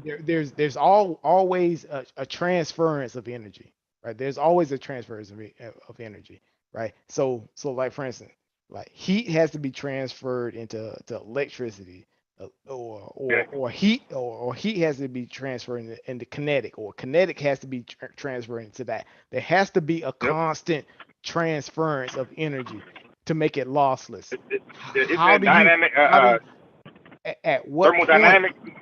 exactly to transfer energy in a point where it's lossless, you would have to continuously transfer the energy, from one state to another, right, in a way that is, I guess you would say, economically feasible, and we haven't Yeah. discovered that yet. Yeah, I understand that, but That's my just a physics thing. my thing is though, if It's the if physics. the if the brother says he has done so, and they do have a company, and the Yeah, for company sure. the company is public information. I looked at the company. I Mhm. took a look at it. You know, I don't I don't see why the first Mhm.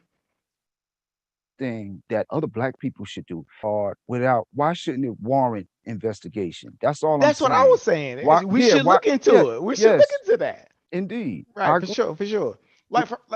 And just as another point, I want to just put a point into it, right? But Like I don't like want to impose on I'm the brother. sorry, Case. I'm I sorry. just make that point. That's Go the ahead. only reason I brought it up. And the brother indeed does have a company. And Hey, it's public Put the information, brother. information out there. But I Man, don't I okay. want to would like So, to impose on see you, that. bro.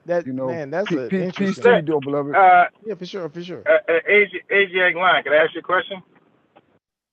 Yes, sir. Yes, sir. Okay.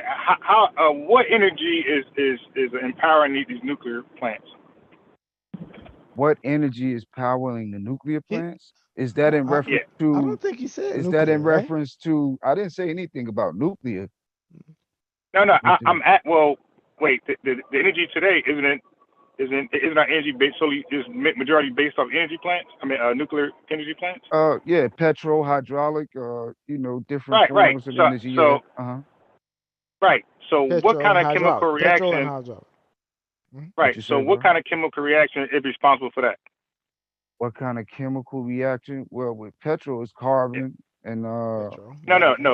It's Nuclear petrol. period is I is didn't say responsible for all that. nuclear. Petrol. The I guess No, the petrol is the chemical piece, right? Because petrochemicals, I guess you would say, contain energy, right? The petrol contain is just like okay. Look. gas, right? That's energy. It's contain energy. Okay. So okay. So all I'm trying to say is this.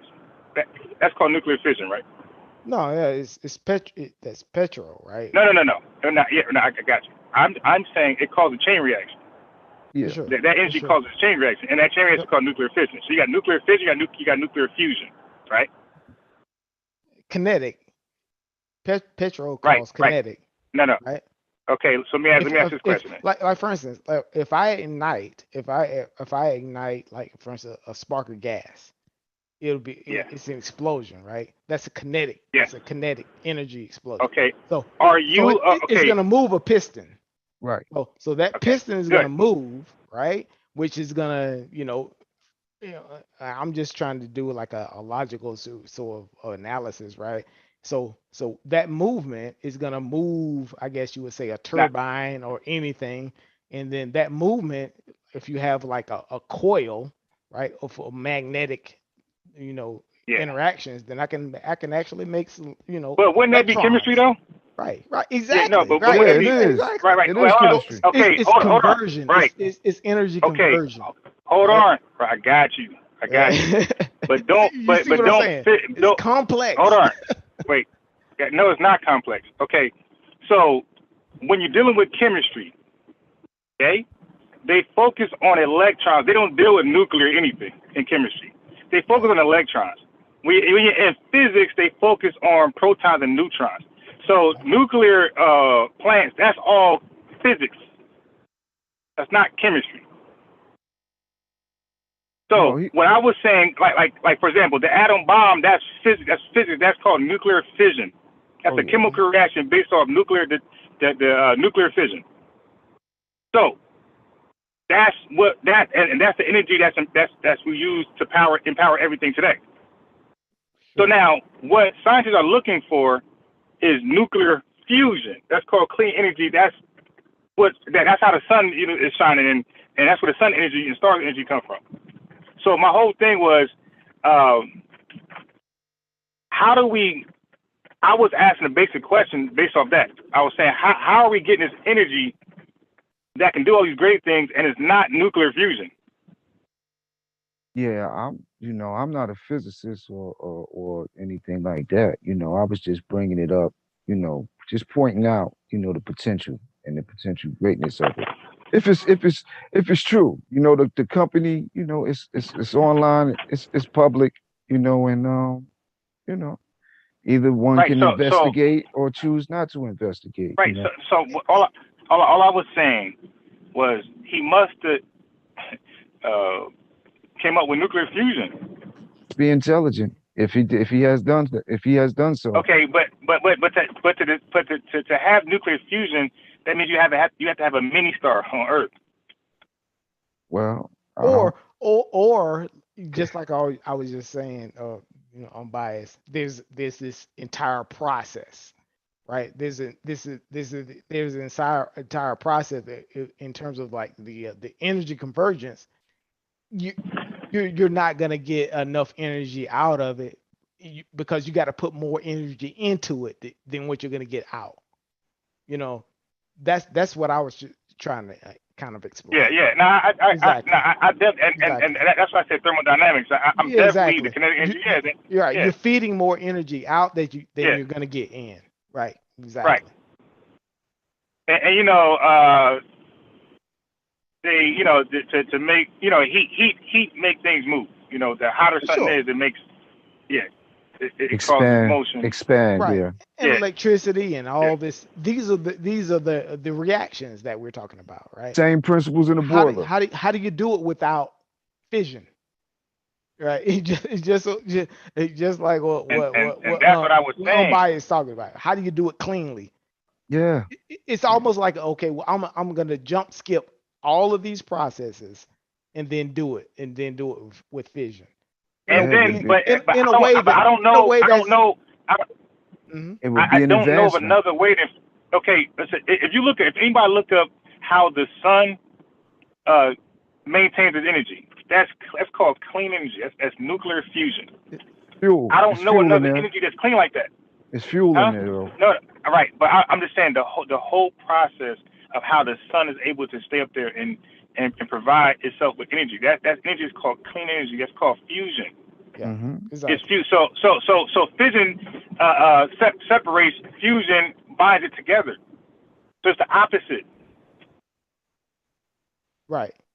So I was saying, if the brother is doing what he's doing, that means he came in contact. He in my opinion, he would have to come across fusion.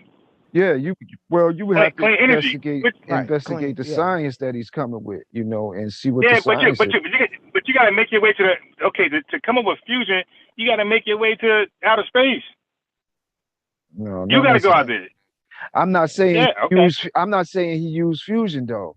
I don't know what the exact technique is because I'm not a physicist, but I do know So that the can you read it company to us? is real. The But his company claims, is real. but his The company claims is real. warrants Yes. his Yes. claims almost warrants it. A self-powering. When you Yes. say self-powering, you're Right. saying that it's a sun. It's almost like it's Yeah. equivalent to a sun. A The sun is not self-powering. self-powering though. The sun has fuel, and Yeah. suns collapse when they burn up, when they lose fuel, they begin to get Yeah. smaller. Okay. Round Do It's you the know how long? closest. It's the closest thing to a Yeah, self-powering it takes a long element time. Yeah, in yeah, I'm yeah. nature. biased. Hey, hey, In I'm hey, aware. nature. yeah, I'm yeah, aware. yeah. If you This if sun, it's and I, better than the this sun, sun, if it's better than the sun, I even give him I didn't give s- him even more see. credit. That's goofy right there. I never I said even give better. him more credit. If it's better than the sun. You hear me? Unbiased. That's If it's spooky. if Yeah, it, that was if funny. it's better than the sun, I would say okay. Yeah. That's spooky and right and there. Even the this sun and this dies. is and this is why I said this. Now the reason why I went that way with you, Asiatic, because you said he funded it himself. I didn't Now say if he he had funded invested, himself. I said they got a no, company, listen, bro. I never said no, he listen, funded right? himself. You put No, I'm words in my saying, but mouth. I'm saying when I say himself, bro, that's his company. It's his That's company. what I mean. His It's right, patent, yeah, that's yeah. himself. It's his patent, yeah. Okay, Him. so Why that's not? why the first right, both eyebrows raised when you said that shit. When you said that he took no investors are part of this shit, it's all his own dime. And that's why I said, nah, that story sounds I bullshit never, now. s- Now if I he had never said, investors, I never said that. I never said that. okay, where Chinese or white I people said and it's look, his. Why don't got you you. just, So why I'm don't you just asking, look at the company I'm for asking, yourself? no, I'm asking, but you read it. I'm in the car. You read it. I didn't. So I'm asking you a question. I'm saying, Man, it's a did he have debate, any investors outside of himself and his company?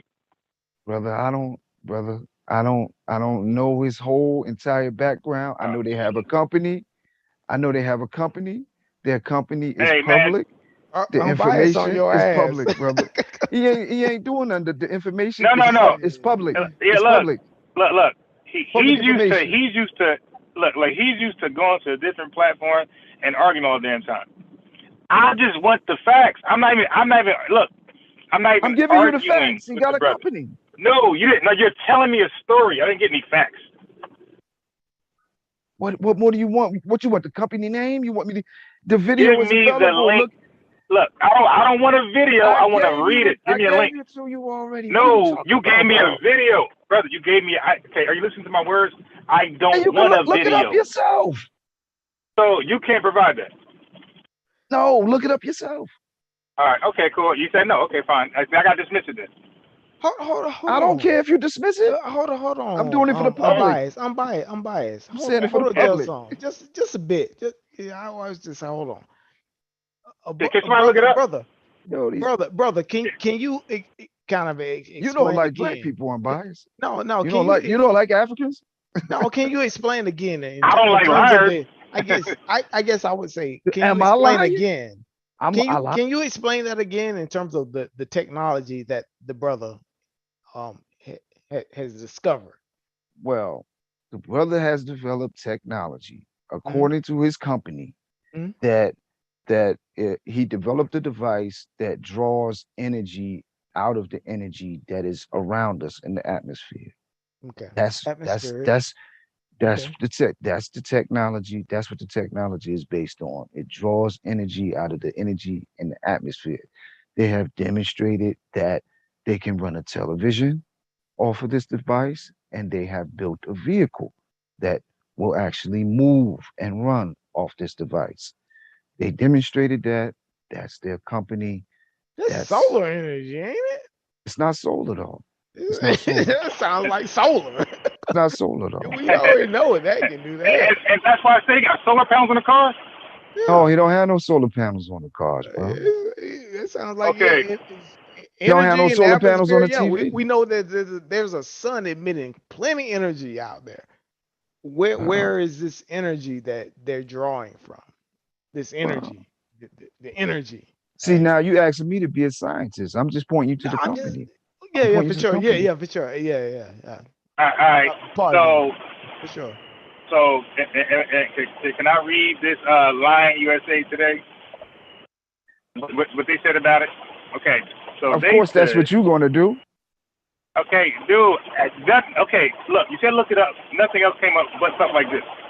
So I'm going to read it. And look, if you were unbiased, you'll read both. You'll read the claims that Venice that supported him, and you'll read the claim that they is full of shit. You'll read both.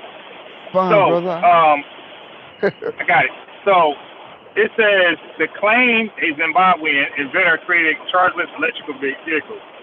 In 2013, CEO Elon Musk founded Tesla, which has become the largest American seller of electric vehicles. Social media posts claim a supposed investor has one-upped that. Facebook users claim that a Zimbabwe inventor who dropped out of high school at the age of 14, created an electrical car that does not need to be charged. Okay, he has to become the first Zimbabwean to design and make an electric powered vehicle and a hybrid helicopter, among other gadgets through his company, Seth Technology. So he made a whole bunch of shit. Read, that's October 28th Facebook post that has been shared over 1,000 times. This is Facebook shit. The car uses here you go.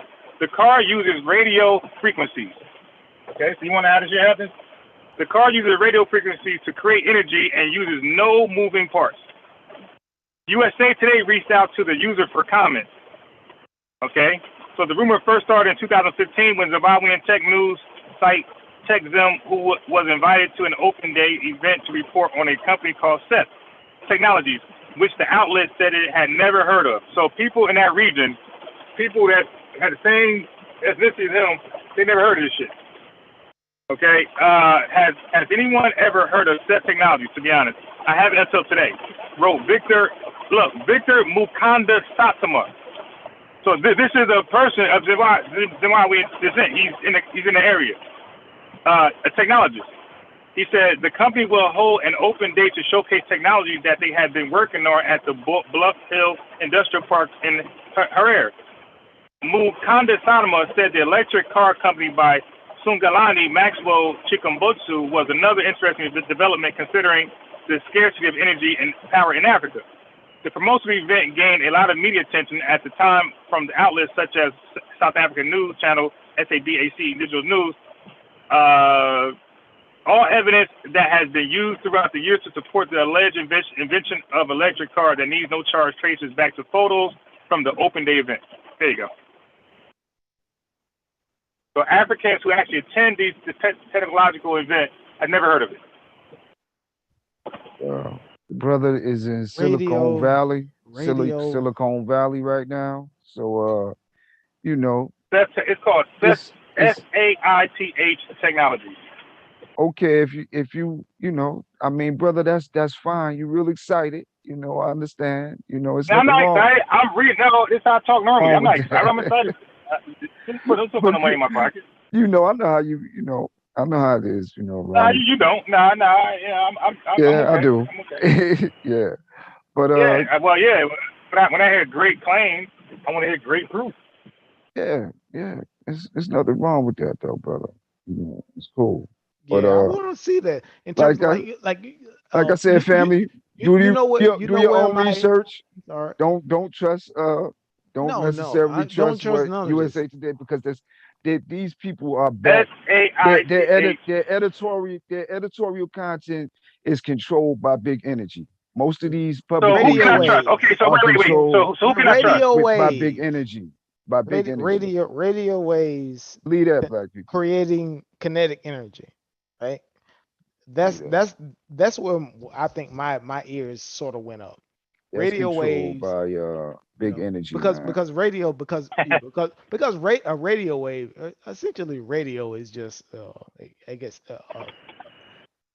it's a light. It's light, right? It's basically just a spectrum of light, right? So if radio waves can create kinetic energy, we have to look at that, right? So I don't know. Maybe we can figure that out. Yeah, I never said I was a physicist. You know, that's my point. And yeah. These big publications, they are controlled by big energy, just like CNN, because last time I NBC, heard, because last time like I heard HBO, in terms of a radio, it's all big energy. A radio, you're gonna have to plug that into a wall socket to power it, right? And you know what we're getting from that wall socket. right? There's an electric turbine yeah. somewhere sitting back in the in the country somewhere Oh yeah. that's generating this electricity to power this, you know, to power your radio. Correct. Hydraulic or or Yeah, for petrol sure. Or driven. petrol or nuclear, right? Oh yeah. You know, it's not the actual radio wave itself. The radio wave itself isn't doing it. You know, it's very, very small. Yeah, yeah. That's what I'm saying. Yeah. That's correct. Yeah. It's just So basic physics, right? When you start looking into the basic physics of it. so we can't trust USA Today. Can you tell us all the channels we can't trust before I go look at something else? And the other folks do their own research. We don't want to research Can't trust. improperly. You can't trust CNN. You can't trust NBC. You can't trust. So who can we trust? Can we trust So math? Trust your own research. Can we trust math? yeah, I did my own research. You don't like it? Don't trust CNN. Don't trust USA Today though. You know those. But you know what? Alright. There is a conversion. That's all clearly There is a ran by conversion. big energy. There's a It's the facts, brother. But there is a conversion You're gonna disconnect it. equation. Hey, There's can a we trust conversion Zimbabwe equation. news? Hey, can we trust Zimbabwean news?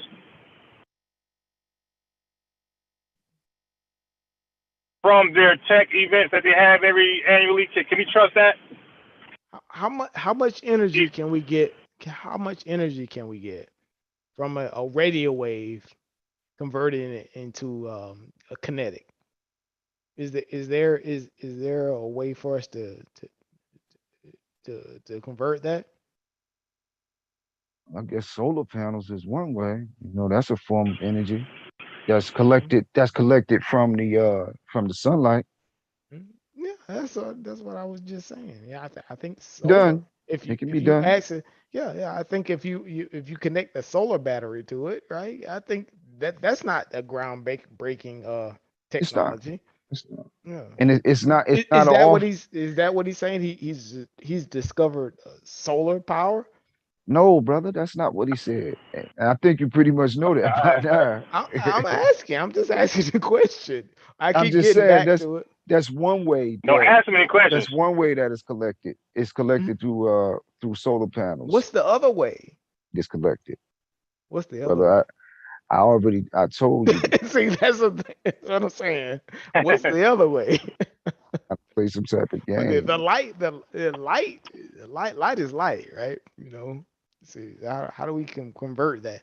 Because Well, you know, in a solar exchange, what we do, we take the solar power, right, and we transfer that into a chemical. There's a chemical exchange, right, into a battery. There's a battery charge, right, and then the battery charge does an electrical exchange, right, and then we can move electrons. The movement of electrons does a kinetic exchange, right? Then we can move things around with the movement of electrons. The movement of electrons can move. a battery. How long has that technology been available though? How long has electricity been available? We discovered Solar power. electricity. How long has Solar? solar power been available? You tell me. It's solar. It's About solar like power. the 70s? You tell me. Probably about the 70s or something like that. 60s, right? It's just a transference of energy, right?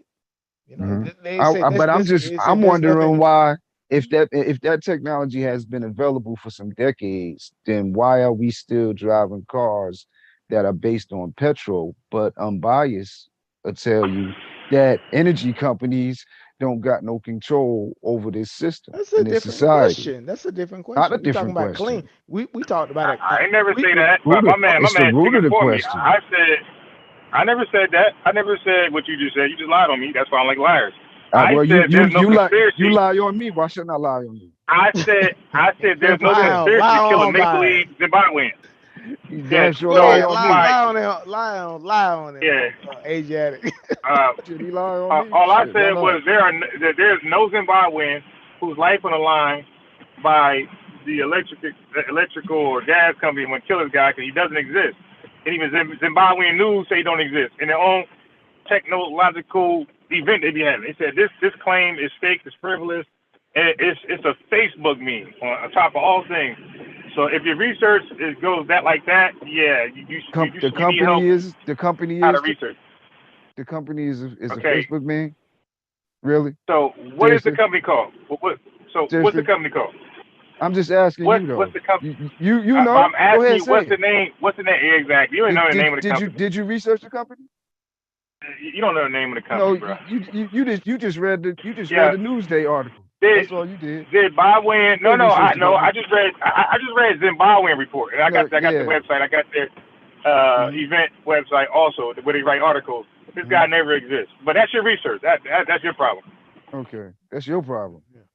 You the one Yeah, seem like you got the that's problem. why I'm a little more. That's why I'm a little more trusted than you when it comes to information. Trusted?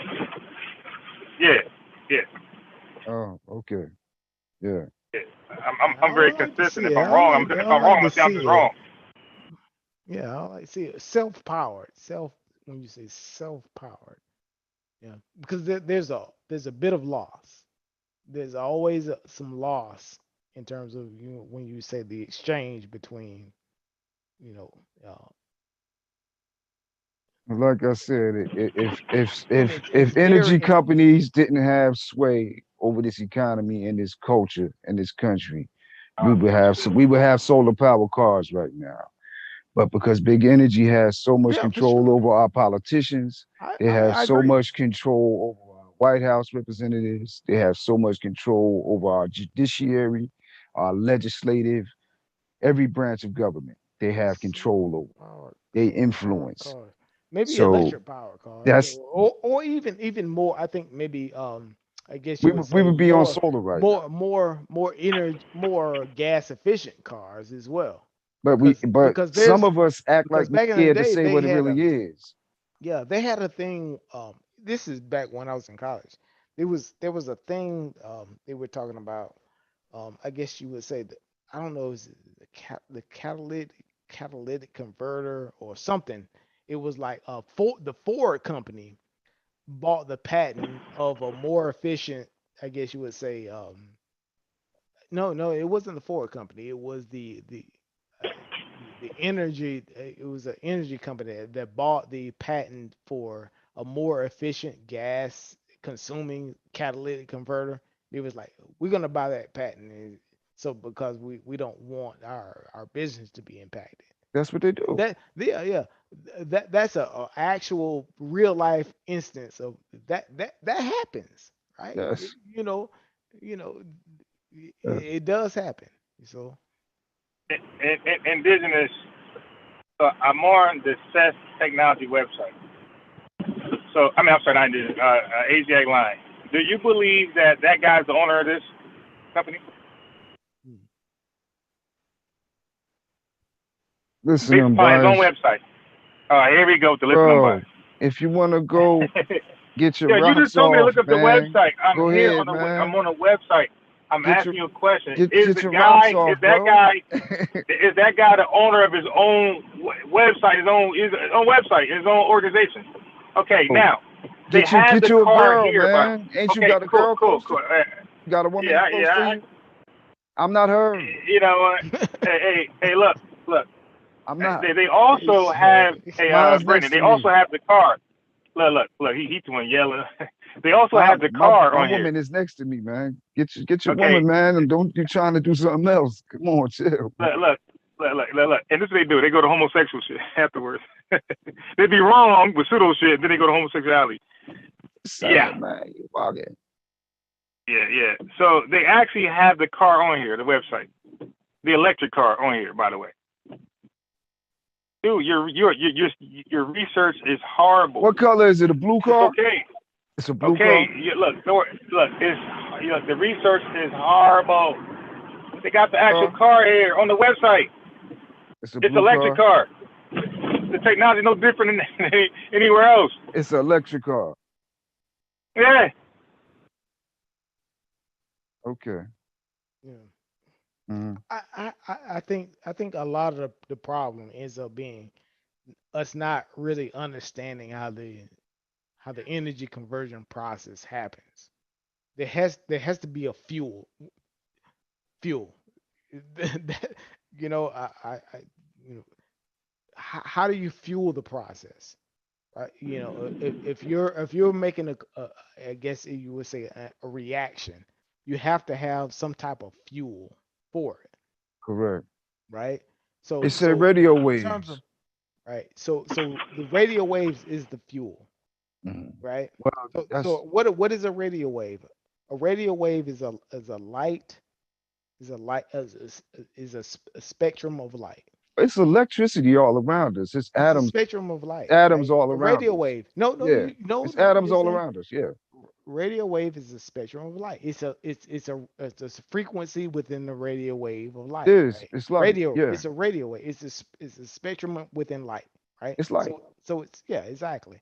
So that's so where is it coming from, Well, right? light Light. is all around us. Energy Where is is it all coming? around us in the atmosphere. Light comes from us from where? Energy is The all su- we don't generate light ourselves. It comes who from who where? don't The who sun. don't who don't generate light. Oh, Shit. I told you, bro. I knew where this was going. there he goes. Boom. But hold on, how you gonna say we don't generate light? What you talking You about? don't generate light. You Oh, generate light. nigga, that There we melanin go. magic. Why? There. Nobody talking about Now no I melanin. know who I'm talking to. Yeah, you need Yeah. to. It's light in it's light in your DNA. What are you talking about? What is a bio? Oh shit! Okay. I Now, knew now, What it. is a now, I knew it. biophoton? yeah, for sure. Light Yeah, is not in your yeah, He yeah, know, for he DNA. sure, know. for sure, for sure. Yeah, Is light yeah. in your DNA? Yes or no? Okay, well, how does You're a lightning how bug. You're a does lightning how bug. does No, it generate ain't no lightning blood. See, where how does DNA generate fruitcake? light? How is light generated? Well, light is in the DNA. I know that How's much. light generated?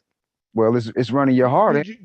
You Is just it asked me. electricity? No, no, Is it no, no, no, electricity? no, no, no. If You you just fall asked me dead, what they gonna put to you? how Electricity, is light generated? electricity in your body, combustion, Combustion. So I have combustion. combustion. So Yes, so I'm you just have blowing combustion up. in I've your got stomach. thermodynamic combustion going on in my You body. got combustion in Do I? I got explosions your going on. stomach. Yes, you got Chemical. you got combustion going on in your DNA. You Yes, got a sir. you You got got a you got a fusion big in your bang going DNA. inside Yes, you. chemical. That's right. You got the Bio, big it's bang is called a within bio. you. And that The actual inside word, of my body. is biophoton. That's the But word. That's the but you that's the you you scientific said Ah term. shit. inside of my body, Yeah, right? DNA. So Yep. so my body is In fueling you, me, yeah. is fueling what? It ain't in mine. Right. That's No, some not RoboCop unbiased. shit. Not unbiased. Me and the brother. Hell no, that's some I'm RoboCop just shit. I'm Hell no. this is a very interesting conversation because Unbiased, you know what a I'm following. biophoton I'm is. following the You know what a because biophoton is, I unbiased. understand I know what a energy photon is. I conversion. don't know what a biophoton You is. don't know what a biophoton is? You Yeah, better I know yeah. what look a it up. photon is, but not a You bio better one. you better look it up. No, because you ain't gonna like my source. You're gonna say it's no good. It's a government conspiracy. So I can't do that. You got to provide the source. Oh, I'll, yeah, okay, whatever, man. Mm. Oh man. Yeah, I don't know what to say after this So whole you conversation. so You so say a you don't mel know what light go is. You ahead, don't go know ahead. that it's light in human DNA. You don't know that. Light is in how is it generated? Uh, through through a Flash process. Gordon. Process. No. Through what process? How in terms of light, the light generation piece, do you know how light is really generated in Well, I terms of know light is in the DNA. in a natural way, right? Light is energy, right? Yeah, for sure, for sure. Light is energy. Right? But there's many types of energy. There's chemical energy. There's food energy. When I eat an apple, that's energy, right? I'm consuming Yeah, energy, right? yeah. When I put gas in my car, that's energy, right? Oh, it's When chemical. It's hydrogen carbon bond. yeah, for sure. When I Carbon and hydrogen yeah, bond. yeah, for sure. When I drink a bottle of water, you know what? That's hydrogen, right? Hmm. That's the way the human body absorbs hydrogen, right? It's not that because I Yeah. need water, because I need hydrogen. That's energy, right? Right. So That's very basic.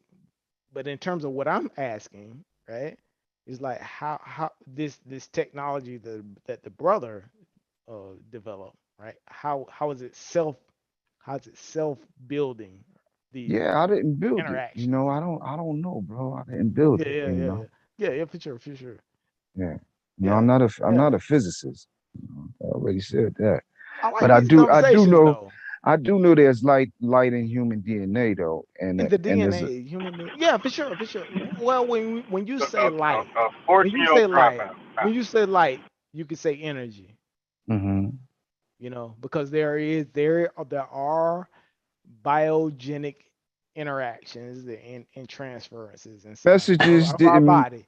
if the I would say that. messages Don't I would get, yeah, messages for sure, if for sure. if the messages didn't move at the speed of light, we Right, wouldn't be able to function. So right, right. There's energy it has to be transferences. light, There's in order for us to transferences, work. right, right. Yeah, We transfer energy. Like for right. instance, like you got an animal died, we eat it. We There's energy there. There's chemical Yep. energy. Calories are chemical energy transference. That's right. Yeah, that's energy. That's the energy transference. That's right. You know, just like you take a battery and you I guess whatever a little car, your child's car, whatever you turn it into kinetic energy, right? Mm-hmm. What happens there, right? At the basic level, is that there's chemical energy transference, right? That's And right. it moves electrons, and there's a small motor inside of that little car, right? Mm-hmm. Those little energy movements, right, moves that small little energy, that small little I guess you would say, I guess that gear, the gear Mm-hmm. inside of there, and it moves that little piece of car, that toy, Right. right? It seems like it's magic, but no, it's energy transference. That's Right. all it is. Yeah. You don't know that energy transferred from way in the cosmos somewhere, Yeah. right? Right? And it's miraculous. That's what happens. That for me, that's to me, eh, in nature, that's the miraculous part of it. When you start understanding how that transference happens. Correct. Yeah, for Yeah. sure, for sure. Fusion Now, when you talk about fusion, is fusion. that's that's not Oh fusion, shit. right? Is fusion. See It's how did it happen? that's the only way we get We molecules. or That's the only way we get or molecules from now, fusion. now when you're talking about what about when you talking about fusion, Fire. what do you talk about from a biogenic perspective, right? You need fire The for plants, fusion. the plants absorb what, Fire. Light. right? What the plants absorb the energy, right? That's And then where all of our plants, they fuel the life on the planet. they absorb fire though. The light. Exactly. Right. All in terms of all this stuff, they absorb the energy from the sun, right? Yeah. We all start from plants. We evolve into the We call humans it and all this stuff. that was like seventh So grade. What they call it again? yeah, all this stuff. This happens. Chlorophyll, We plant all come chlorophyll. from it. That's why they say we all come from stardust, Yes, right? that's correct. That is Yeah, for correct. sure. At the end of the day, That's we light. That's all of light. us. That's light though, right? That's still light. Exactly. Yeah, we on the same page. So if it's in the DNA, if it's light is in the DNA, then it makes sense. Light is in all the human being, or all human, or a life. All Yes, light, it's that a is part of correct. it. It's a part of it. That's correct. So, I'm just being pseudo, unbiased. Don't That's not don't pseudo kill though. me. Don't That's kill not me, pseudo. unbiased, No, because that's not. that's real. That's real though. That's not pseudo. Yeah, for sure, for sure. Scientific. Yeah, for sure. That's scientifically proven. You're That's you know the olive See, branch I always give. me and You you could know, have a good conversation, Brandon Sims. I bet you I can. We could. because the transfer. That's how the Unbiased, transfer. Because that's the transfer happens. At you some wouldn't point, like the conversation. at some point, you're gonna have to tell me how Yes. Scientifically, no, I how wouldn't like it. how this. Scientifically, I Hey, would. Hey, how But you at don't know the some science point, though. You just at said it. some I do point, you're know the gonna tell me science. how this He asked you a question, you I didn't contraption. know. I know light was DNA. Hey, No, we at talking about some point, that. Oh my shit. we're talking about life, all this, not Yeah, just we DNA. on Which something. at some point you're gonna have to tell me how this one contraption, this one guy is talking about is being self-contained. Brother, Out of I everything told we you. talked about upon thousands and thousands of Brother, years, the right? brother said he got some new tech. I just think it's worthy of investigation, For man. sure, for We I just sure. don't, did. I don't hate on it, man. I'm not Yeah, for unbiased. sure, for sure, for sure. You with the big energy companies. I already know who you with. I just say it's worthy of investigation, man. In my opinion. It's time to be bullshit. Like we just looked it up. Okay, I'm biased. I know. It's fake news. 14-year-old dropout, all this other shit.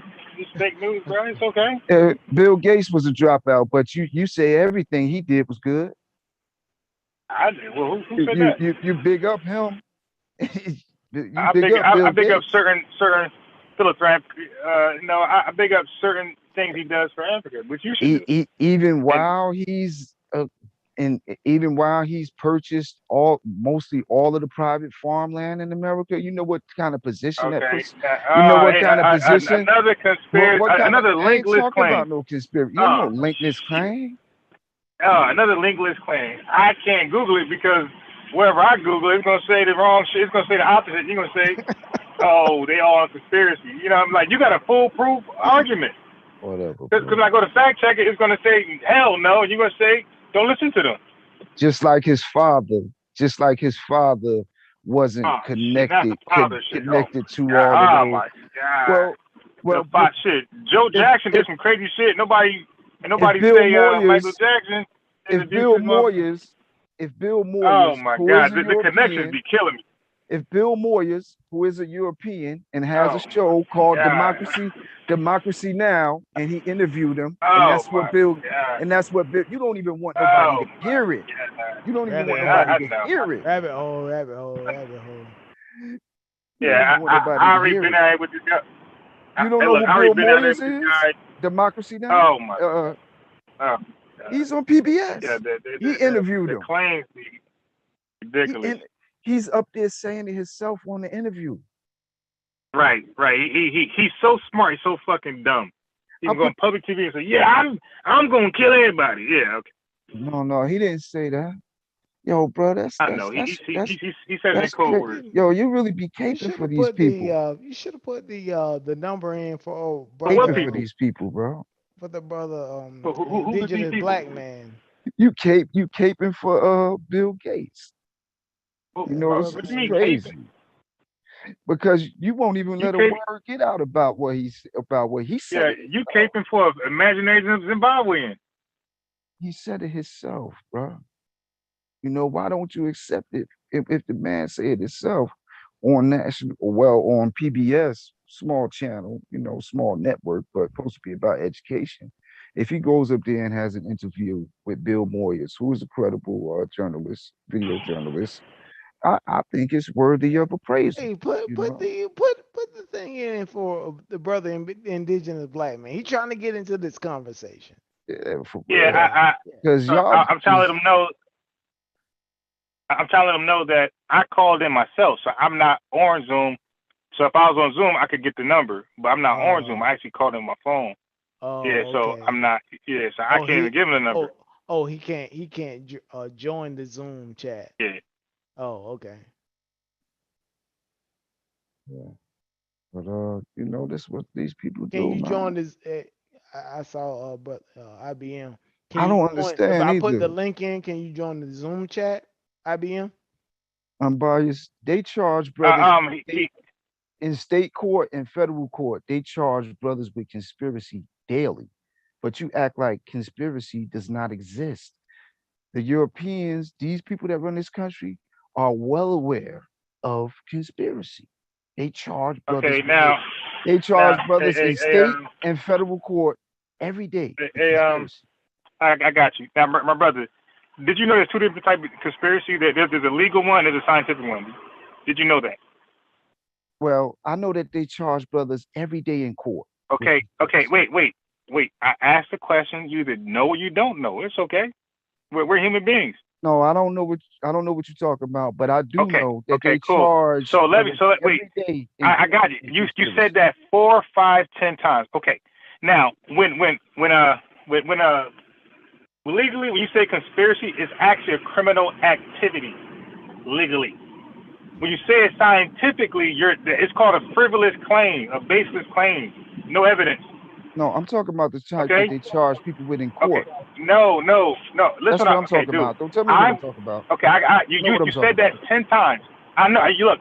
You said it 10 times. I never said what you ain't say what you're talking about. You said it 10 times. I'm saying I'm using conspiracy theory from a scientific perspective, where it means baseless, no evidence claims. I'm not using it in the legal sense. Okay, I'm using it in the legal sense because that's what Why? that's what I'm the one saying because that's conspiracy. what Wait, but and I'm but countering I'm the that one. with I'm the only my person saying it. with the legal conspiracy. Legal Wait. conspiracy So exists it. Okay, I got you. legally. I got you. I know. So what you gonna do about it? Like, they got all these conspiracies, illegal and all that shit. What are you gonna do about it? Listen, what is you going to do about it? Obviously, you're going to. I ain't complaining. I'm not complaining. You are. So what are you gonna do about it? I'm gonna continue doing what I've been doing. You All know, right. So why even point it up? You gonna do shit about it? it's simple as that. You know what I mean? I'm gonna Yeah, continue but why point it doing what out? I've been doing. You don't know what I'm doing, Yeah, but just like I don't know what you're no, doing. But I'm but gonna I'm continue asking you, doing what are what you? I've been doing. I'm asking you, what are you doing about the conspiracy theories that's being ran on your people? Well, number one, it got to be brought to the our people's attention, and persons like yourself, persons Man, like your. yeah, they Hold will on one call you a second. flashlight cop. He One over second. there. He over there. I see you. Okay. He Okay. over Yeah. there doing it. But don't do shit about it All though. right. Okay. That's That's a flashlight a cop. person like yourself would say that it doesn't even exist when the United States government is certain that it exists. They agree that conspiracies exist. What are you? What The is your federal solution? What? wait, because you saying that it don't exist, first off. So that's the problem. That's the problem to begin with. Because Well, you. persons like yourself would say it doesn't even exist. But the federal government, Y'all don't provide no evidence. it's the That state makes it government. up. What evidence do you want for what? 9/11? What do you want? Yeah. The 9/11. Yeah. What about it? Want the evidence? Yeah. What about it? See, You want me to I show a love when y'all source? call my bluff. Do you I want me love to when y'all show a call my source? bluff. Oh, wait, wait. To show a Before you start, source. dude, Do you- tell me about 9/11. No, do you want to see a source? I want to No, start with sources. bruh. I'm sure you can pull some bullshit conspiracy theory No source. bullshit. What I that want to mean? pull documents. Yeah. Oh, the document from where? From where? Don't you see them? From where? No. Documents from where? Because when I go to tough guy. I got him. I because got him. Let me show him. when I go, okay. Well, how you get them? Let me show How him. you get them? Let me You show caught him. Jay Reed? How you get them? You should. Hey, Stop, I'm stop biased. playing with me. That's some top secret shit, Stop bro. playing with me. Hey, I'm biased. Pass Yeah. me the Because you know you host thing so I scared. can let people that want to join in to the conversation. I got the source right You do here. that? All right. Yep. Pass me So the You host see those sources here's the though. problem. because You just we want got to. You people just that's want to chomping at the bit to get into this conversation. try to act like you know All somebody right. tripping or something. Let me show the source. All right. So let me try to log into my phone because I can't do anything unless I log in on Zoom. Mm-hmm. So let me try to do that. And by doing that, there's a small chance it might end the live. But let me Yeah. add it. All right.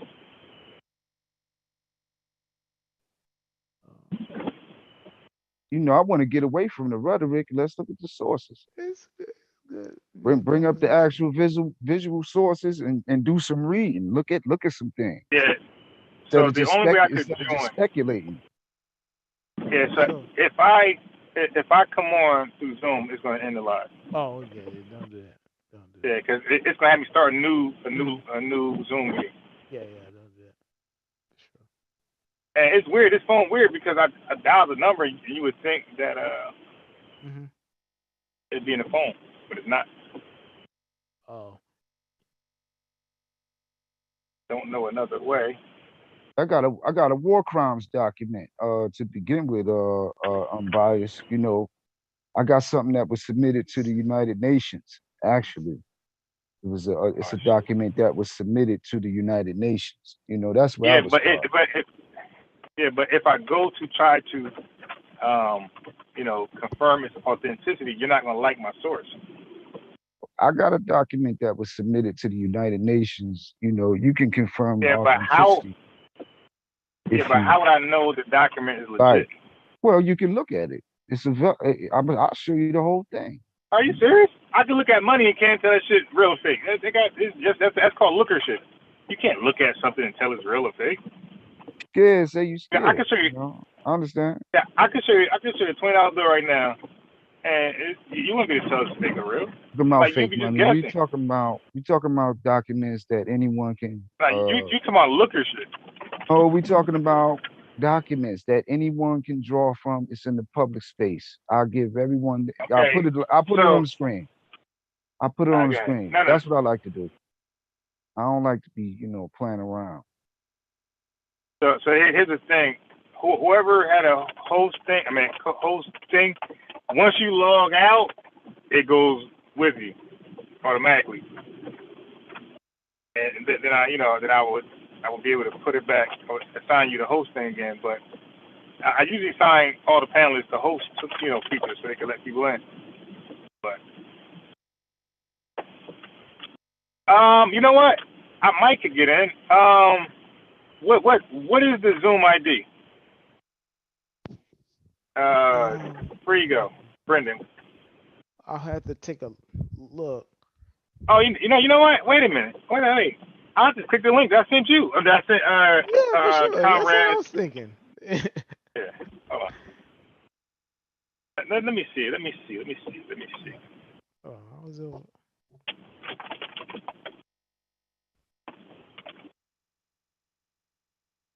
It's almost 3 o'clock in the morning. I'm getting ready to cook me a late night breakfast sandwich. All right. So I'm in. Now I'm mad though because I want to go back to the phone.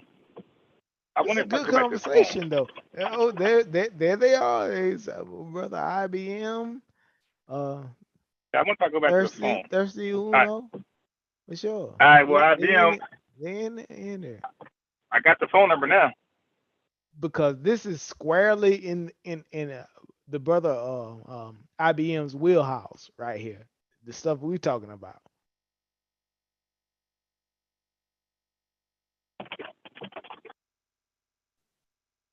Peace, indigenous black man. Okay. Can you guys hear me? Yeah, Thirsty Uno. Yeah. I think I was able to invite everybody in and then get back on the phone.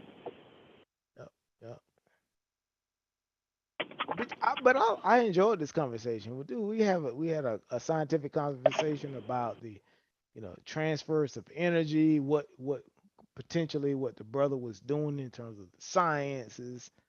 It was good. I enjoyed that. Well, what made Kind you of stuff I say? had. Mhm. What made you say that you was getting pseudo because you was talking about light and stuff like that? You was talking science. What was pseudo about that, bro? What did I say in terms of me getting pseudo? Yeah, why did you say pseudo when you was talking about light and energy and what we are composed of? Why did you say that pseudo? And anytime I probably say it when I'm not 100% in terms of what I'm talking about. I usually like to stay in my realm of competence, right? So if I say anything that I'm not sure about, I don't, Oh, that's probably what I did, But I outside don't of think that, I don't think it was more pseudo though. than most of the what I'm talking about, it's in terms of the energy transference and all that stuff. Yeah, I'm solid on that piece. Yes, sir. Yeah. I don't think I'm straying too far away. So you agree that there's light in the human body, in some form of electricity is in the human body. for sure. But your heart itself, Keep it. That's right. Keeping the heart beating. your heart itself, right? Think about it. That's light. That's light. Mm, yeah. When you talk about light, see, that's what I'm saying. When you jump, you have to you're jumping from electricity to light, right? Hmm. Or from electricity to kinetic energy to chemical energy. You can't do that, right? Because there's like for instance, if my heart is dying on the an operating table, right? I need the same energy. I need electricity. Yes. You can't throw gasoline on my heart, No. right? as a point as a form of energy. Even though gasoline is a form of energy, Yeah. that's the kind of example that I'm trying to say. It's like there's a process in terms of the energy transference, how it For happens. affinity. Yeah. Need affinity. Hmm. For sure, for sure, for sure. Like for instance, like my biggest thing is like my heater that I plug into my wall in my in my office, right? My office is always cold, right? How do I power it? I plug it into the wall. Where does that come from, right? Essentially, what that is that's kinetic energy. It's kinetic energy that's heating up some coils. That's something's moving. Something's happening, right? How can you explain that? How does your heater in your house? How does a space heater work? Do you know? Oh, do I know? I'm just asking you the question. Well, I know How that. does a space heater work? Well, I know that electricity comes into it, at a certain amperage and heats up the coils Okay, where is that? through I Mm-hmm. would probably say yeah, molecule to molecule. It heats up the coils, the electricity when it makes the contacts You're from that talking about electricity. from electricity Right. to thermal heat, right? Yes. A direct transference, right? Hmm. But you're getting the electricity from the wall, right? That's right. Getting that from the wall. Trace it all the way back to where you're getting it from, right? Hydraulic or petroleum, mostly. For We use. sure. Yeah, Mhm. exactly. So Mhm. so trace it all the way back to the whatever source, right? You Water got turning the turbines, yeah, and you got turbines hmm producing kinetic energy, somebody and is that doing energy transferred to batteries and it's a wires and transference. cables. Yes, Yeah, sir. it's a lot of things. And that's why you paying for that. Yeah. It- There's a lot of stuff going on in the background, right? mhm. But when you're talking about doing that self-sufficient, that means I can take that space heater out of that wall, Yeah, that would be something. you know, and do From all of Wakanda that shit. on its own. Would be something. or, or or when you can do that, right? If you do it, then it's solar powered, right? I don't I'm not powering it from my wall. I'm powering it solar. The Mhm. sun is the same thing, right? The sun is a power source. You know what I mean? But it takes time. It takes a tremendous of time, and plus you got to store it somewhere, and you store it in a battery. Mhm. It doesn't negate the the process, right? Because eventually you're gonna have to put that solar power into a battery, and that battery, you know, moves electronics, and then that electronics moves something inside of that the coils, and then it creates heat, right? It's the same process, you know. It's all the same. You know, whether you do it with a turbine, or if you do it with hydraulics, or if you do it with the sun, it's the same thing. You're converting energy. You know, but when you're talking about you're doing it independently, how can you do it independently? Yeah. Where are you getting the your fuel? Yeah. You With no fuel, you're right. You're right. That would be some amazing technology. It that's would. an amazing feat. But indeed. You know, yeah, for sure, for sure. Really and do. and you know what, that those are I guess you would say some of the conversations that we like to slow walk through it. Like You know what I Nikola mean? Tesla, when he was able to draw, I believe he drew some type of electrical current to a tower over some water. It has something to do with the water under it.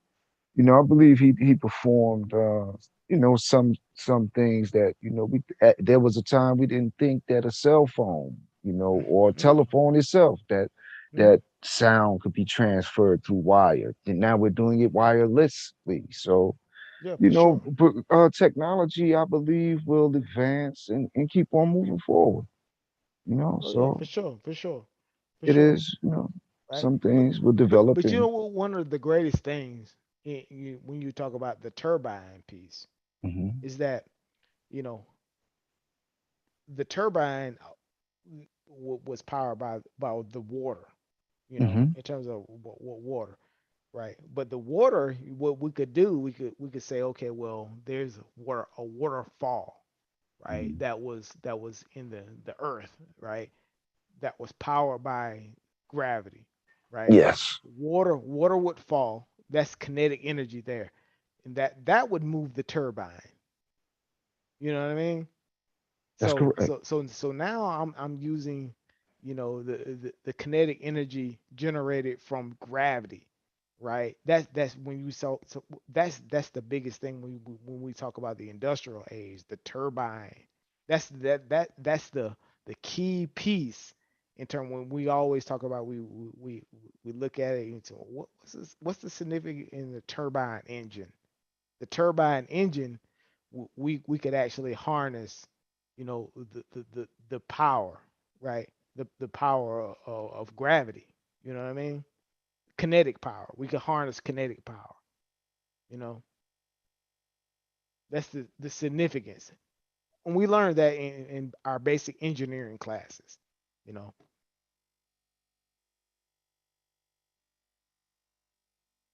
and I think that's amazing. That we could do that. We can learn that You for know, I sure. had the I had the experience of working at a power plant, so I'm familiar with thermodynamics and BTUs and things of that nature. Right? Right? And the capacity of a Black SEAL, Hmm. Blue Yeah, SEAL, but stationary engineer. And it happens to be a turbine in North. It's a turbine in North. UMD&J, they have their own power system, so I do understand how water moves it. So what ultimately what I would be saying is, that technology, if it is true, or if it's not true, okay, it's not true. But if that technology does exist, it would be totally new. I understand thermodynamics, and I understand wait, how hold on. Wait, yeah, but thermodynamics don't have anything to do with power plants. you said thermodynamics have nothing to do with power plants. Thermodynamics, that's chemistry. Power License, plants, I think I explained it earlier. I'm a So look, licensed so that's why state. I'm a look, licensed stationary engineer. I I Thermodynamics have I everything got you. I got you. I got with you. Let me with just with let me just with finish. Let boiler me just finish it. systems. Let me just finish what I was saying, brother. I ain't cut you. You was going in. I ain't cut you off. That's why it's called nuclear physics. There's no nuclear experience in chemistry. Brother, thermodynamics is a principle of operating a closed pressure vessel Is because that there's a taught in certain. chemistry? Hold Look, on one second. it's a I'm simple telling you question. Is what's that being taught, taught in chemistry? All brother. right, I'm I telling got you you. what's But taught to is have that a license to operate this look? vessel. State of New Okay, Jersey. cool. No problem. No problem. Like Look, you can't cut is that everybody on taught, everything. brother? You don't know what you're This is, talking about. it's real simple. It's thermodynamics being taught in physics. No, thermodynamics is a part of boiler is a part of boiler operation. It's a part of the operation of a closed pressure vessel, which I am licensed to do so, brother. What they got to do with a power plant? Because that's how the power in Newark, UMD&J, they No, have. power plant, You asked me a question. You want me power to answer the plant. question? Right. Yeah, but it's wrong. No, it's not wrong. I've worked in the place. I was trained there. What are you talking about? Okay. I'm So licensed. if What I do you pull a mean? source, all right. You don't know what Okay. you're So if I talking pull the about, source, okay, I got you. So we brother. You disagree. don't So know now what how you're we talking resolve this, about. right? Okay. So right. I'm So I disagree. So licensed how we resolve to this? operate Look. this So he just equipment. want to keep. So he just want to keep talking. I'm trying to resolve it. He still want to keep talking. So now, can I pull up a You source don't for know you? what Are you you're gonna talking about. accept it? You know what? It's late anyway. You know what I'm gonna do with you. It's already late. You won't come on here any longer. Cutting me off. Brother, So you know, kind of work it through. yeah, You know. I got you. I'm Yeah. actually signed in now. So thank you for participating, but you gotta go. I'm licensed for it. How you gonna tell me? I know. I know. What? I know. Do you have a stationary engineer's license? I know. Yeah. All right. So you're gonna. It's late anyway. Let me get out of that.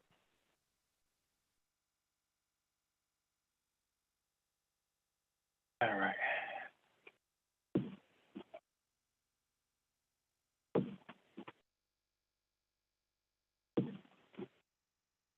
Yeah, I'm not doing that any longer. I'm not doing Yeah, that. we went through the entire. I'm trying to talk. I'm trying to talk through the arguments and all that shit. We But it's went just through the being late. You can't keep entire. doing that. Like, Yeah. We just went through the entire. I guess you would say high school physics class. I'm asking simple, and like he won't admit the shit. You ask him how the electrical current works in a socket. Instead of saying, "Brother, I'm a little rusty," or "I forgot," he goes and try to answer anyway. Like it's the dude. He sat there and said he didn't know something about the science with the technology, and then he goes to tell us about it. Yeah. A lot of And us there's don't about know. 4 times. Yeah, a lot of us don't know how things operate. You know, I don't know a lot of we, shit, but I have no problem yeah, saying I don't know. yeah, exactly. Enough to say you don't know, right? You just like, okay, Yeah. well, you know, how Right, and electricity guess what? works. How Right. does a battery work, right? How does solar power work? Maybe the guy was duping you when he said that he was thinking about radio waves. Radio waves is basically it's fucking solar. He's basically saying that I can use solar power to power something, right? I don't know. I would have to look at it, you know, in terms of Now, hey yeah. Brendan, I don't know. he charges me with starting shit. But when I was talking about general contractors, you don't see him in Lowe's. Everybody knew what the fuck I meant. Not, and of course, you got a city, 99% black. They're gonna be in everything, every gas station, everything. They're gonna be in it. You know what I mean? That's just common goddamn sense. But we're talking about on a regular, and those contractors, by the way, he's talking about in that group, New Jersey shit. How many are actually licensed? Yeah. That's in Right. your A neck lot of the of them woods. are not. Yeah, a lot of them not. That's why we get so much work because we're in a black-owned business group and they're looking for home remodeling and they're looking for contractors. They already got burnt, so they're not trusting contractors with no license anymore. So now I'm the late guy. I'm posting, hey, call us late after like 46, 100 goddamn comments. I could tag you to one. And why did she respond to me a late comment? Everybody get their business card, their website. She comes to me at all people. Because she went to the website, she sees we're a real reputable licensed company. So all those black contractors got skip past and we got the job. I came late. I'm like, fuck it. It's worth a shot in the dark, right? So I just put my contacts in everybody's post. Wow. So, but my whole point is like he brought the disagreement for the door. I said, yo, you go in Lowe's, Home Depot, you're gonna see a lot of black people, man, which is true. Oh yeah, for sure. No, you're gonna see a lot of people in Lowe's. Like, dude, this is not an absolute statement. Yeah, you know like, your area, right? You live there. Come on, man. Yeah. But you know what?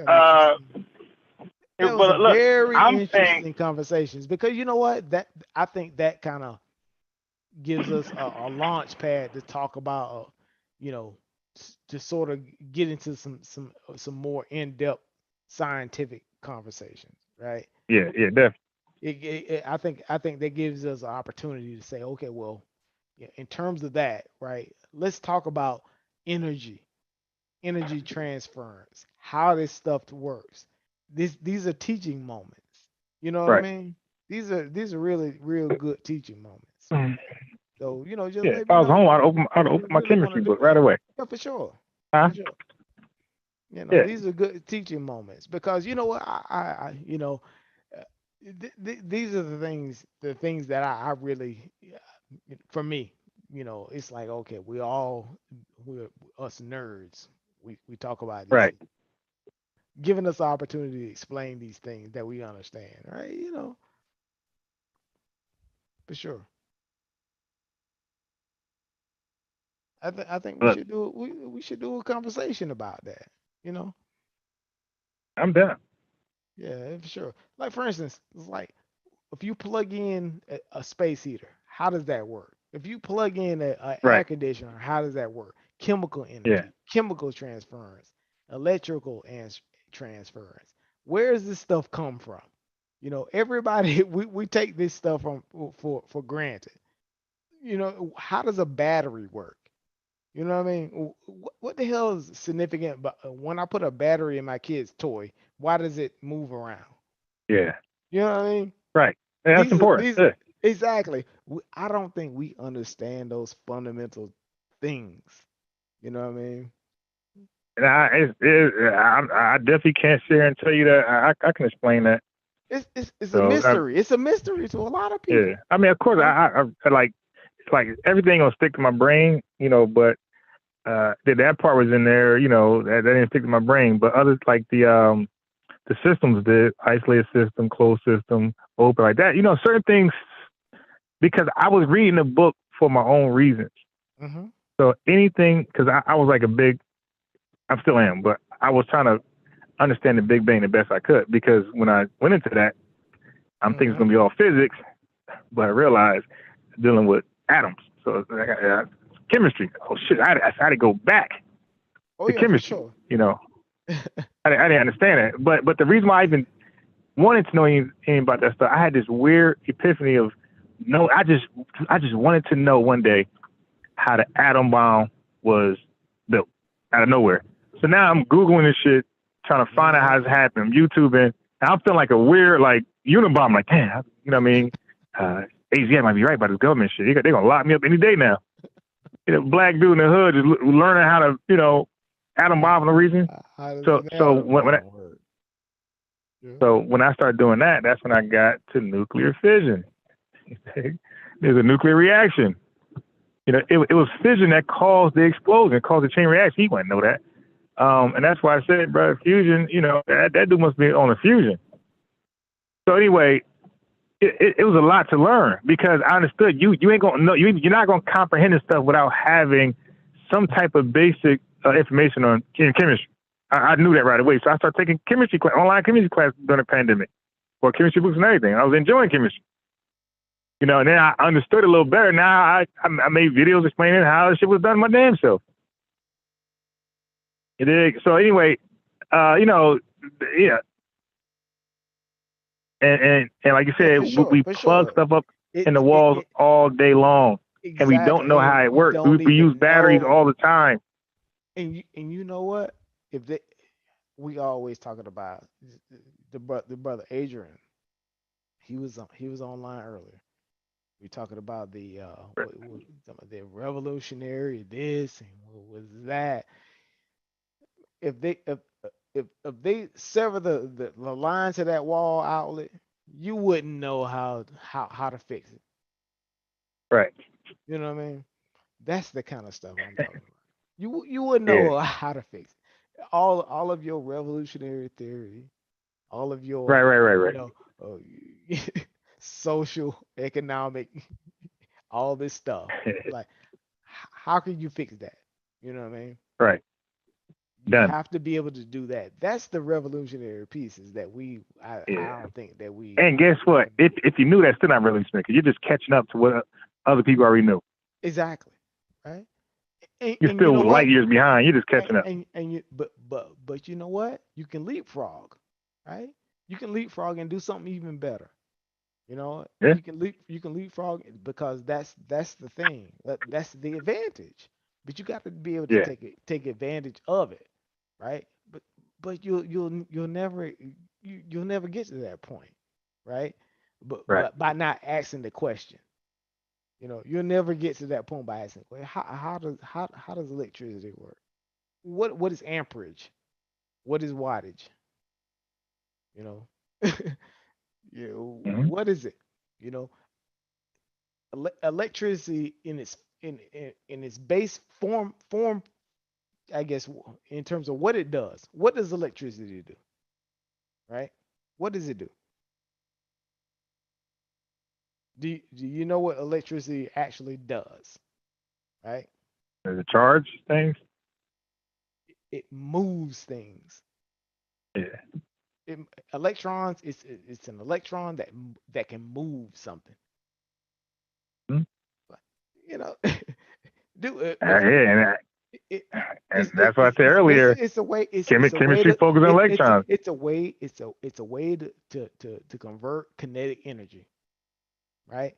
It's a way to convert you converting energy. That's all it is. It's to convert energy from one thing to something else. Just like we talked about earlier, in terms of like a gas, like for instance your engine.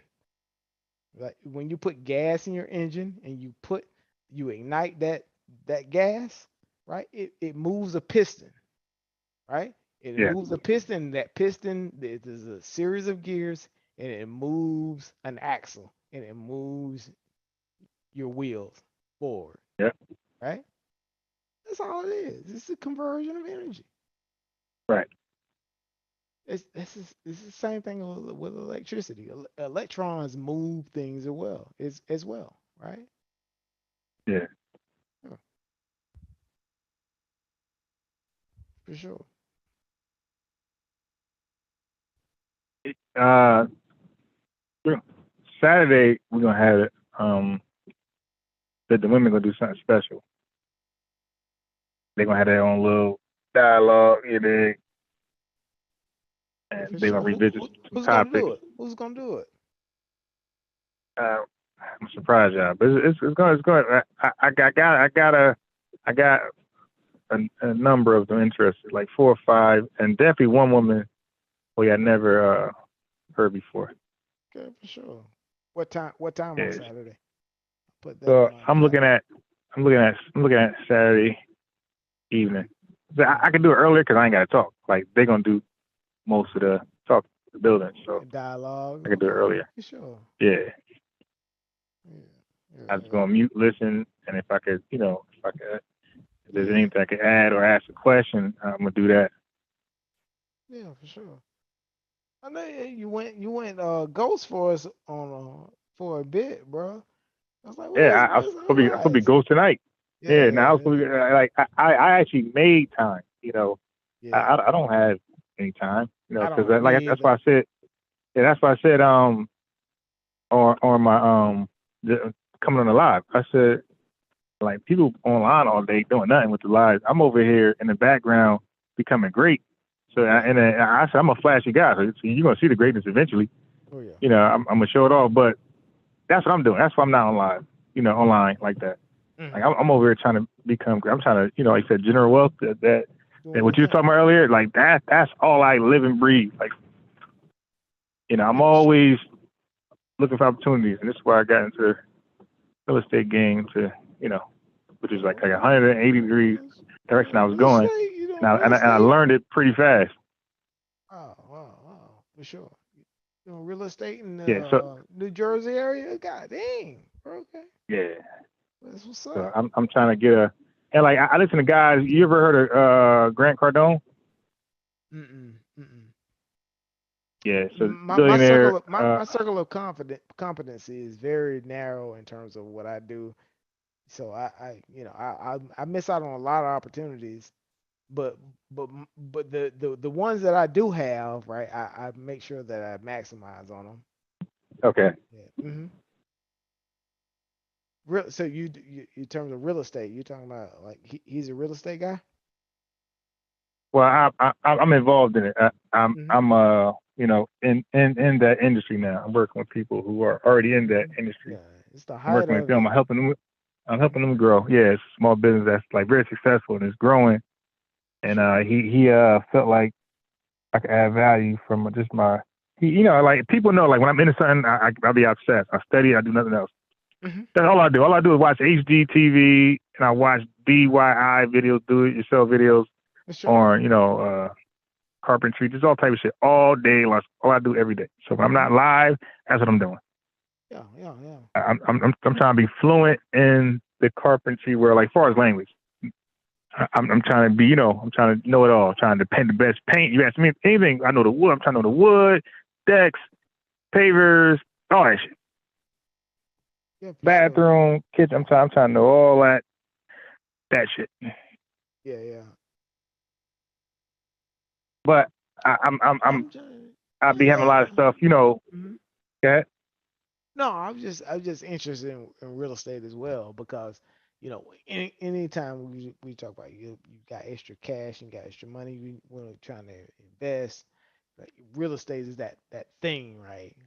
Yeah. Because especially right now, right? Because the home prices and all that stuff is like an all-time high right now. Yeah. Like and all that stuff.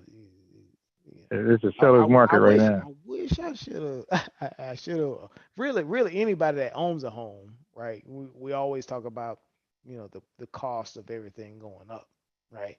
It's like the cost of your milk, the cost of your all this Yeah. stuff. But if you're a homeowner, the cost of your house is better right now, right? So Yeah. so it all evens out, right? In the wash. Right. So Yeah. what you don't get in the rents, you get in the wash, right? Right. So in terms of that, it's like I'm always thinking about it. It's like, oh, should I get into real estate? Like, yeah, I don't know. Yeah. So when I see when I see what's going on, because look, when we talk about businesses, right? Mm-hmm. We can do this, we can do that, we can do A, B, and C, Mm-hmm. all these great things. But guess what? Somebody's gonna build that shit for you. Yeah. So why not you? Yeah, yeah. Also, Yeah, why you can't get that you're contract? doing development now. So, Yeah. in terms of like development, you're developing. Yeah. Yeah. Okay, cool. Right. So what I'm saying is that there's a lot of opportunity in that field because look, in that field you can actually really network with other contractors because believe me, nobody gonna take work from you. Believe me, unless you got a 1,000-man team, which you're not gonna have, it's impossible to do a lot in that world. Mm-hmm. So you keep your name relevant amongst other contractors. You know what I mean? So you say, let's say if you got a job and you just can't do it, you got your book and you're like, it's like a 3-month out project. You're like, listen, I can't get to you in 3 months, but I know so-and-so. So you throw your man a job because you can't do it. And guess what? They're not going to wait 3 months. They're going to go to somebody anyway. So why not you throw your man, value, so vice versa, same shit. So now he can't complete a job because it's just too long to get to it because, he got jobs already. Mm-hmm. That's back to you. Right. For sure. I think you're sort of, in the area that I am, it gets that middle space, right? Where I work. I mentioned this earlier. Say I know people that lay foundations. I know people that do block work. I know people that do carpentry work, painters, and all this stuff. And then you kind of you can work that middle area. Is that what you're sort of talking about? Yeah, so I'm in the front office part. Mm-hmm. So I'm not the hands-on guy. I'm learning it. I go to sites and I watch how they do decks, and again, I'm watching the videos all the time too. So I'm watching it, videos that they do it yourself, they explaining. Mm-hmm. I'm learning that way, and I'm also going to the job sites and learning that way. Mm-hmm. Wow. So so I'm and so that's where I'm at. If you're asking, like, that's where I'm at. I'm right there and Yeah, the yeah, you office part. right in there, right? Exactly. You're Right. learning a bit of it all, right? For sure. Yeah, but Oh I man. want to be. Oh my God. But I want to be. Yeah, I want to have the hands-on skills too. you learn how to become a developer, dude. You can become a community developer and do all this stuff. Yeah, exactly. Oh yeah, Because yeah. The sky's the limit. Once you and you get know your what? You building the relationships, yep. right? With That's kind with the of our people that jingle. do it. Yeah. Yeah, we have a 4R acronym, and that's responsibility, relationship, and two other ones I forgot. Yeah, yeah. But You yeah, so gotta that's build definitely relationships. our motto: build relationships. Yeah, yeah, exactly. Because you can do it all, right? You know the people who can do the work, that are quality people. You know, yeah, hey, I can. I say, hey, I've got this going on or whatever. I had this person doing this. Hey, I got a schedule. Oh, the guy couldn't do X, Y, Z. Can you come in and help out and fill out, or a gap for me? I got something for you. Right. Yeah, all this stuff. Yeah, for sure, for sure. Hmm. And again, like ours is black owned, and it's funny because the guy I'm working for was a young dude. I was a mentor. You just have flip. You dig, So that's funny. But again, that's me out there doing what I say we should do. So I'm not just talking it. Right. I'm out there with the youth, being mentor, like a lot of stuff. Matter of fact, a lot of the field he's in, he'll give me half the credit what he's doing right now. 'Cause I actually, literally, I got on the application. He went in thinking about this shit. Right, right. You know, In 'cause business, it your was me word trying to get is into it. dude, your word is everything in business. I don't care what nobody say. Your word is Yep. everything. If you can if you can't execute on your word, it's nothing. That's how you build a brand. I was talking about that earlier. That's how you build your brand. It's like you got to be able to to do that.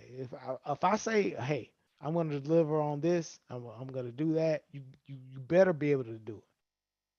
Yeah. Yep. Better be able to do it. And if you can't, you know what? I don't respect that. If you can't, I don't Right. Yeah. respect Yeah. Yeah. You got to. Your word is everything, and that's your reputation. it. It's in business. Yeah. You got to do it, and even if it's taking a loss, you got to do it. Yeah, exactly. Right. I'll give you a prime example. Just this last couple weeks, like I'm a senior senior sales executive, not senior sales executive. I would say a senior sales engineer inside of my Yeah. organization, right? So we had a couple things that we said we were gonna deliver for the customer. A different organization said they were gonna be able to do it, right? They promised it in a meeting. They said they were gonna be able to do it, right? Then afterwards they said, okay, well we can't do it. You know what Wow. I mean? I was like, Yeah. no, we can't do it. You know what I'm saying? We can't do that. So I had to drop everything I had going on bias. I had to drop everything Yeah. I had to do and do customer facing. I had to basically take everything off, roll up sleeves. You know, I'm working with the customer. I'm talking about a junior level engineer. I'm Oh, working man, I I'm hate working that. with her like I think it was about 2 weeks. It was about 2 weeks building out, what they promised that they could do. You know, Right. I said, Ah, okay, I the did it. worst. Boom, boom, boom, building it out. I was like, okay, yeah, it was horrible. And then what we had a meeting, right? We said, okay, well, everything. I said, everything is done, right? And they said, well, what are your thoughts? I was like, dude, it's not about me doing the work. I got no problem with me doing the work.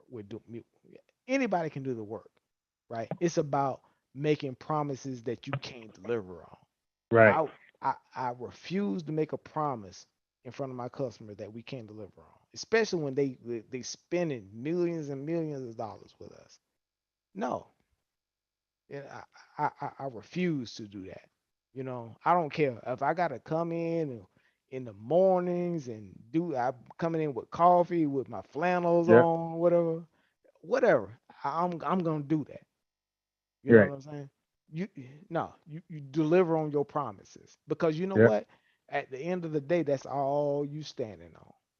Yep. Yep. That's all you standing on. And Because and what that's are you why. what are you gonna do? Like for instance, what are you gonna do when you go in front of their leadership and you Hmm. got a new solution or you got some some type of thing that you're trying to push forward, right? And you can't deliver on it.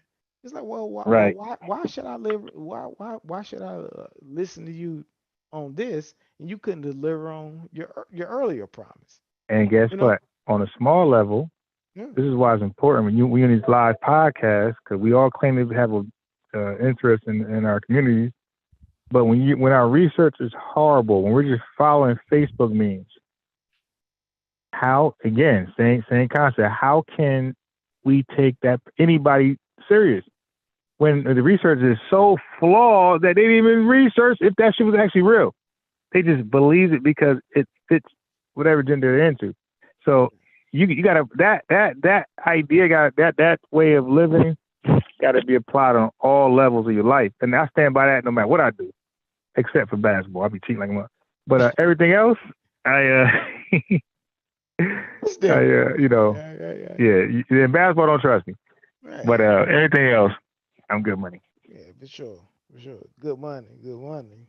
Yeah, That's the that's what I was that's hey that's a good statement, man. We always got to be good money, you know, yeah, because yeah. because our customers they spending good money, you know. Right. Oh yeah. Yep. Why not, right? And that's what that's what I stand And look, and this conversation itself is a show. It's an educational moment because a lot of people don't understand like how important like their word is and also like their performance. Like yo, like listen, you can't make another you can't call another you. Once you are the last thing that you present yourself to be is usually a rap. Your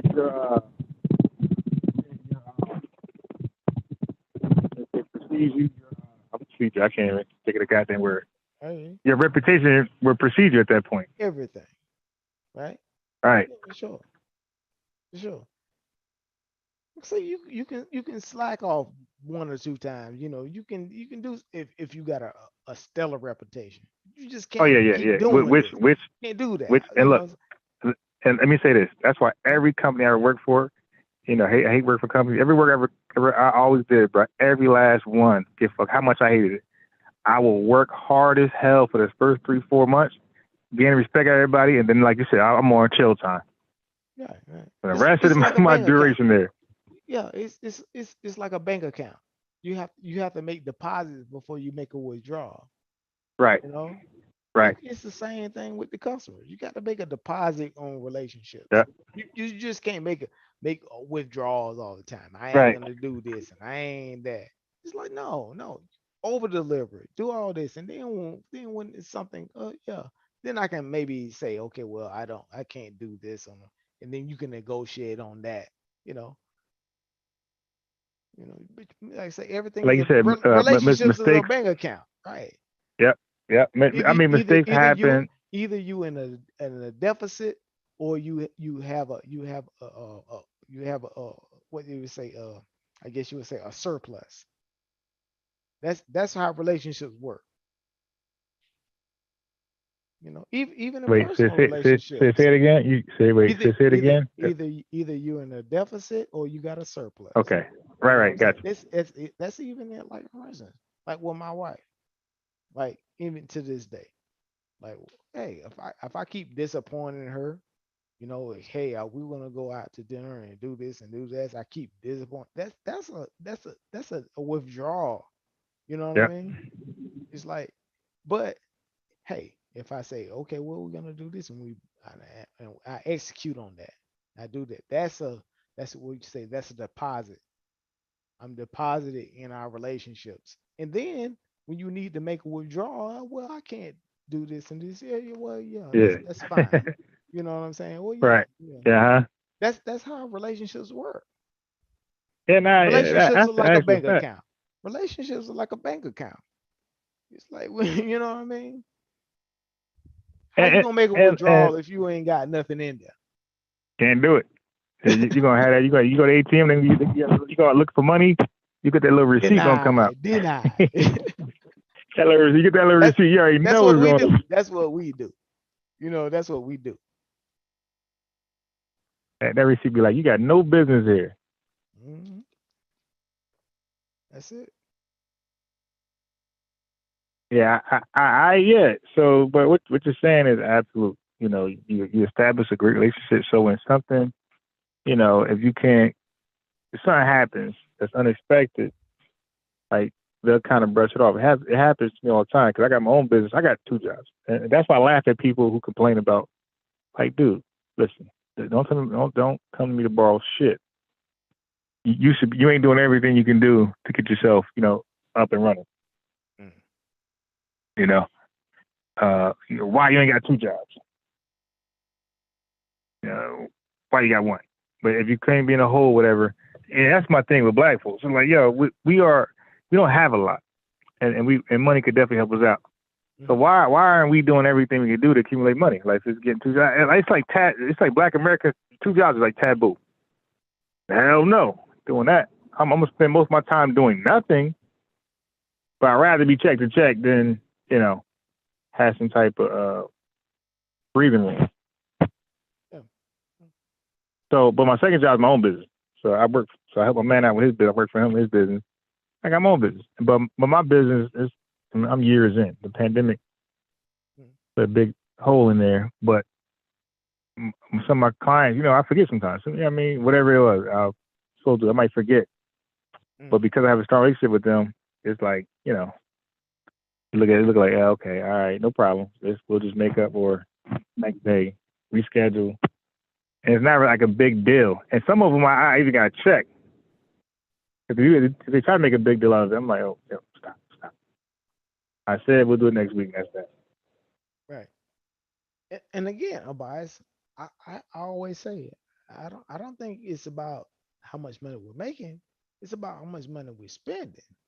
You know, Yeah, and how true. we're spending it as well. Yep. You know, we're not spending in the right places. You know,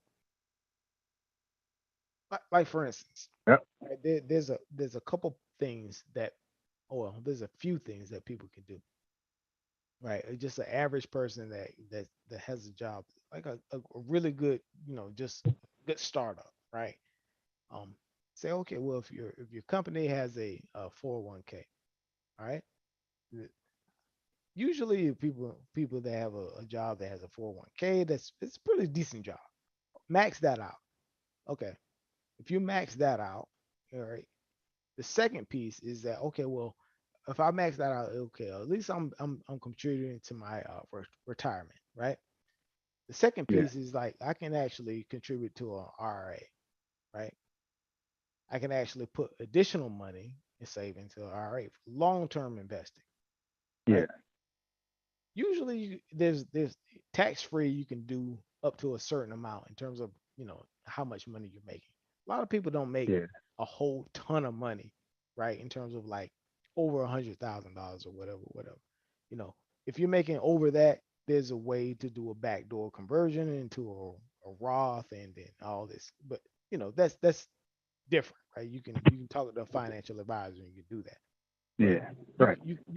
but that's an additional savings avenue, right? So then you're doing that. Okay, so I'm maxing out my 401k.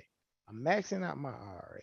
I've got my, I guess you would say my emergency fund, right? My emergency fund, doesn't necessarily have to be a whole lot of money, right? It's like I save up enough for 3 months, 6 months, or whatever. Doesn't have to be a whole lot of money. These days, I don't think you have to do more than 3 or 4 months, right? Because people know how to adjust, right? So beyond that, it's like, okay, well, what are you doing with your money beyond that? You know, usually you can spend. You know, at that point, you can kind of you've got some flexibility at that point. The problem is that we don't do those fundamental pieces first. You got to do those fundamental pieces first before you can say, okay, well, now you got enough money left over to, hey, well, you can go on a vacation or you can do this and do that. You know what I mean? We like to take the vacation first before we Right. contribute Yeah, to yeah, the yeah. IRA or Yeah. max out the 401k Yeah. and do all this stuff. You got to do those other fundamental pieces first. You know, now, now after you do all of that, and then you want to be a miser, right? That's a different story, right? You know, Yeah.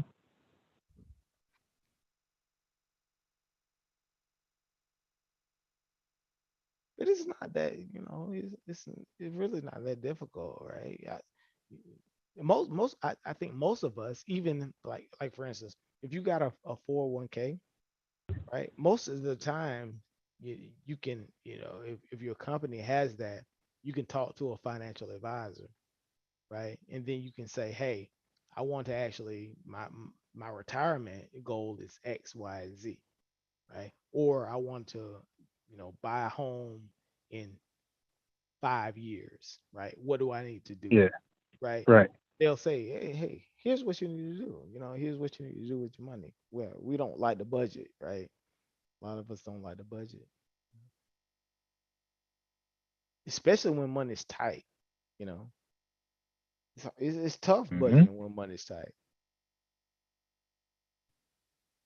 It's easy. Yep. It's easy to budget when you got a surplus, but when you have to Right. really, you know what I mean? Yeah, I understand totally. Sure. Yeah, yeah. So, but you have to, Yep. you have to do it. You have to do it. You know?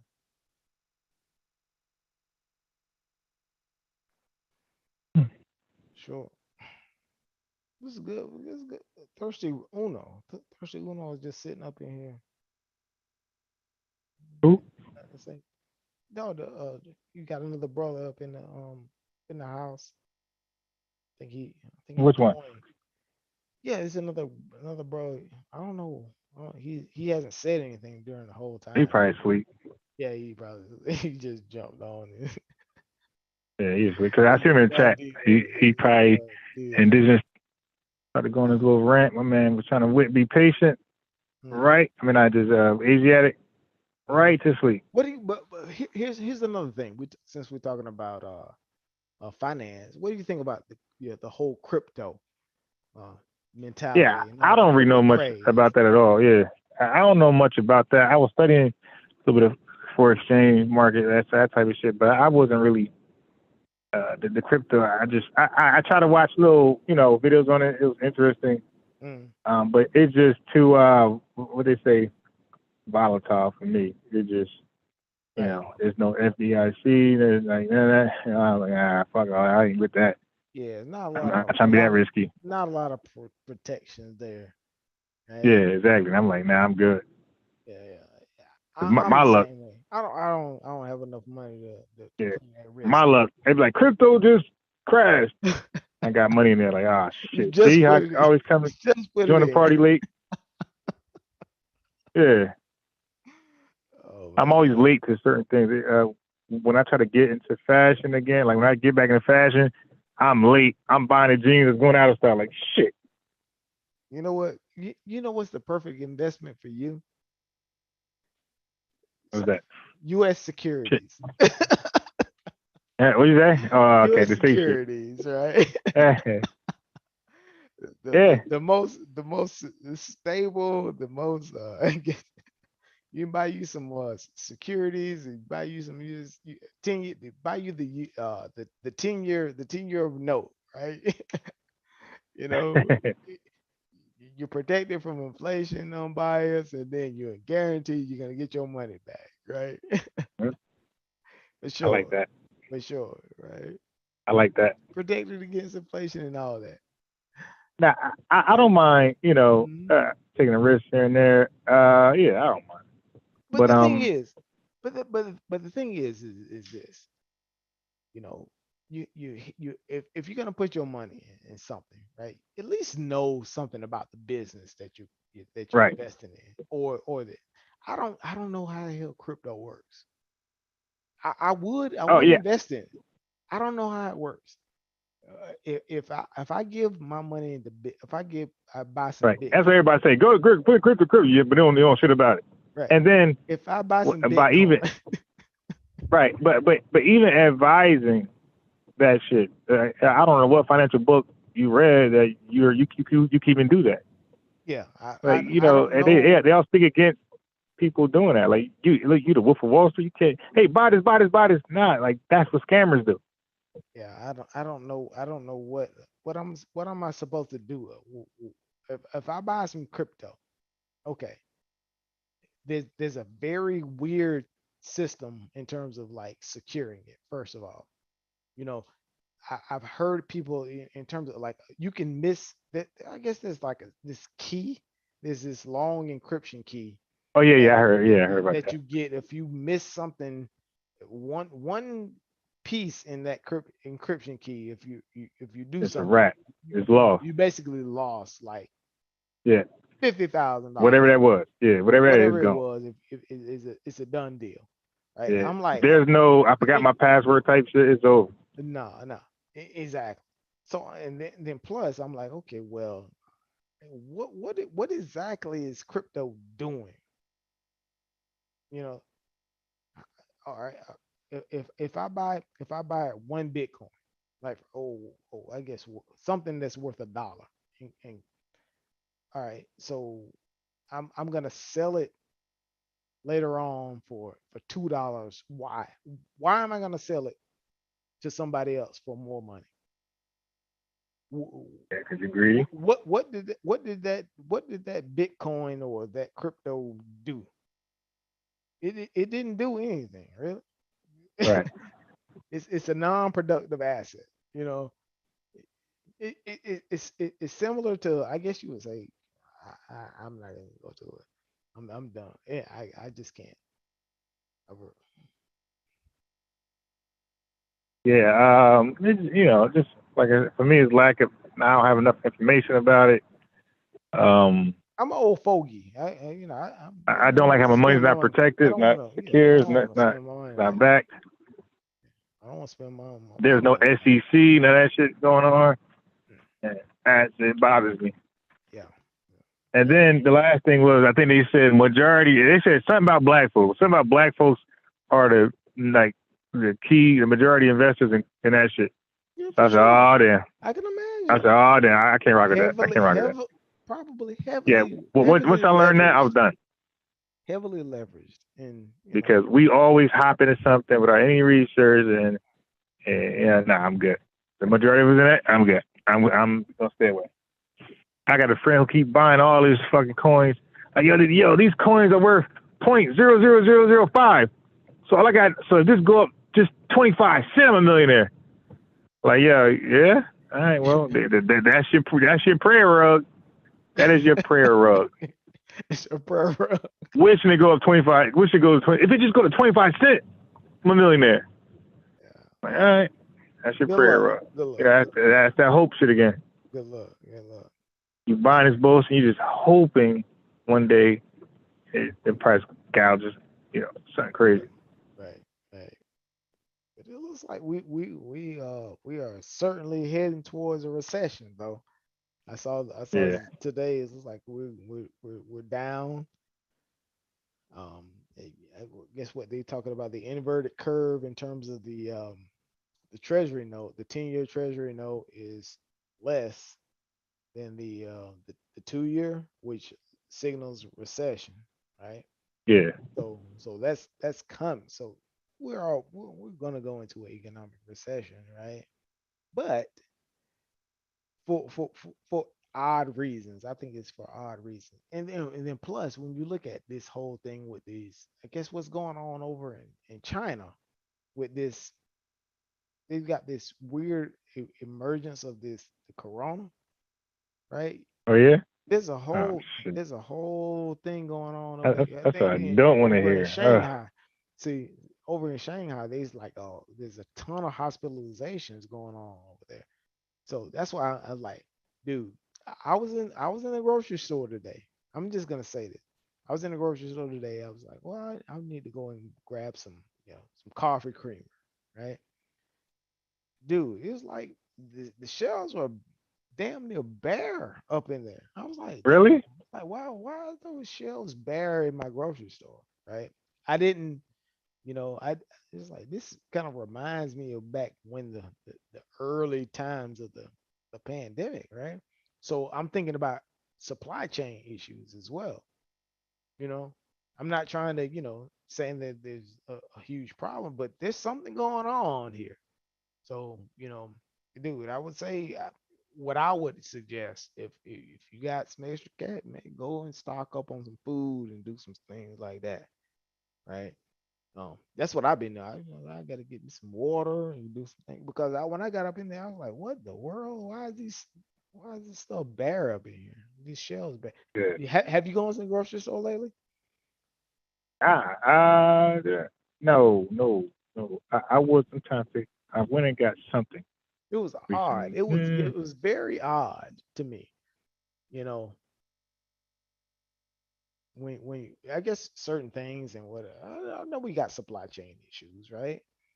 But I'm like, okay, well, Yeah, nah, I especially know. with I've been what's eating that going on. lately. Yeah. Yeah, especially what's going on over there, and there could be this weird thing that's going on over there. It like I said, you got these spikes and these hospitalizations as well, right? It's not just okay, well, people are just with the sniffles, it's hospitalizations.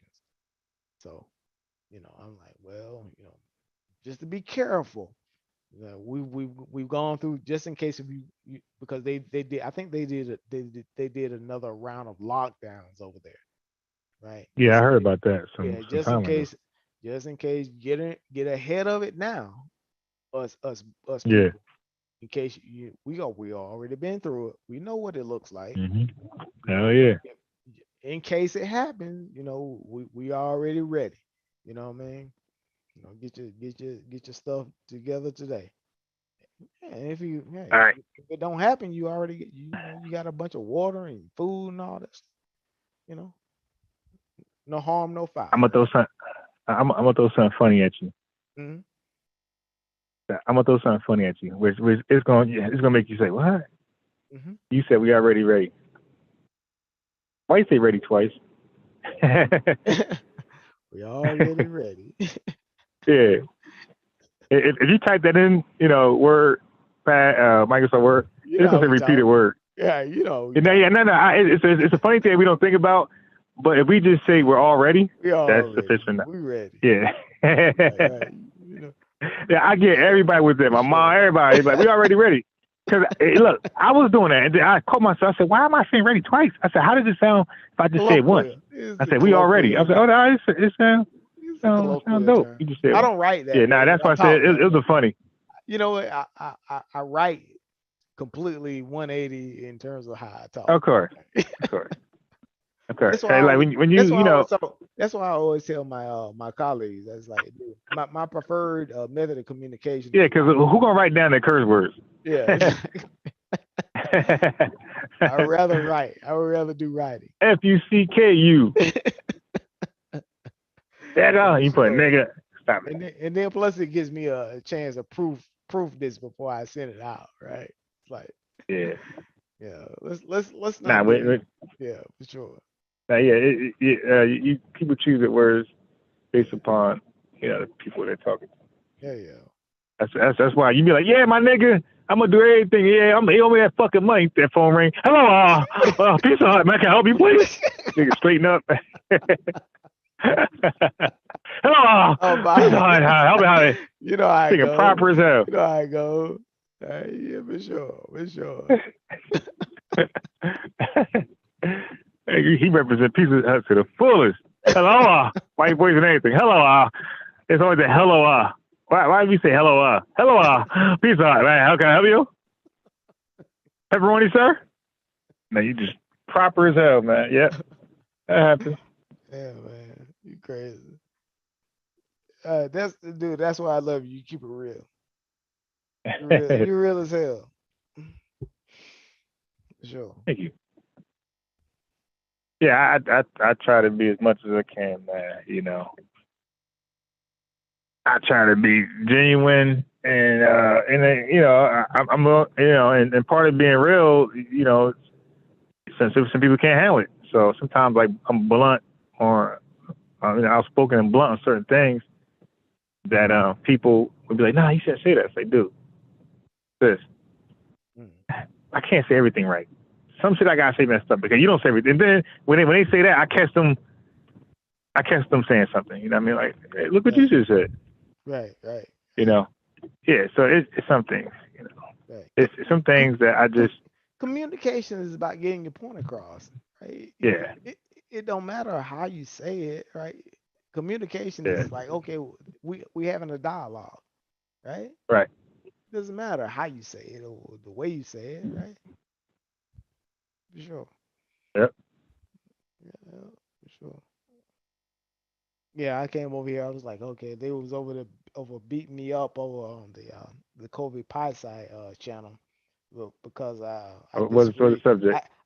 I disagreed about I was a skeptic about the Dogon, and about the Oh yeah, Sirius yeah, yeah. B. I'm not into that at all. So they were, well, how dare you not believe that the Dogon was like they knew this Yeah, astronomical yeah. thing. I'm yeah. I don't. What are they claiming? Like they trying to say that they're into science and shit like that? Yeah, well, here's the thing. It's very nuanced in terms of the conversation. So so eh, there's several claims, right? There's several claims in terms of Oh shit. ethnographers saying that, well, the the Mali of the Dogon culture knew about this, I guess you would say, this invisible star, undetectable Wait. by sight, right? That's 8 million light years away from the Earth, Oh my right? God. And then we're gonna they have it introduced inside of their mythology, inside of their culture, right? And they have all these things surrounding that, right? And then there's this whole mystery of how did they know about it? If it's invisible, Right. Of course. That's right? always gets skipped. That's the next question, right? If it's Yeah. invisible, right? How did they know about it, right? Yep. Exactly. And how did that information get introduced into the culture, right? Right. So there was a whole hoopla around that Visible, but they know. entire controversy. It's like, well, did they see it? I'm not saying they saw it. I said it was Oh invisible. my.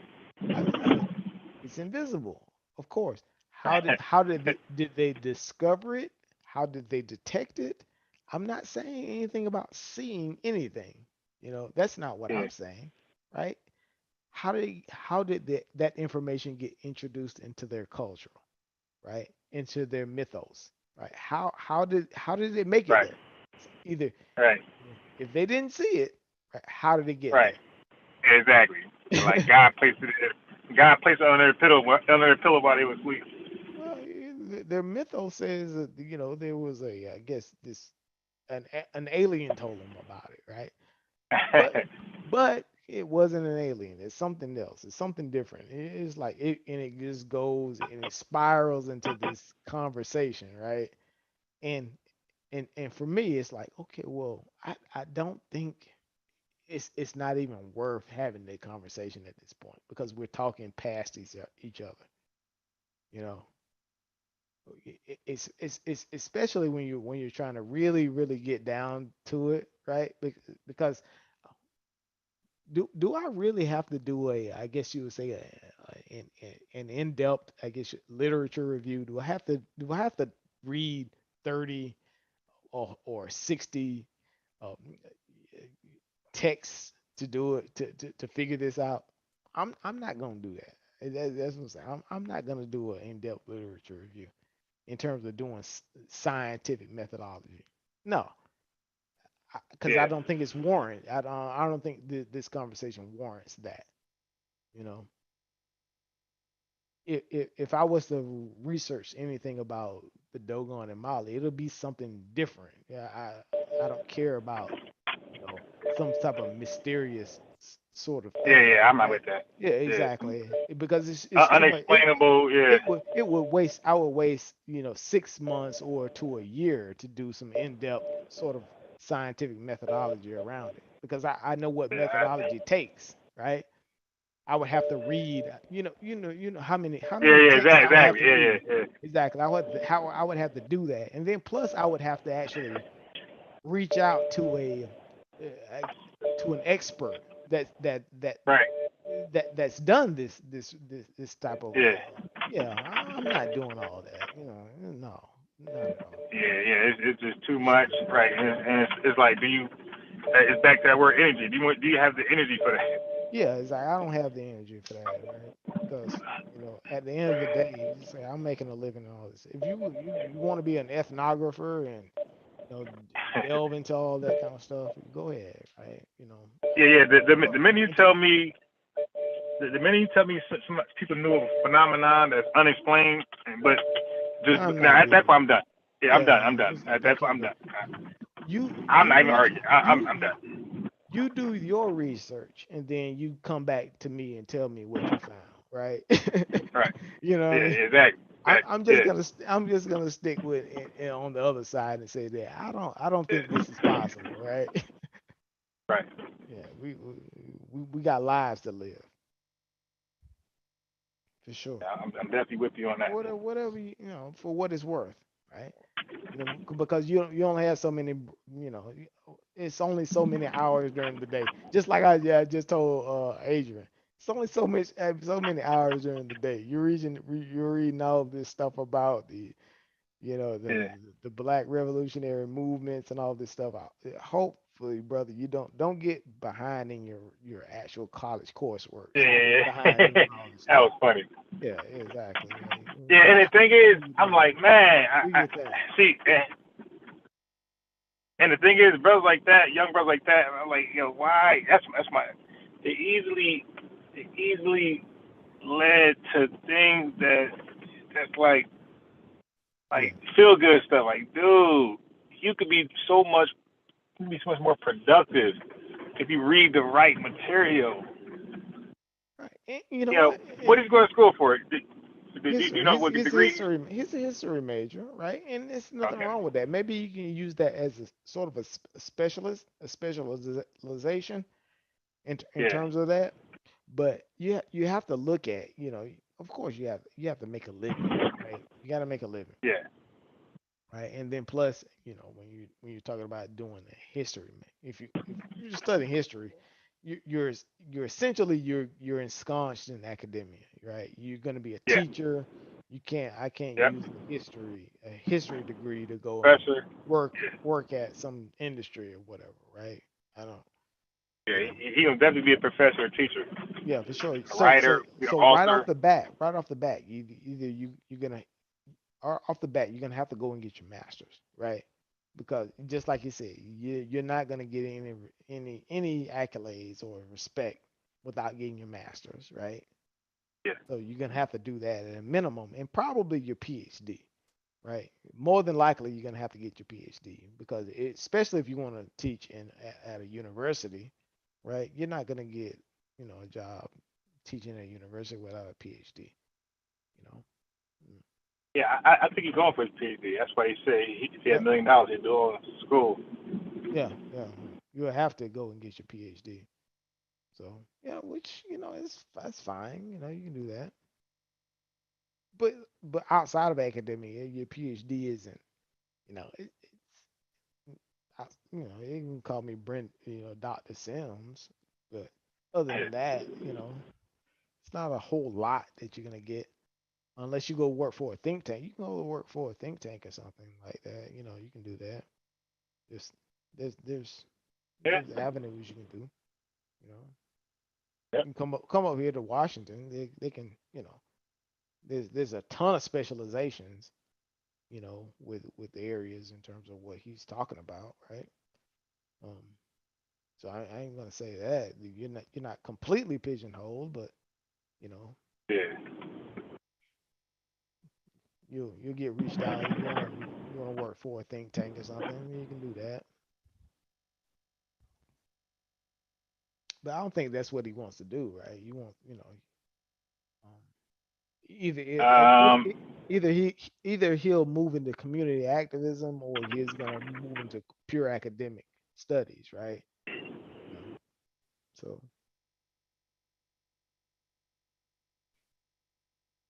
Interesting.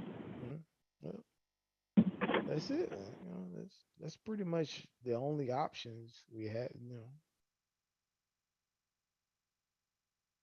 or do I something didn't read or do something completely unrelated to your degree, to your your university training, right? You can always do that. now you got a lot of people do that, and Yeah, yeah, there's one yeah. brother told me like they're so conspiracy out. This brother told me that so I was like, so your education is just trash. He's like, yeah. I'm like, oh my god. What did he So in say? other words, he's so conspiracied out Hmm. that he said, I said basically your education is trash. Like, yeah. So in other words, I'm thinking that means that if he could do it all over, he wouldn't even went to school to get education. He'd have just followed the conspiracy theories a little early in his life. What was his degree area? I'm Probably not even something sure. just something that's weird and not practical. Like for instance, if you go get a history degree and you don't become a teacher, right? What can you really do with a history degree if you don't become a teacher or Yeah. something like that, right? Right. Not really, yeah. Author. Or Right. author. Oh, yeah, for sure. You know, very, very niched. You gotta be careful. Be careful with those. Yeah, that's tough. Yeah.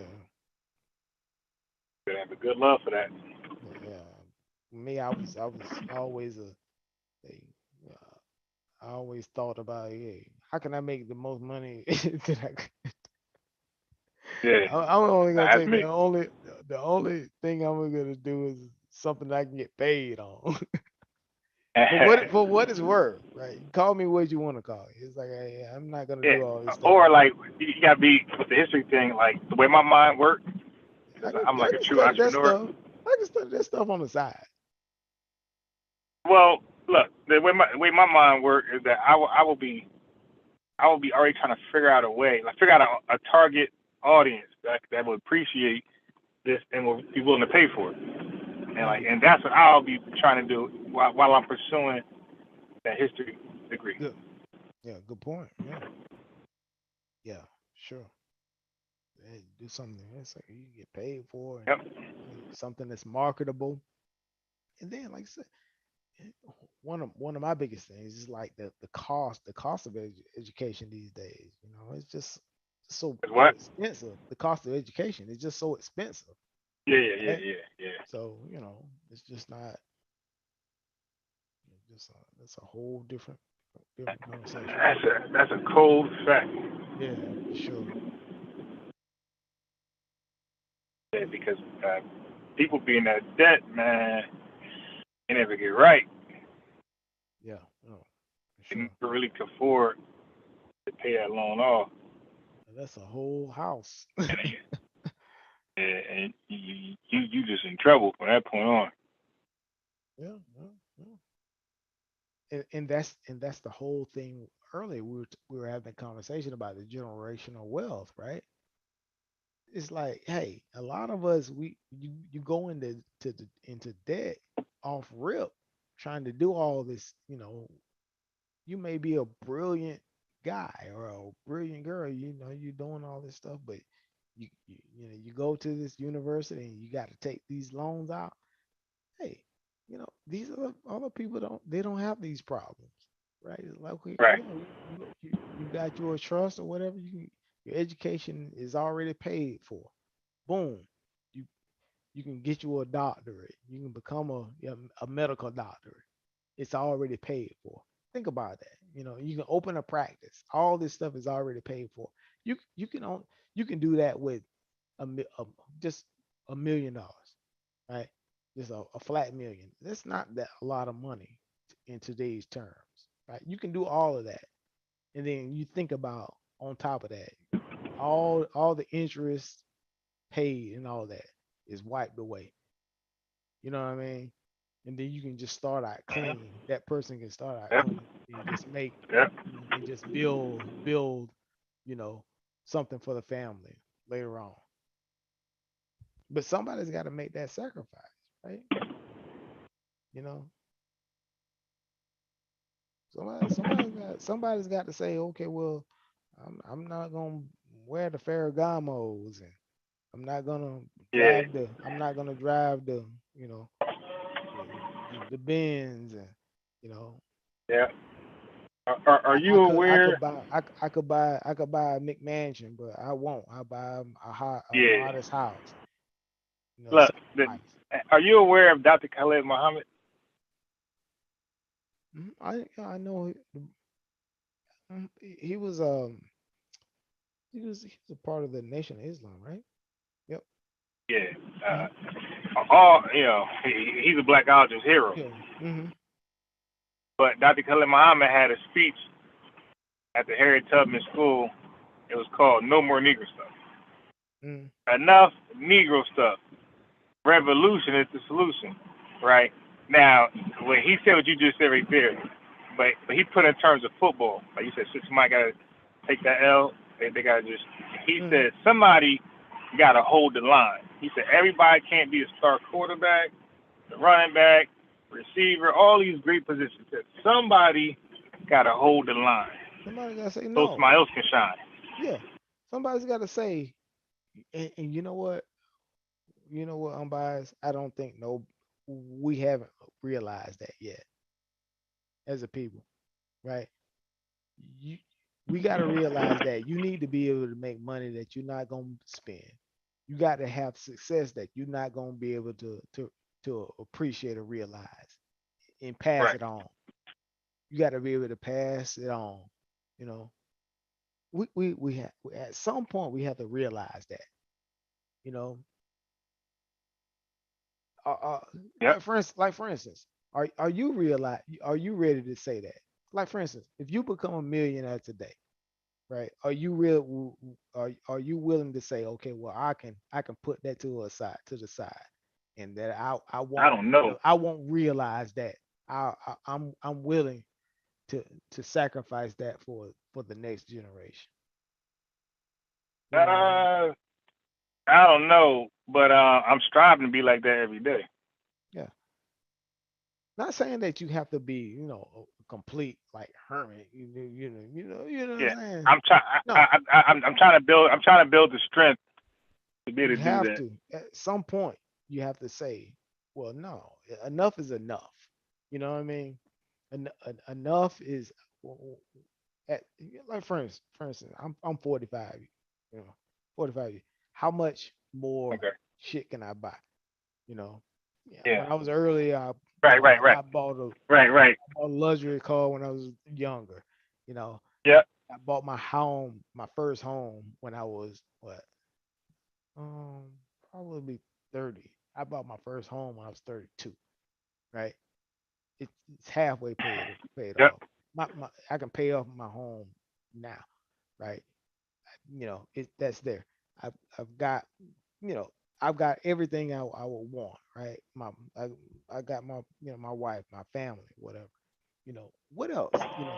It's like I don't have any kids, right? Me and me and my wife, we don't have any kids, but I do have a brother, and he's got kids, and I got a Yeah. family that I can pass on, right? Right. That I'm looking at. I was like, okay, well, what are you gonna do? You know what I'm saying? It's Yeah. so that kind of stuff, you know.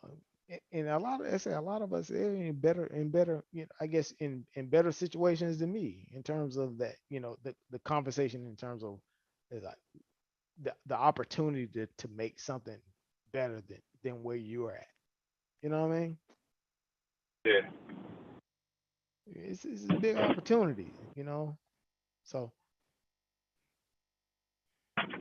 I sit back, I look at it, I say, you know what I think I was looking at this. I was talking about a lot of times people will skip a generation, right? Like for instance, you would have a father, and then you have the son, the father and the son, right? As opposed to leaving all of the inheritance to the son, you would do it to the grandson, right? Because Yeah. that gives you more earning power later on for the generations later on, right? Because Okay. what you could do, because your son is closer to you, and then you could, you basically you could actually, help them more directly. But the grandson, that's where the wealth would be turned over to, you know, Yeah, yeah, which makes sense because there's more earning power. That gives you more time to build, you know. But these are just conversations that I've been listening to. yeah. No, yeah, Yeah, yeah. yeah, It makes sense though, you know. yeah.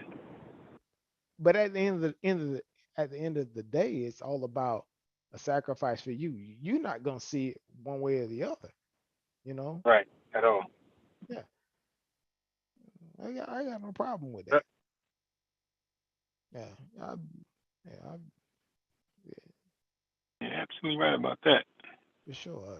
I'm willing to make that sacrifice and do what I got to do. It's like, hey, if you always say, hey, if you want to do your trip to Hawaii, you do that. Like they're saying, they ain't trying to say, okay, well, you need to be a hermit. You to the do this Hawaii. and do that, and you can do whatever. But like I say, you don't necessarily have to spend every penny because I've also heard, on the flip side, people that say, man, it's like when I'm buried, is the last of it. You're gonna have to, you know, Yeah, the last of money that you're gonna that I leave to y'all is gonna be, it's basically a you know to get me in the ground and that's it. You know what I mean? yeah, I right, ain't leaving nothing right, else for you. But what good is that? You know? right. But they said that, hey, I raised you, I did all this and I did all that, which that's an approach, you know. But hey, that what they say, that's riding on your riches. Yep, yep. You're riding, Yeah. you know. Yeah. For us, I don't think we can't afford that shit. At this point, we can't afford it. Somebody's got to make a Nope. sacrifice. We can't afford it. And Somebody's got to make this a. is what, and this is why when I watch Shark Tank, like a lot of immigrants come over here, and they have those stories. Like dad ain't had shit. Right. He Yeah. worked hard as hell, died, and left an inheritance Nothing. to the offspring, and they made something of it. Yeah. Exactly. Yeah. Yeah. Yeah. For sure. For sure. But something you gotta leave something. Especially we talk about in this capitalistic system. How are you gonna get access to capital? You guys, nobody knows how to go to capital markets, right? You know, Right. the capital markets are closed because if you don't have an education, you don't know how to even access capital markets to begin with, right? Yep. So, but then again, that it sort of goes back to the conversation we had earlier, right? How do you trust it, right? Well, where do you put it? Again, those trusts and all this. Okay, you have to do this, and you got to do that. You know, so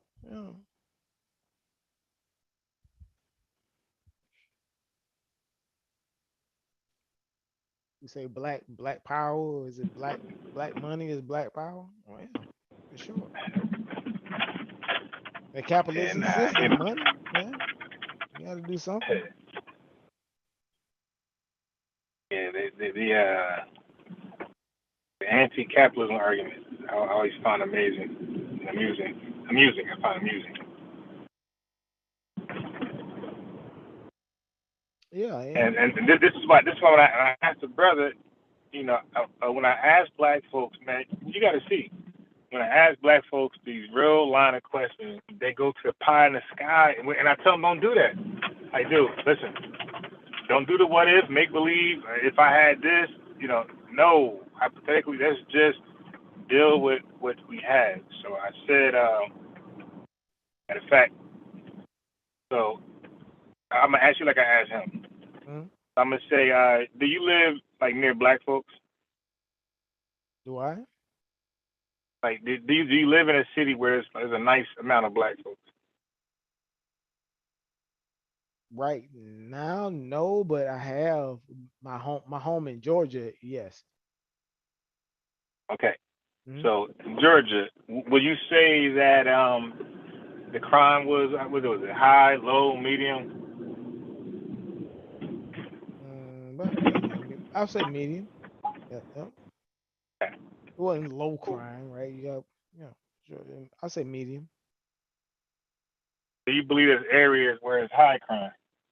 Yeah, for sure. There are yeah, for sure. There's areas there that where it's high crime. And what can be done to remove the criminal element from those people that you can come off the top with? Economic improvement. That's what I would say.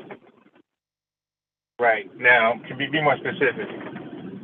I would say most of the places that I would say the crime was happening was like places that you had like close to government project areas, um more places where you would have like I guess you would say more, I guess lower income in Yeah. terms of like just you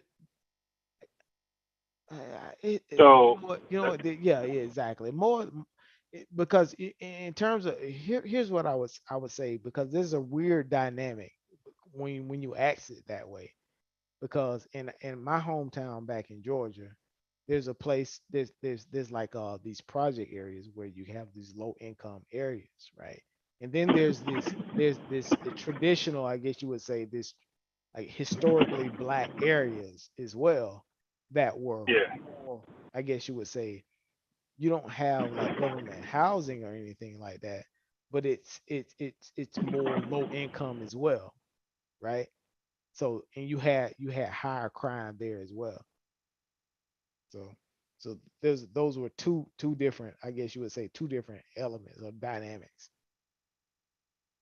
So, what could be done to reduce that crime, like in real time? Both areas, increase the economic opportunities, right? Right. And what opportunity would that be? Like, so if a young guy's in front of you and you're saying that, you're like, okay, what does that mean? Like, I need money. hmm I would say, Then what? you say the economic opportunities. I guess you would say, first of all, you have the earning power, right? So you would, to do that, you have to have some kind of trade, education, and all that stuff. So you have to All right. So you would that be start. into You have to like, start that. right. So you would want to provide some type of training for these individuals. Training and education first, right? Right. Because Okay. yep, Okay. Brendan. fundamentally, right? Because that, like I say, that's your earning power, right?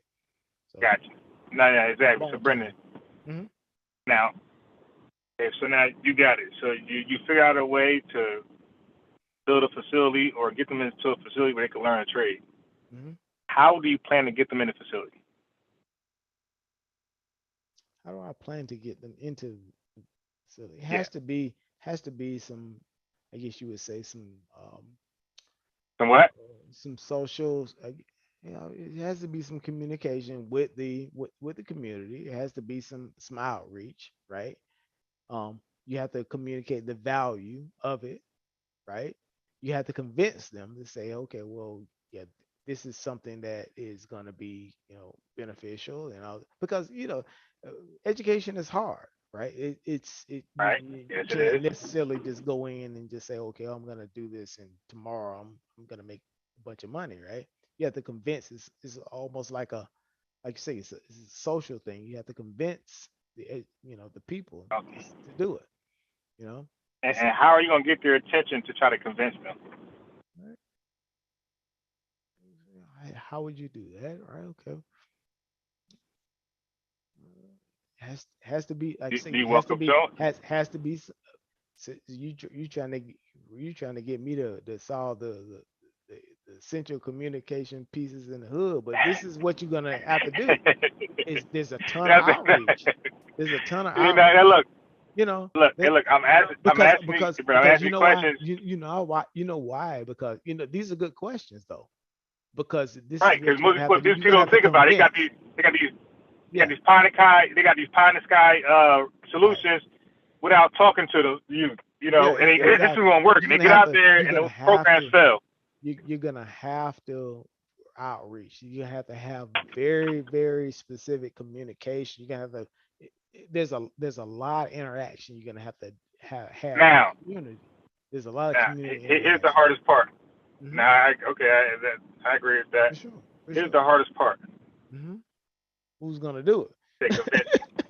No. Now we can easily do it, but Yeah. here's the hardest part though. Hmm.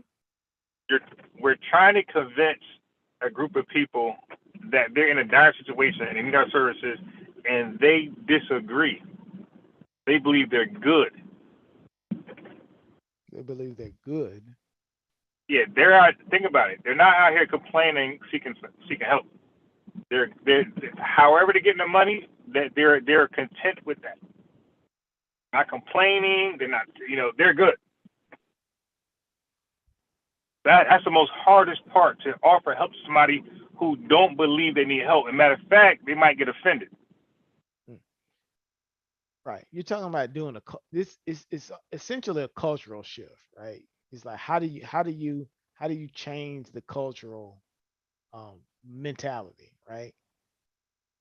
That, that's essentially the problem, because you don't necessarily have to do any of this stuff we're talking about if you can just change the culture, right? You don't have to invest Okay. $1, right? Now that's the pie in the sky stuff. How do you The say? culture itself, right? Yeah, but they're knee deep in their culture. So now to change the culture, that's 10 years, 20 years, 40 years, 100 years.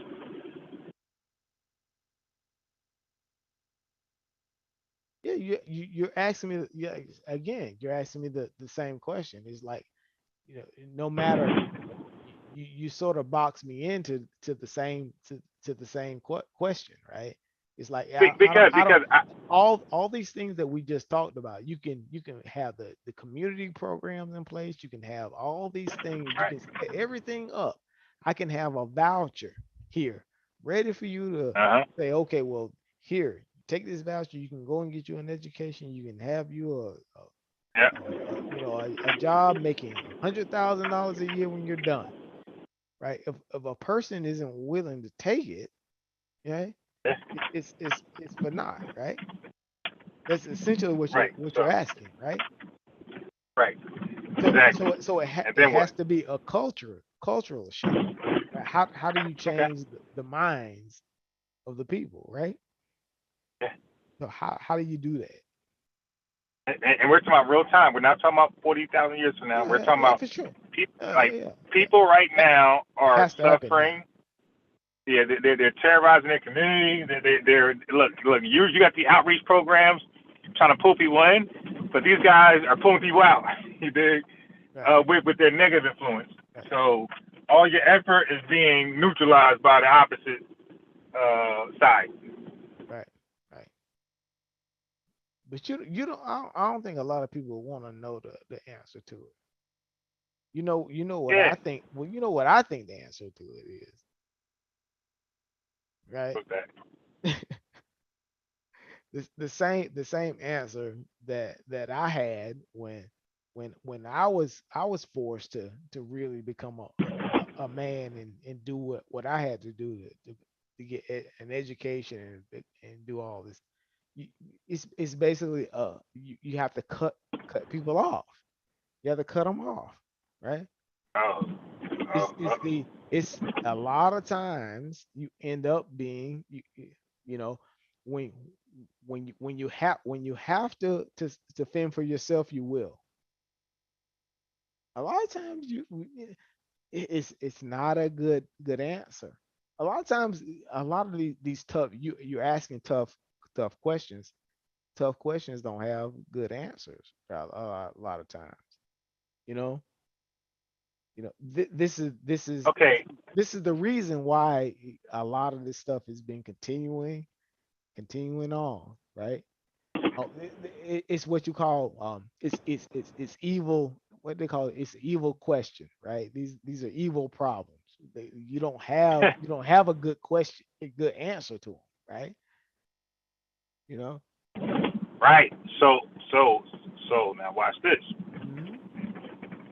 While you're building this Noah's Ark for these people 40 years down the road, what should be done with them now as they still terrorize the community with their criminal activities and their negative influence pulling new people in this way of, this culture? And you gotta, by the time you get done with your art, you're looking at 300 people, now you got 3,000 people. So what should be done with these people who are causing a concern big enough for you to build this Noah Ark? In the meanwhile, You say what should be done with them? build this Noah's Ark. So this is the whole conversation when people talk about the reparations conversation, right? So what I just said earlier, right? There's two alternatives, right? There's the Noah's Ark, right? There's the Noah. Really, the Noah's Ark Yep. is the reparations conversation. You give Okay. them,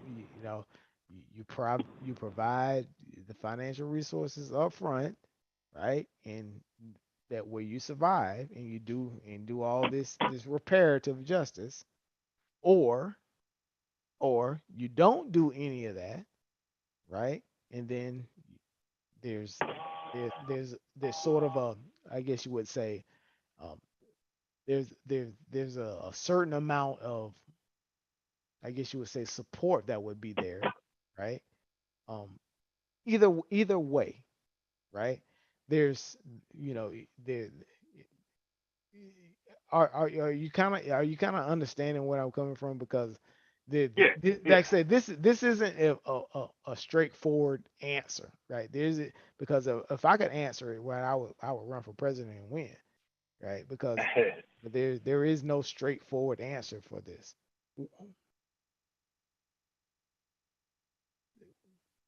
This, in terms of like we're trying to That is usually solve responsible. poverty, which we're trying to solve poverty, right? It's like So look, we haven't been able to do it in our whole history of humanity, right? so now, I so don't look, think here's I don't think I'm gonna be able to do it, and neither can you. So right. So here's the dilemma. Because of that, we go to politicians and we ask them to do it, and they only know one way, what is and that's law enforcement.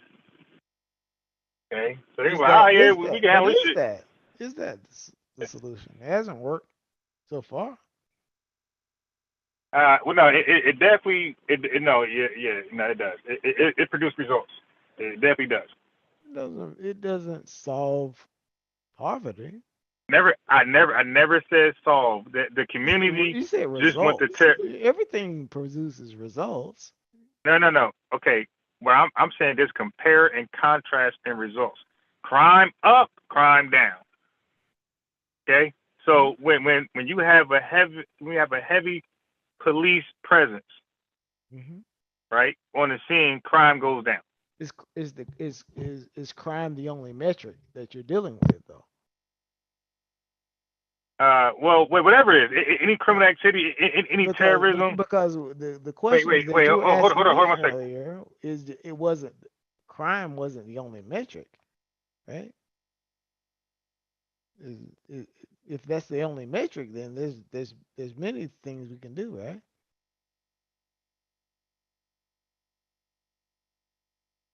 Hello, so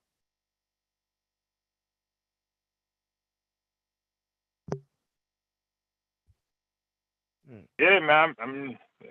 hello, hello. Hey, Yeah. Hold on 1 second.